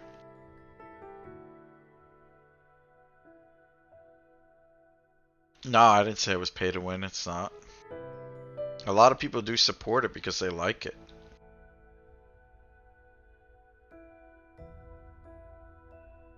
It's with a few hundred, yeah. 240 plus, I guess, is enough. What's the pay to win? I don't consider like paid for convenience pay to win. If it's like stash tabs, I don't consider that pay to win. Nah, it's whatever. You could just destroy your shit, right?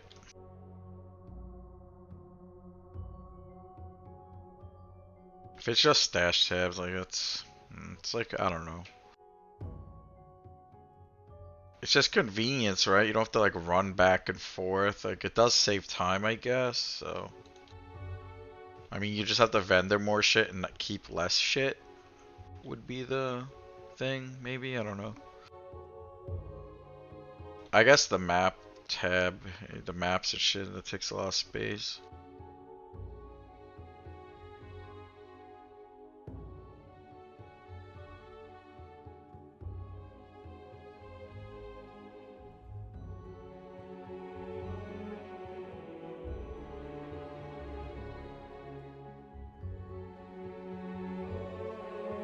Bro, hurry up and kill this shit.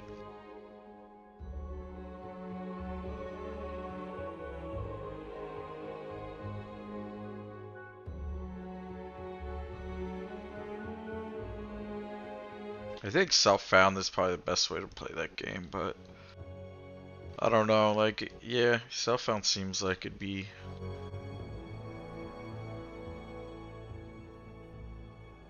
My brother's big into the, like, he does Trade League. He doesn't do hardcore or anything.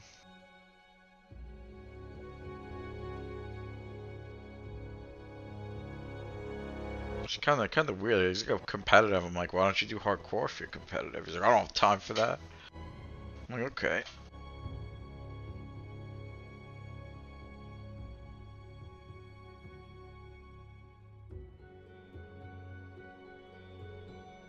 I guess that's fair enough, right? You actually, to play hardcore, you actually need a lot of time to actually like get anywhere.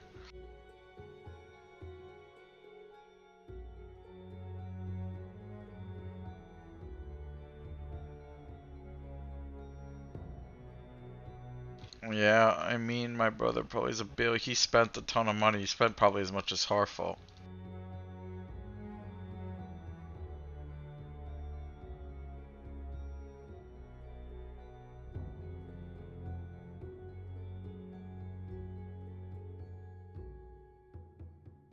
How am I conning it? Jeez, I'm close to that thing. Hitbox is insane. Go away.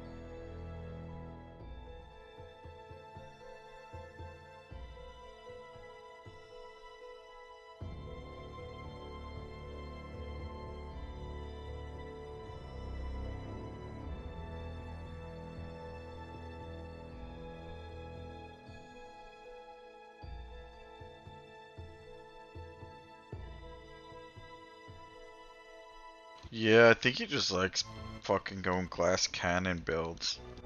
Every time I watch him, I mean, he doesn't die that much, but he does die here and there. Glass cannon builds.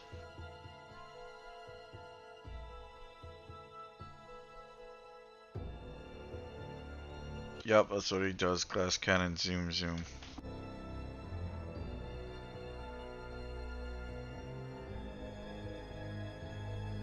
He said he might not like it because it might be too slow paced. He says it looks a lot slower paced.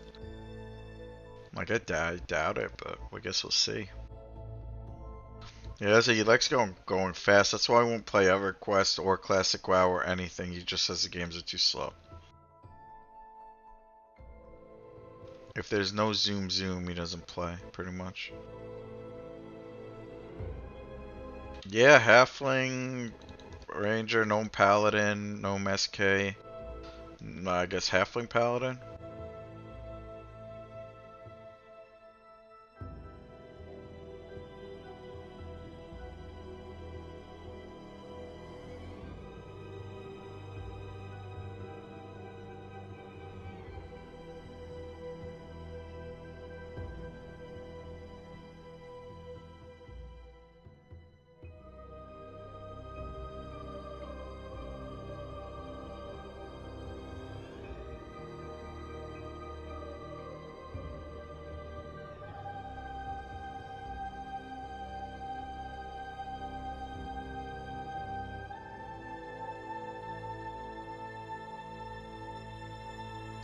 Yeah, you spent it. If you spend more than 240, you get like an email or something, right?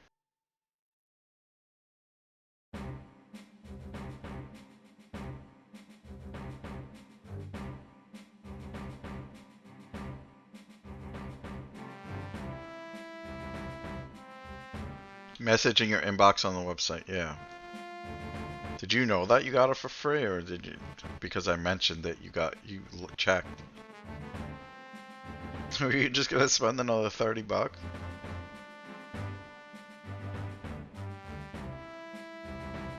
Oh, really nice. Saved you $30. You probably would have realized anyway.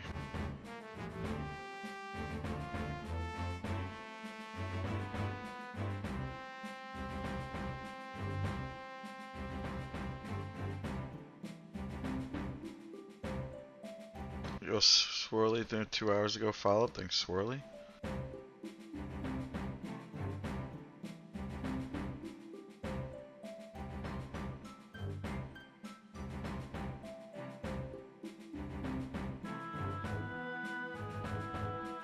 I didn't realize that you don't start with Mon. I don't know if it's like that on other servers. I had to like double check I was actually a Paladin. I'm a Paladin.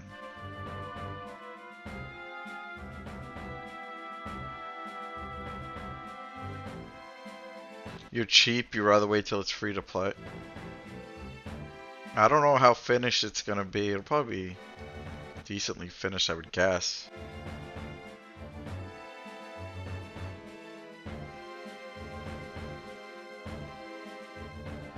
I mean, if I really wanted to play it, I'd probably buy it, but I don't really.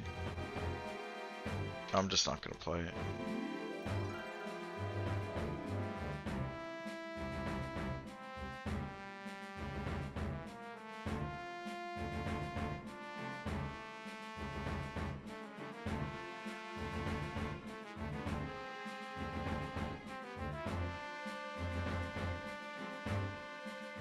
I mean, it's gonna be hard to play tonight anyway.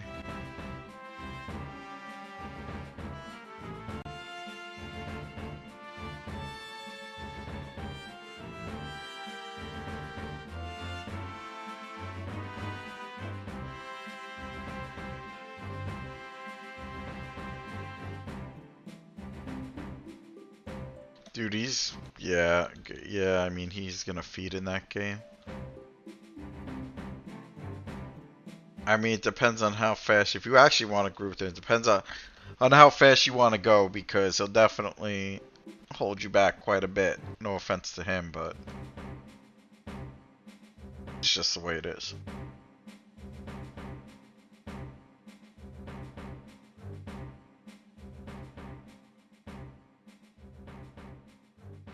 Bro, why is everything spawning as a fucking brittle right now? I'm getting fucked on. Yeah, 100%. He's gonna feed.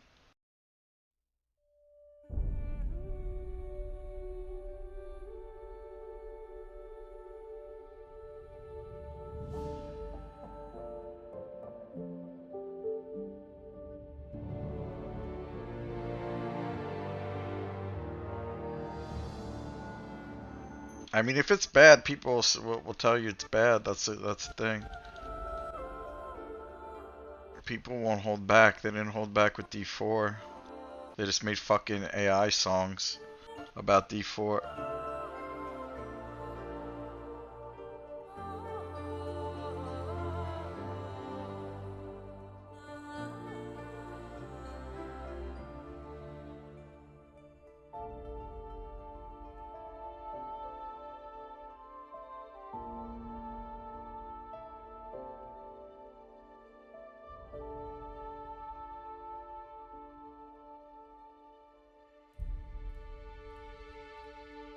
Is it like a different story?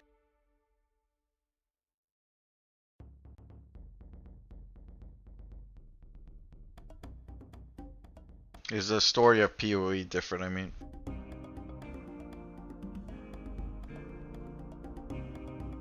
Oh, it's in the future.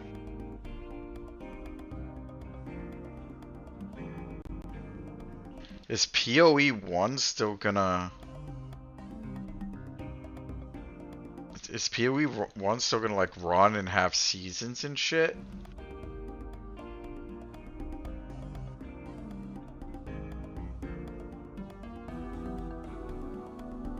It's gonna? That's kinda weird.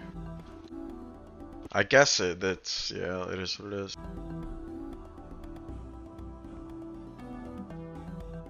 Oh, okay, so it's no, yeah, that's why my brother's probably not gonna like it. It's no more zoom, more paying attention to what you're doing. The guy, he's not gonna really like that, honestly. He likes the zoom, clear screen. So yeah, like that's not, like some people really aren't gonna like that.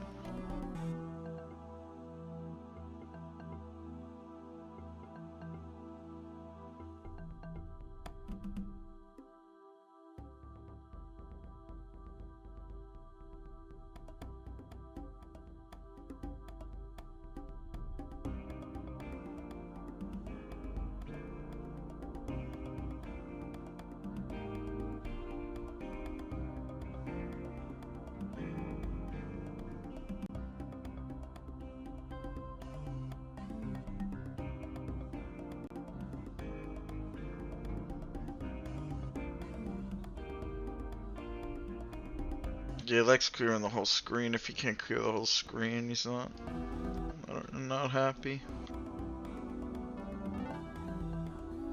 I don't even, when he played, I didn't even know what was going on. Like, it was just like flashing lights and everything. You just see like items drop. I'm like, dude, I can't even see anything that's going on.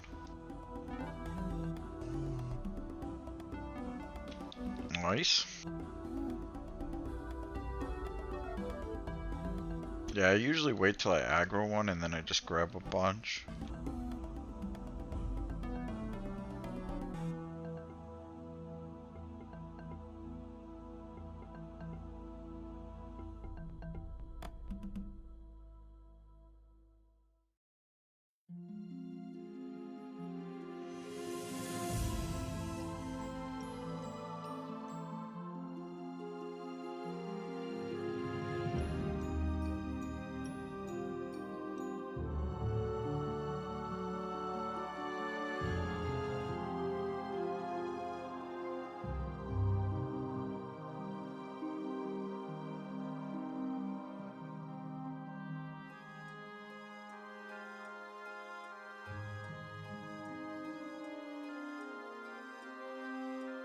Damn, I'm just like perma-encumbered though.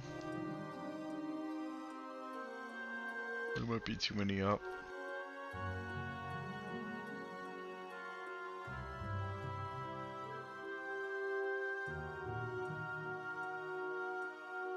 Oh yeah, there's like too many of these at this point.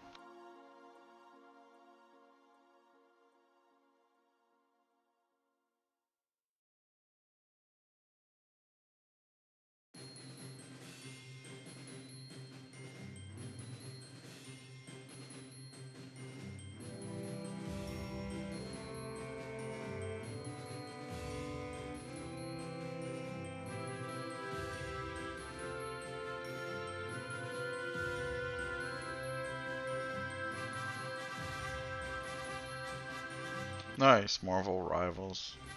Never heard of it. I think my computer would explode if I tried playing a game like that. I think I need to stick with EverQuest.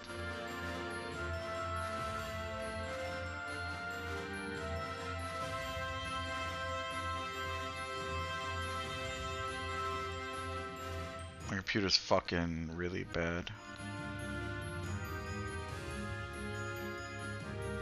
My computer wasn't good when I bought it like 7 years ago. Now it's just probably complete trash.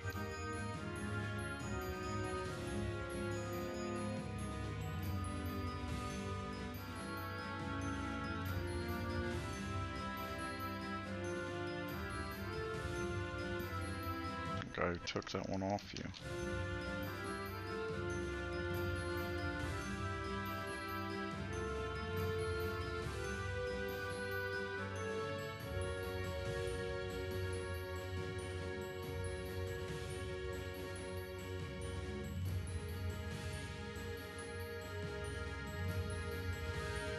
Nice. Dude, I just bought like a pre-built like on Cyber Monday like 7 years ago for like 800 bucks. And so like all AMD shit. So that's obviously was cheaper at the time. It's probably still cheaper. Did I KS you? No, not you would. The guard was gonna kill it anyway because you had a brittle on you. So it's either the guard kills it or I kill it. So it's not really a KS.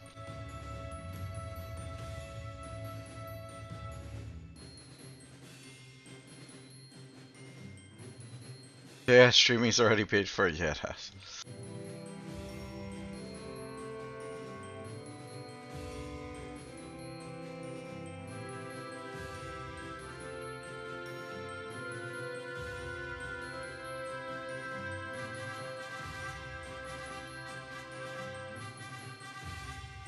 I'll probably do another budget buy soon. I don't really want to build. I don't... Like, I know how to build, I just don't want to. I hate doing it. I don't enjoy it. Some people really like that stuff. Like, I'd rather not do it. I used to build computers with my brother when I was, like, younger and shit. You'd save a lot of money. Nowadays, what do you even save? Like, maybe 100, but like, you don't really save much by building your own computer anymore. Not like back in the day. Like back in the day, like fucking 20 years ago, if you built it, you save like so much money.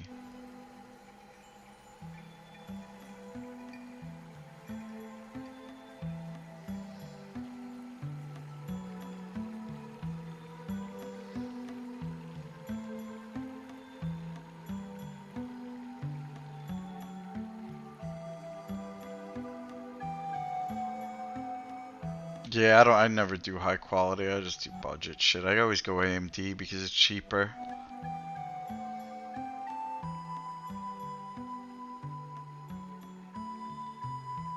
I'm definitely over it. I don't wanna build. Some people really enjoy it. I despise it. I just don't. As you could tell by like the way I keep my bags and shit. Imagine me like doing cable management and shit. Like I have no patience for that kind of shit. It's like I just want this shit done.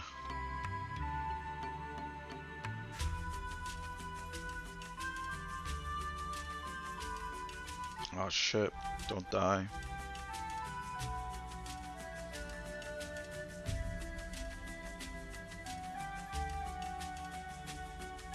So many brittles. Yeah, it's yeah, some people really like it. If you really like it, yeah, definitely worth it. It's like I don't even, I just despise building computers. When I was younger, I didn't even like it that much. It's just like my brother liked it, so I just kind of do it with him. He'd be like, "Oh, just buy, you know, get the parts, let's build it." I'm like, "All right, I guess." And it was a lot cheaper though too. Like you would find computers with like the comparable parts that you want to buy, and you would just save like $300-400 bucks. I'm like, all right, well, kinda no choice there.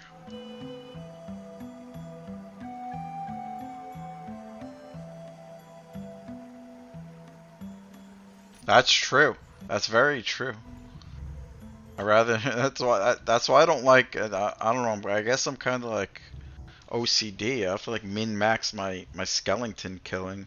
I can't be like worrying about other shit. I just want to play the game.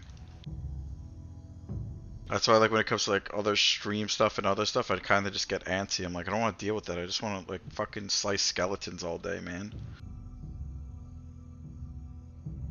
I don't want to fucking do that like random bullshit. Just gotta slice the skeletons. Oh man, I'm so encumbered.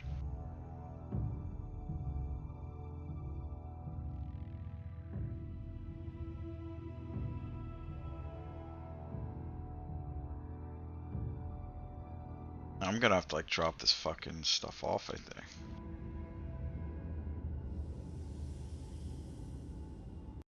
Trump's gonna cause a part party? They probably.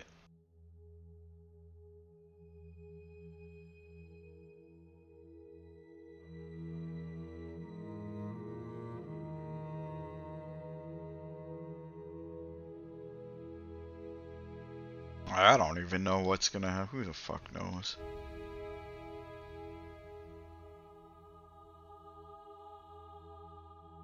I mean, because that we're taxing them 25%, then the distributors from our country charge us an extra 25%? Is that what's gonna happen? Like, is it just gonna hurt? I mean, if you're buying it from China directly, I don't even know.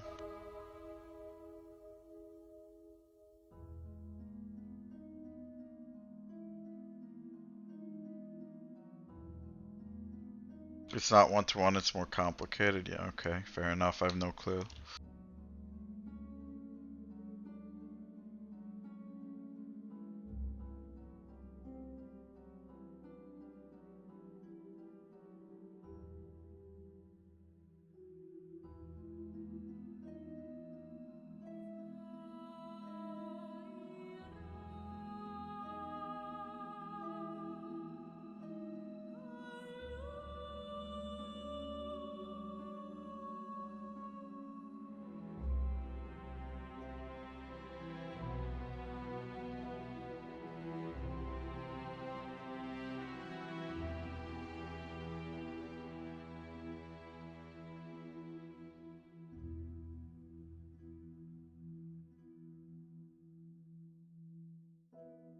Yeah, I don't know. Yeah, like I wouldn't know either. I could just speculate, but I have no fucking clue.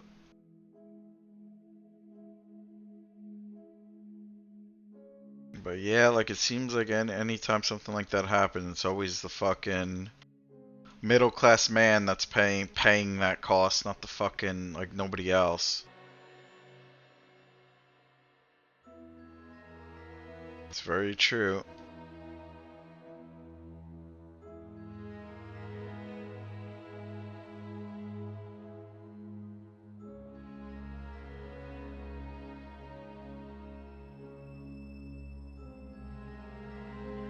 I mean, yeah, voting for, or just like having Trump voted in doesn't help. I'm dead. My game crashed. I don't know, man. Like that's the. It might just be my computer.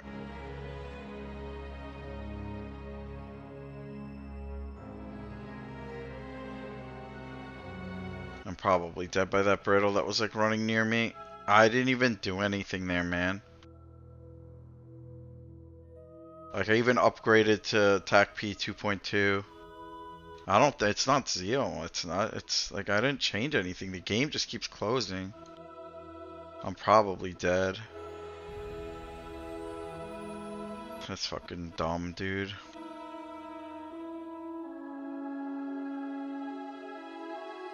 I can't even. Like that hasn't happened until like 2 days ago. Yeah, I'm probably dead, but I don't know for sure. Most likely.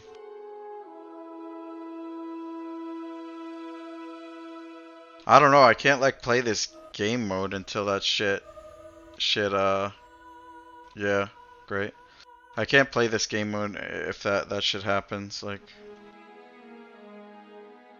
yeah, it's just fucking stupid, man. Yeah, some hardcore.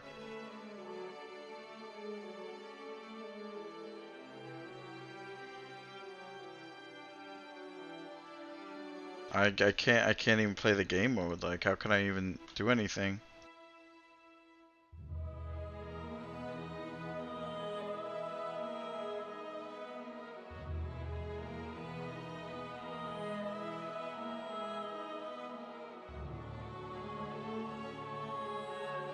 That's it. It just keeps happening. Like, I don't know, man. Like, I can't. Like, what do I even do? Do I just like I don't know like what to do, honestly.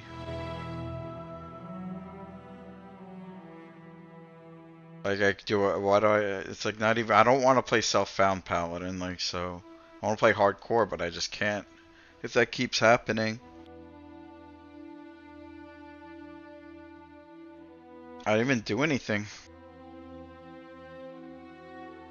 No crash, no like crash report either. It just fucking closed.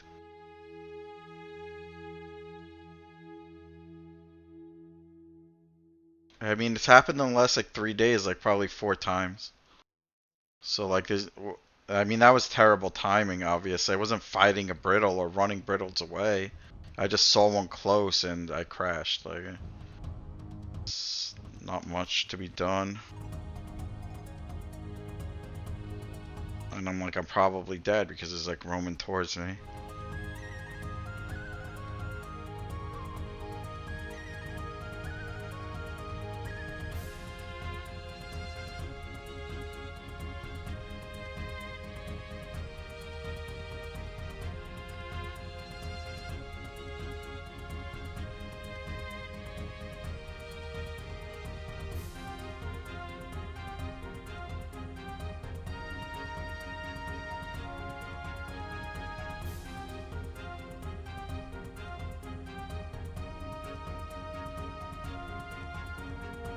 I mean, I'll go again. If it happens again, though, like, I don't know, man.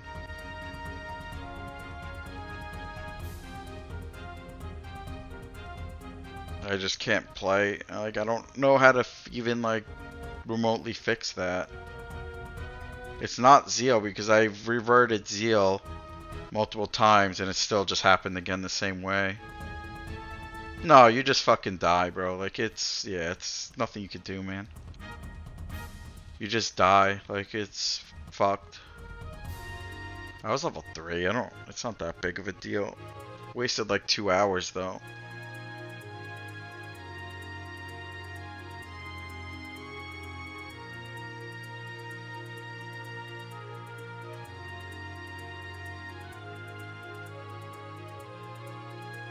Because I don't, like, the thing is, like, I don't really even know how to fix it.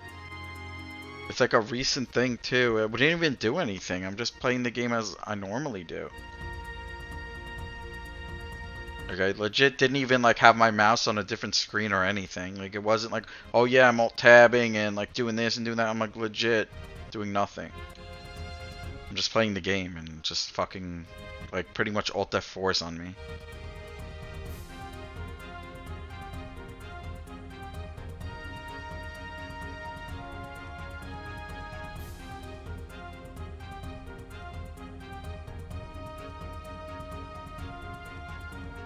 Yeah, they should fucking do that. I mean, that'd be huge. For hardcore, it'd be huge because, like, there are just, like, random client crashes that are out of your control. Like, I had nothing I could do there. I tried logging back in instantly. It didn't matter, though. You have an active character. He's dying. Get wrecked.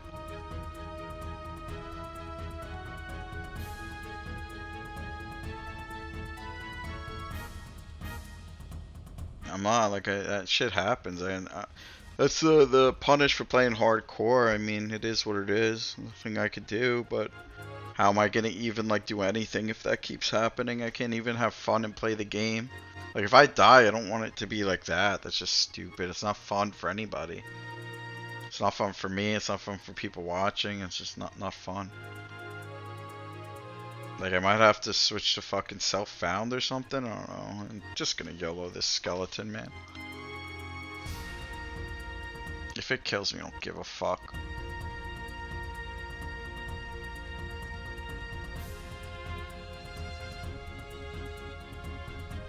How much health do I have? 13.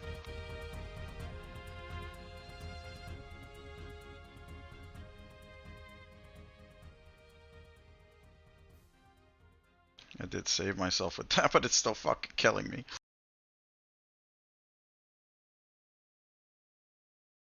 Whoa.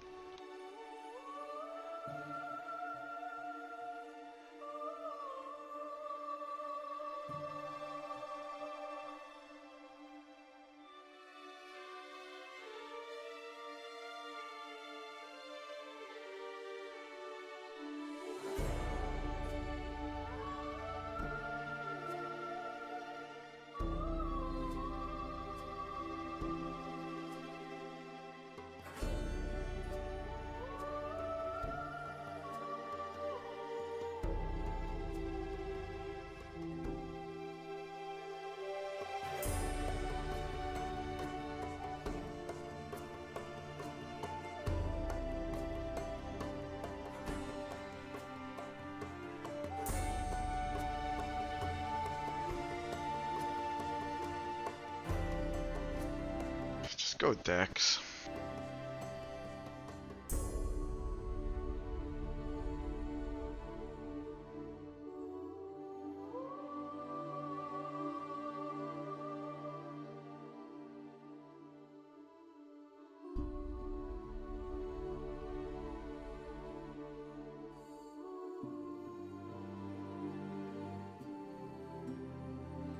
It depends on how much bowing you want to do.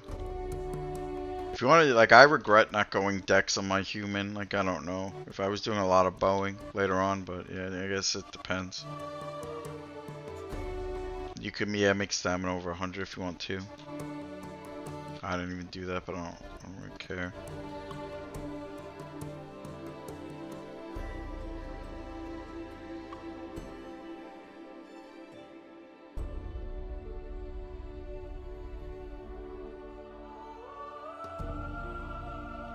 Can't? Alright.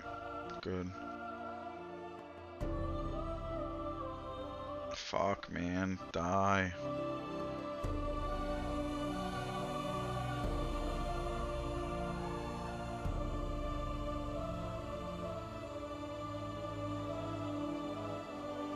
Bro, this RNG, man. Just fucking kill me. I don't even care at this point.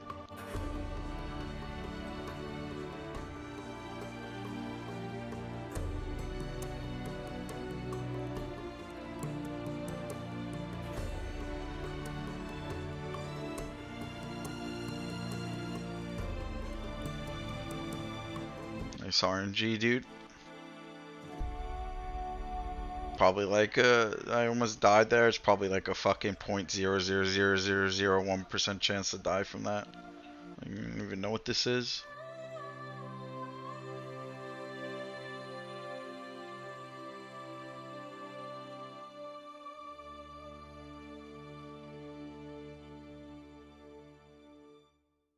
Like, I can't even explain what the fuck this is right here. Like, it's just hit, miss, hit, miss, hit, miss, like 17 times in a row. It's great.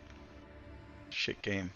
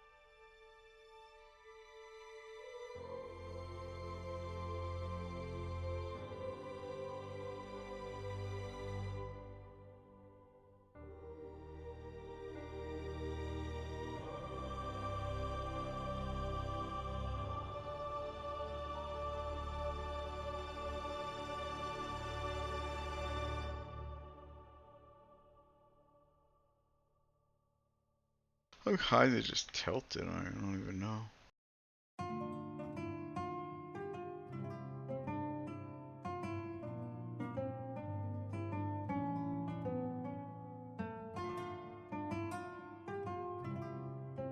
Dying to DC's not fun.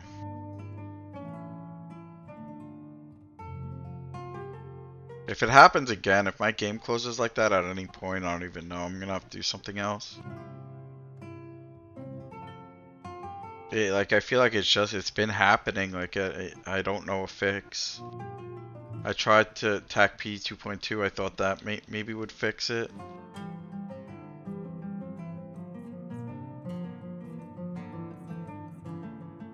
Oh, it has a fucking weapon. Alright, I need to AFK at the guard.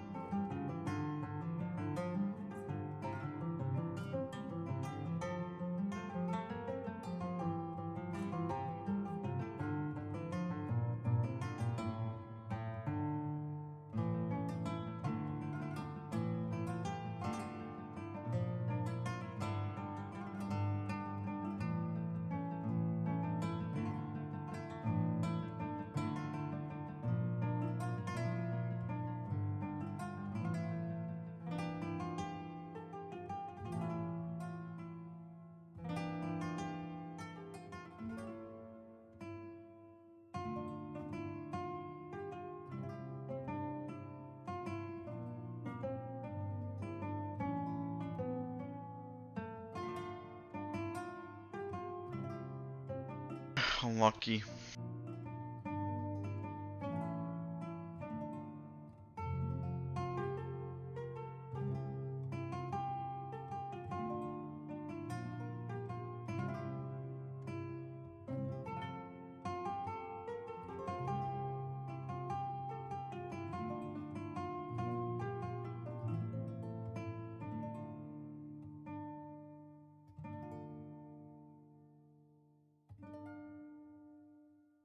Yeah, I try one more time. I'll try one more time.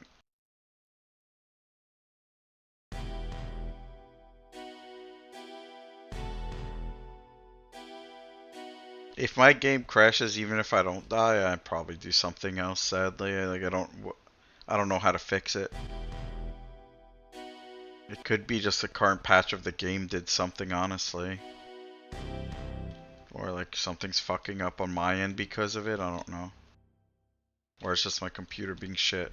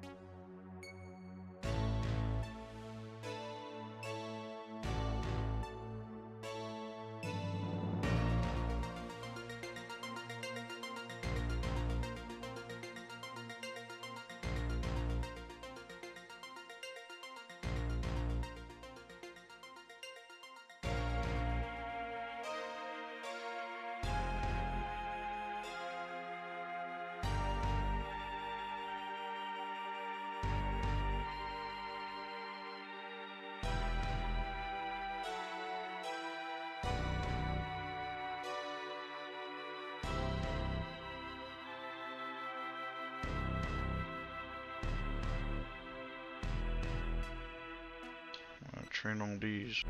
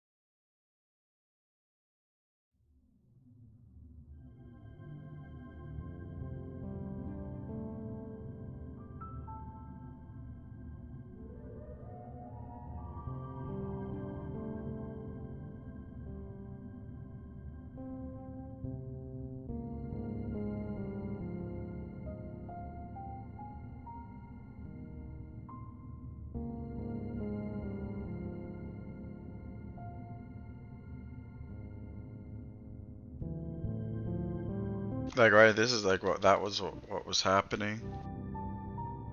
Yo, what up, Phineas?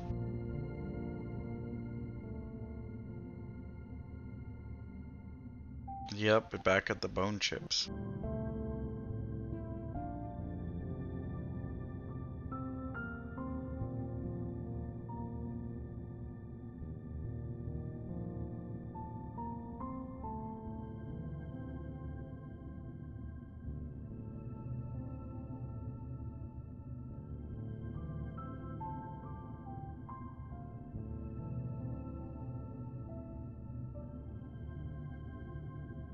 Damn, there's so many brittles up right now.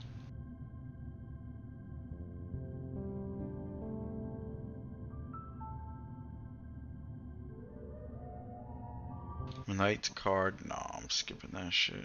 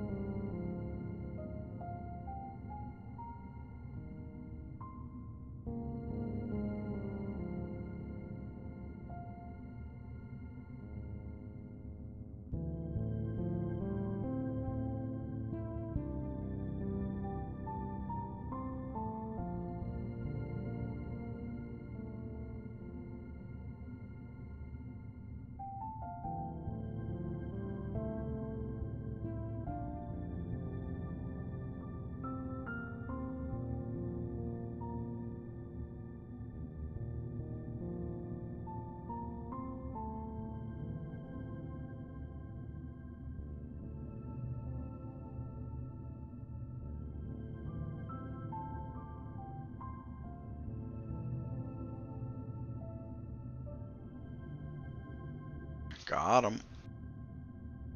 Full ring mount. Yeah, I can just make banded.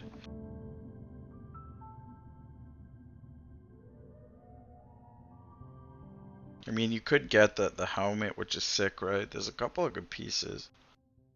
But, like, it's RNG. And, yeah, the Dwarven Ringmail Tunic, yeah.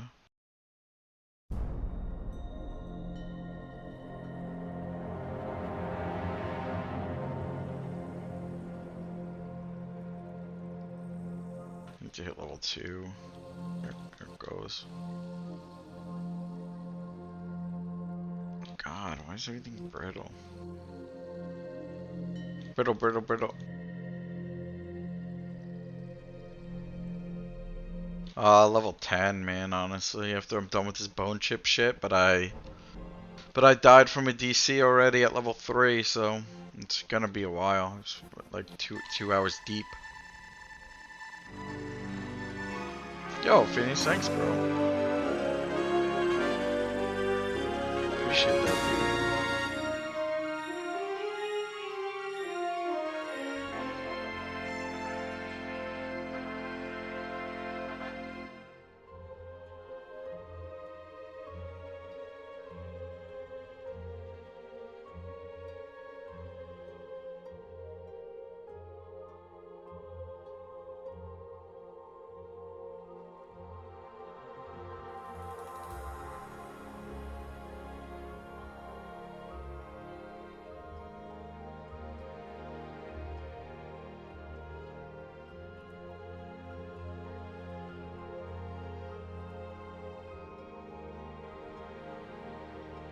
Thanks, bro. Appreciate that. Yeah, I'll add 50 minutes.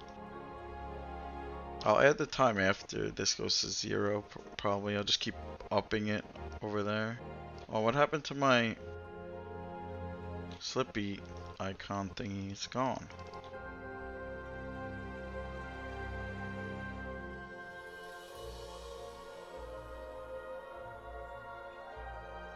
I lost the Slippy thing. Wait, where the fuck did they go?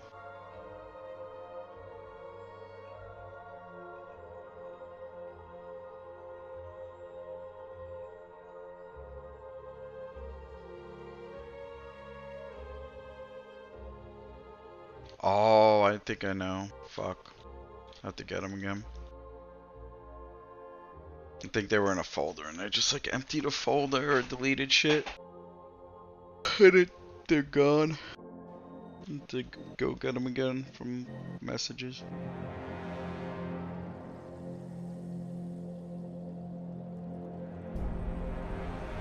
trying to like clear up space on my computer, maybe because like, I don't know. Fuck.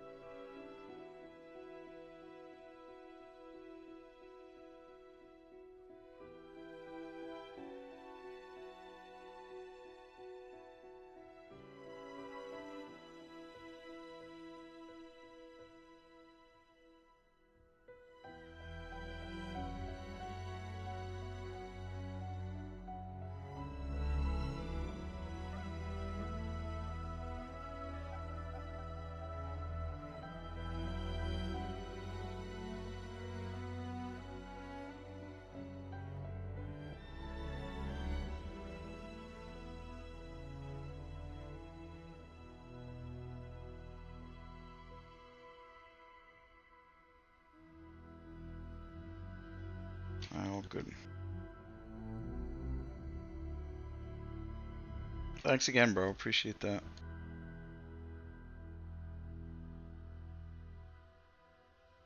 Come on, bruh.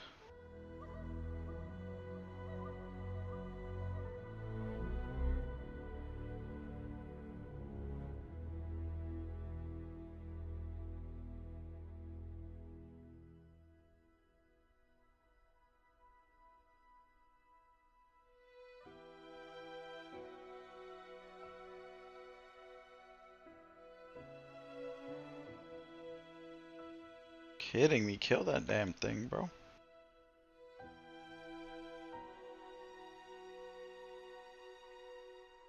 Oh, I haven't even got a single piece of cloth yet. Damn. This is not the run. Dude, I was stacked on my first character. Let's get fucking stacked. Now I'm fucked.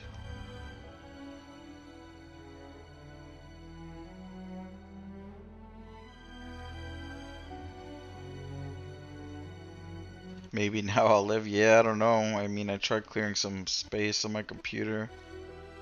I don't know, man. I feel like it's the same shit's just gonna happen. The game is just gonna close on me. Okay, we'll have to bring Brittles back. I aggroed one. Cause it's been happening the last like week, like from Monday. It happened, Tuesday it happened, Wednesday, it just keeps happening. Happened like every day. Like at least like twice or some shit. I don't know why. Just playing the game, not alt-tabbing, not like doing anything weird. And it'll just all like pretty much be like, the game will just alt F4 on me. No, like there's no crash report, no anything. Like I don't know how to fix that. I already tried some things. Got the TAC P 2.2. I changed Yale back and forth a bunch. It doesn't matter. It's still just crashing.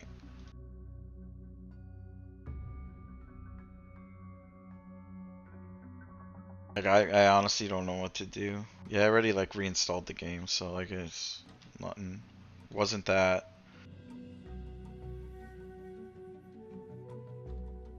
Not getting an error on my computer, not getting an error from the game.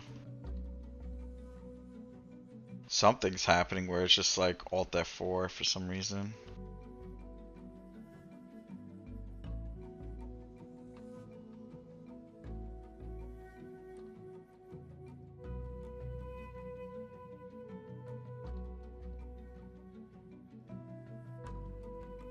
I usually get crash reports when Quarm crashes, now I don't. It just Alt F4s on me. with no error, no anything. It's just like, oh, it's like I hit Alt F4. Like, that's what it's like. But I'm not. My hand's nowhere like near hitting that. Like, I don't understand it. I don't use Alt for anything, really. And I never press F4, so I don't know.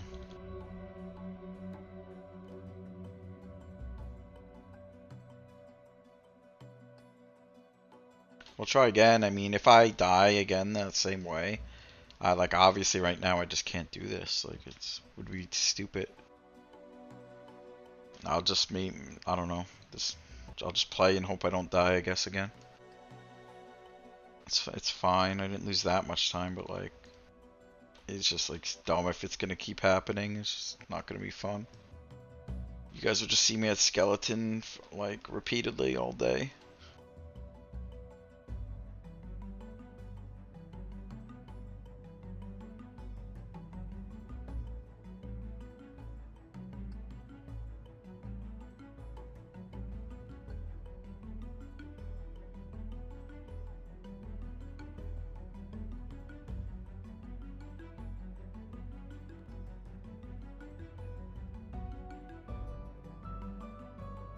I mean, yeah, like I wish it did have that reconnect option where if your client crashes, you could log back in and it kicks your character as soon as you hit enter, like as soon as you get back in, right? It should just kick your character out.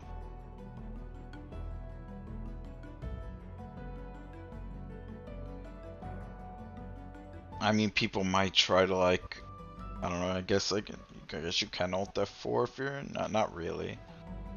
I don't really think it's that exploitable. I don't know. Probably not.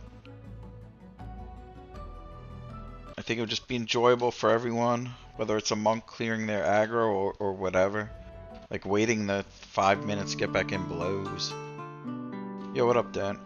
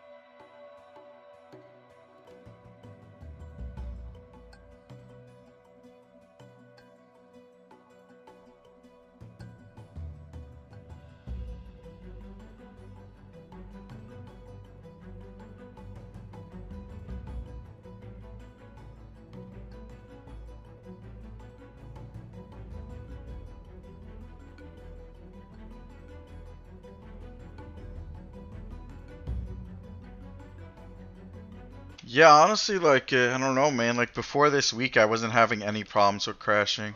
It's probably like a patch that did it, because I didn't change anything. Probably a patch that's like interfering with my PC or my processor or whatever the fuck. I have no clue.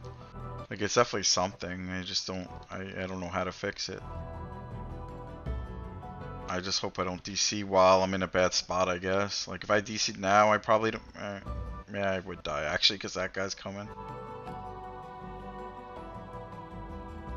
You know, there's a lot of scenarios where I DC and don't die. There's just like that one scenario was just really bad. And I DC'd and died, so.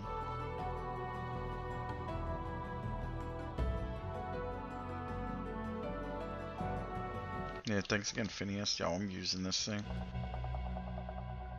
I have to buy.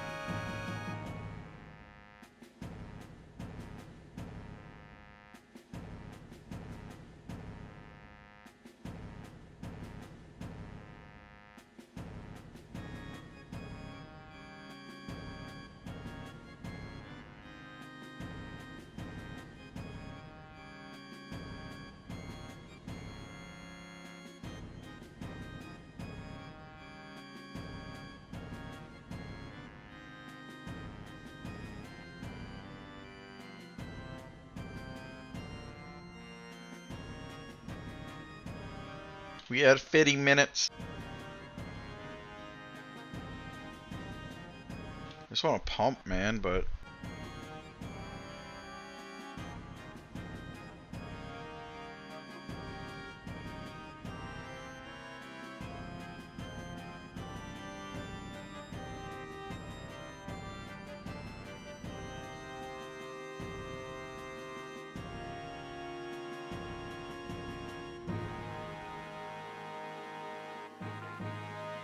Oh, man.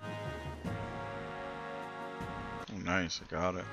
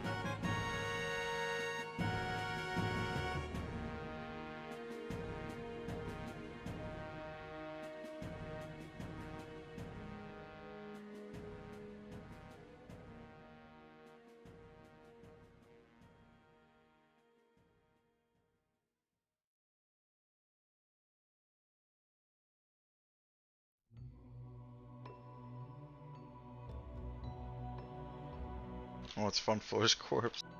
Funyun.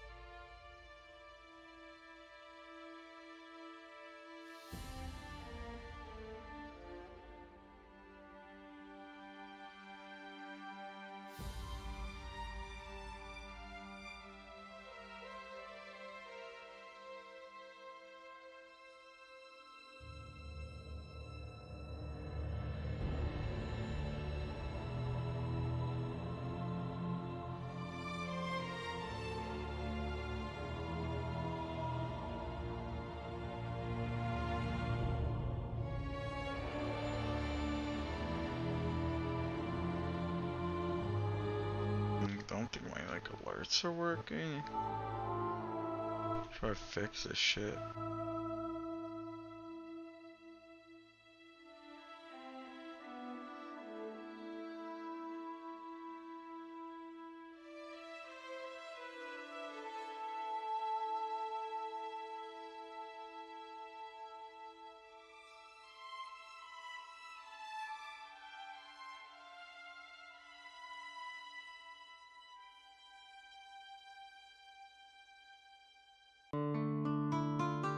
Somewhere. It's not working for me, I don't think.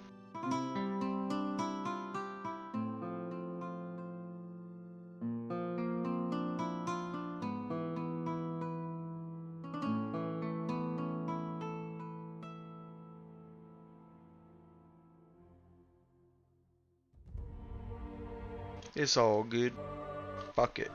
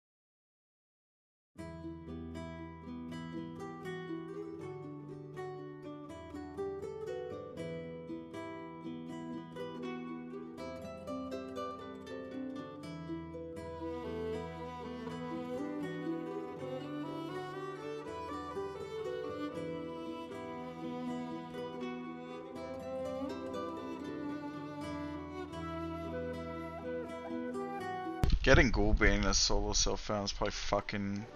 like, you have to wait a long time. Probably need to be like 35 at least, I guess. Maybe do the quest, maybe it's easier.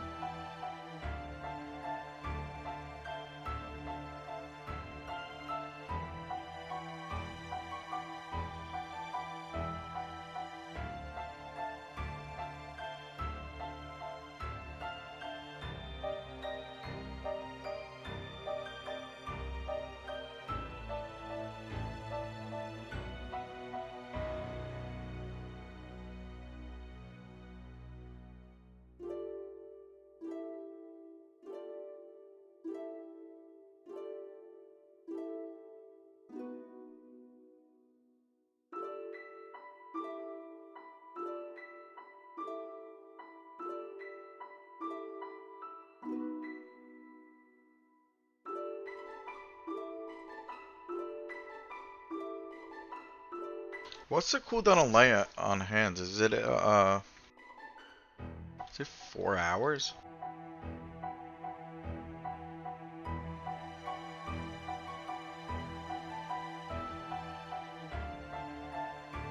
It's nice to have up.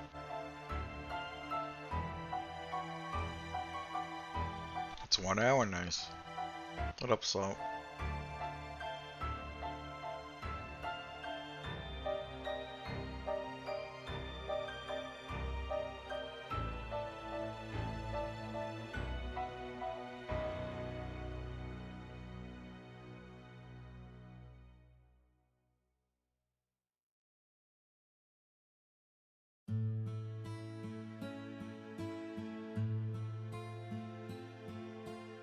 Okay, okay. I'll have to look it up.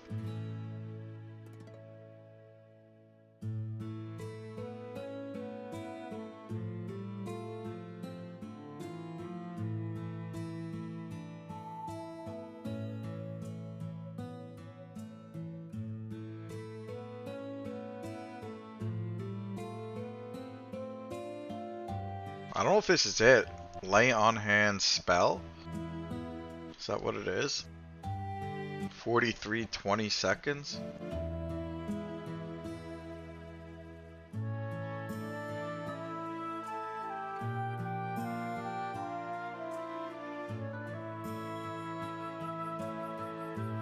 "72 minutes? That's probably right.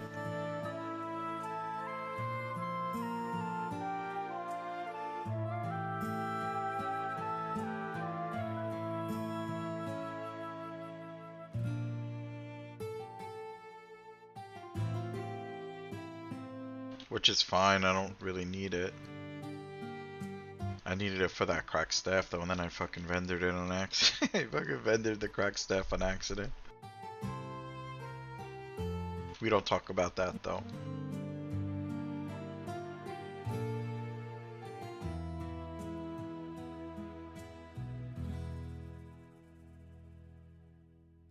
It's fine, this weapon's good enough. I want that two-handed sword. Oh, have you? Nice, dude. Yeah, I'm doing solo self-found hardcore, but I already DC'd and died, so we'll see how long this lasts, I guess.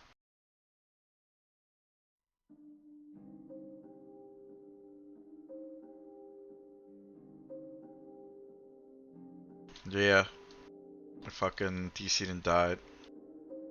Which blows. I was like 2 hours in. It is what it is. Like, not a big deal. Like, died at level like not 10 and 14 on my ranger when I did that, and those are actually real deaths though. It sucks DCing.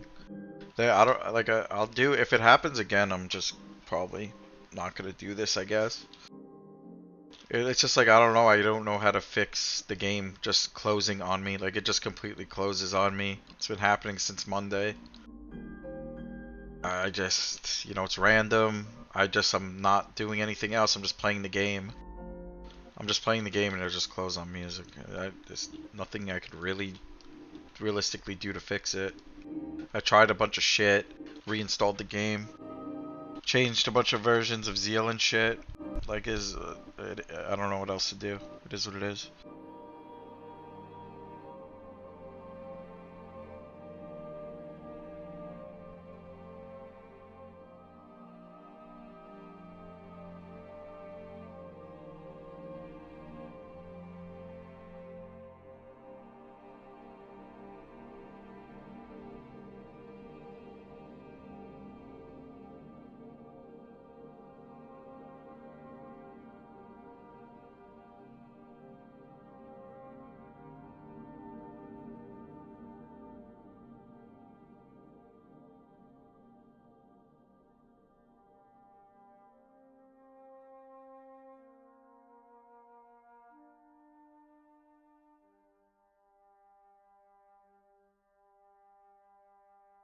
Gnome skeleton on top of a brittle skeleton.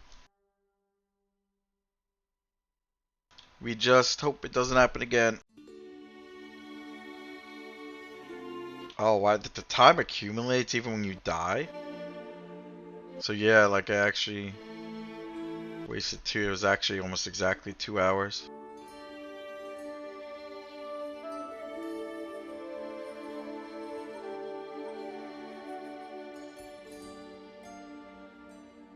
So if it happened at the 2 hour mark again, that's something to look out for, I guess. Like, I don't know.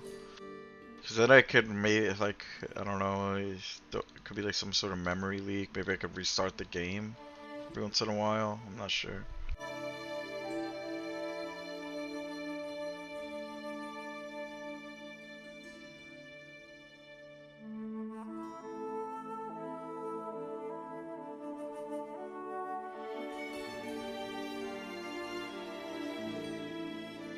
Oh, I just ran into that. I didn't even see it, honestly. It was fun. I was like looking past it. I even honestly didn't see it.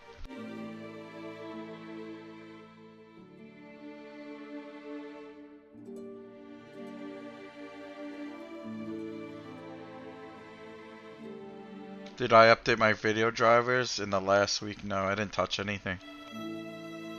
No, didn't. Why would an update do that? Should I update?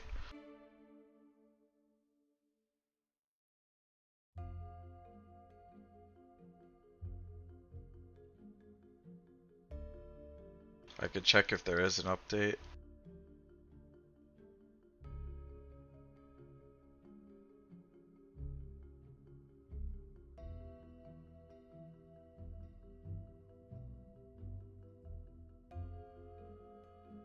Definitely not. Not recently. I haven't updated.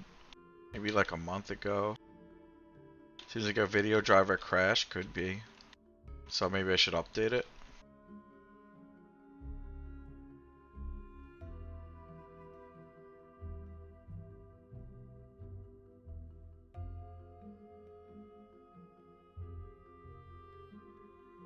Worth a shot. Let me see if there's an update. Probably is, honestly. It's been a while. A couple months or something.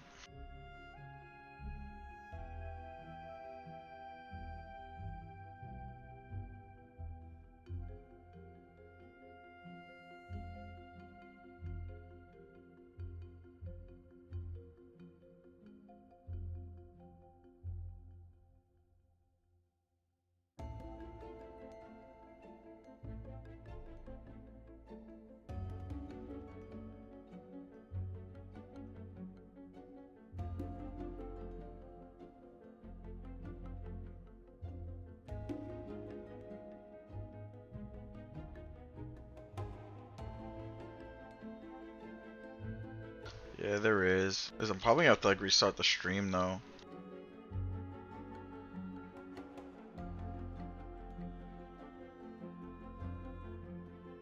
If I do this, I doubt I can update video drivers on stream.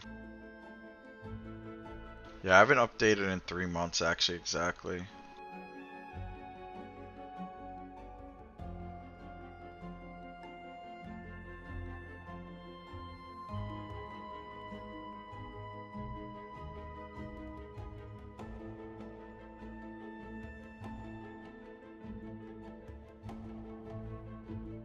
What up, Drake? Yeah, I DC'd once and died. God, my game closed on me. I'm trying to... maybe I should update my video driver so it doesn't happen again. I only lost like 2 hours though. I'm back to level 2, almost 3.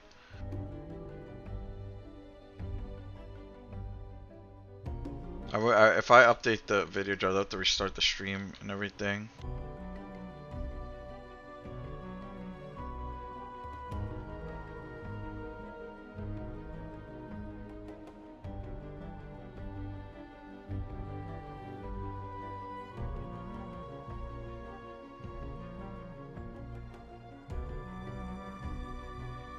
Yeah, I'm doing the pumpathon too. Pumping.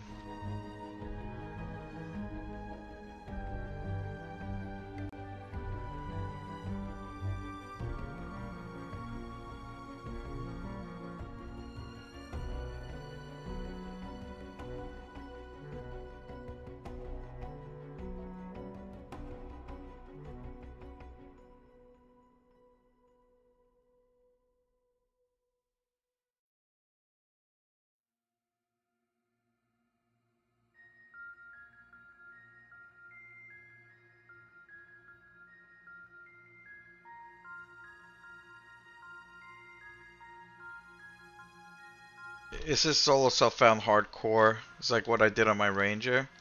My Ranger didn't DC like that though. Like, I don't know, it's weird.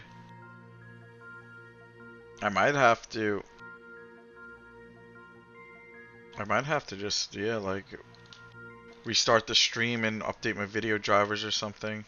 I mean, it's worth a try. I don't see why it wouldn't.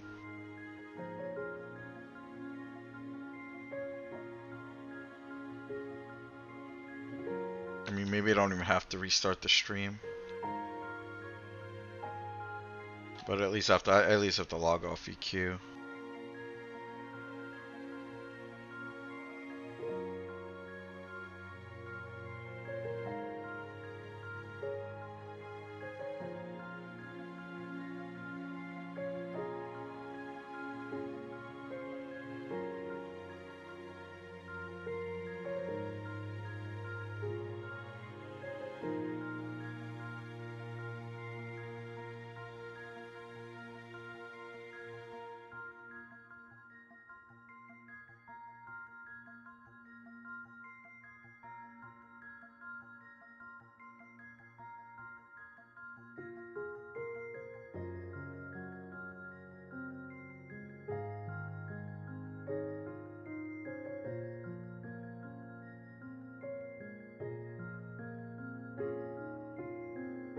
Yeah, if I crash again, dude, I don't want, like, it's happening. It's proven to happen like 8 times in the past 4 days. I think I just restart stream. I'll restart stream, update the timer with that 50 minutes, whatever. Restart my computer, and then come back. So I'll be right back in like 15 minutes probably. Maximum, 15 minutes maximum. Probably take like 5, but we'll see. Alright, I'll be right back. I'm gonna have to get this done. I don't feel like crashing all day.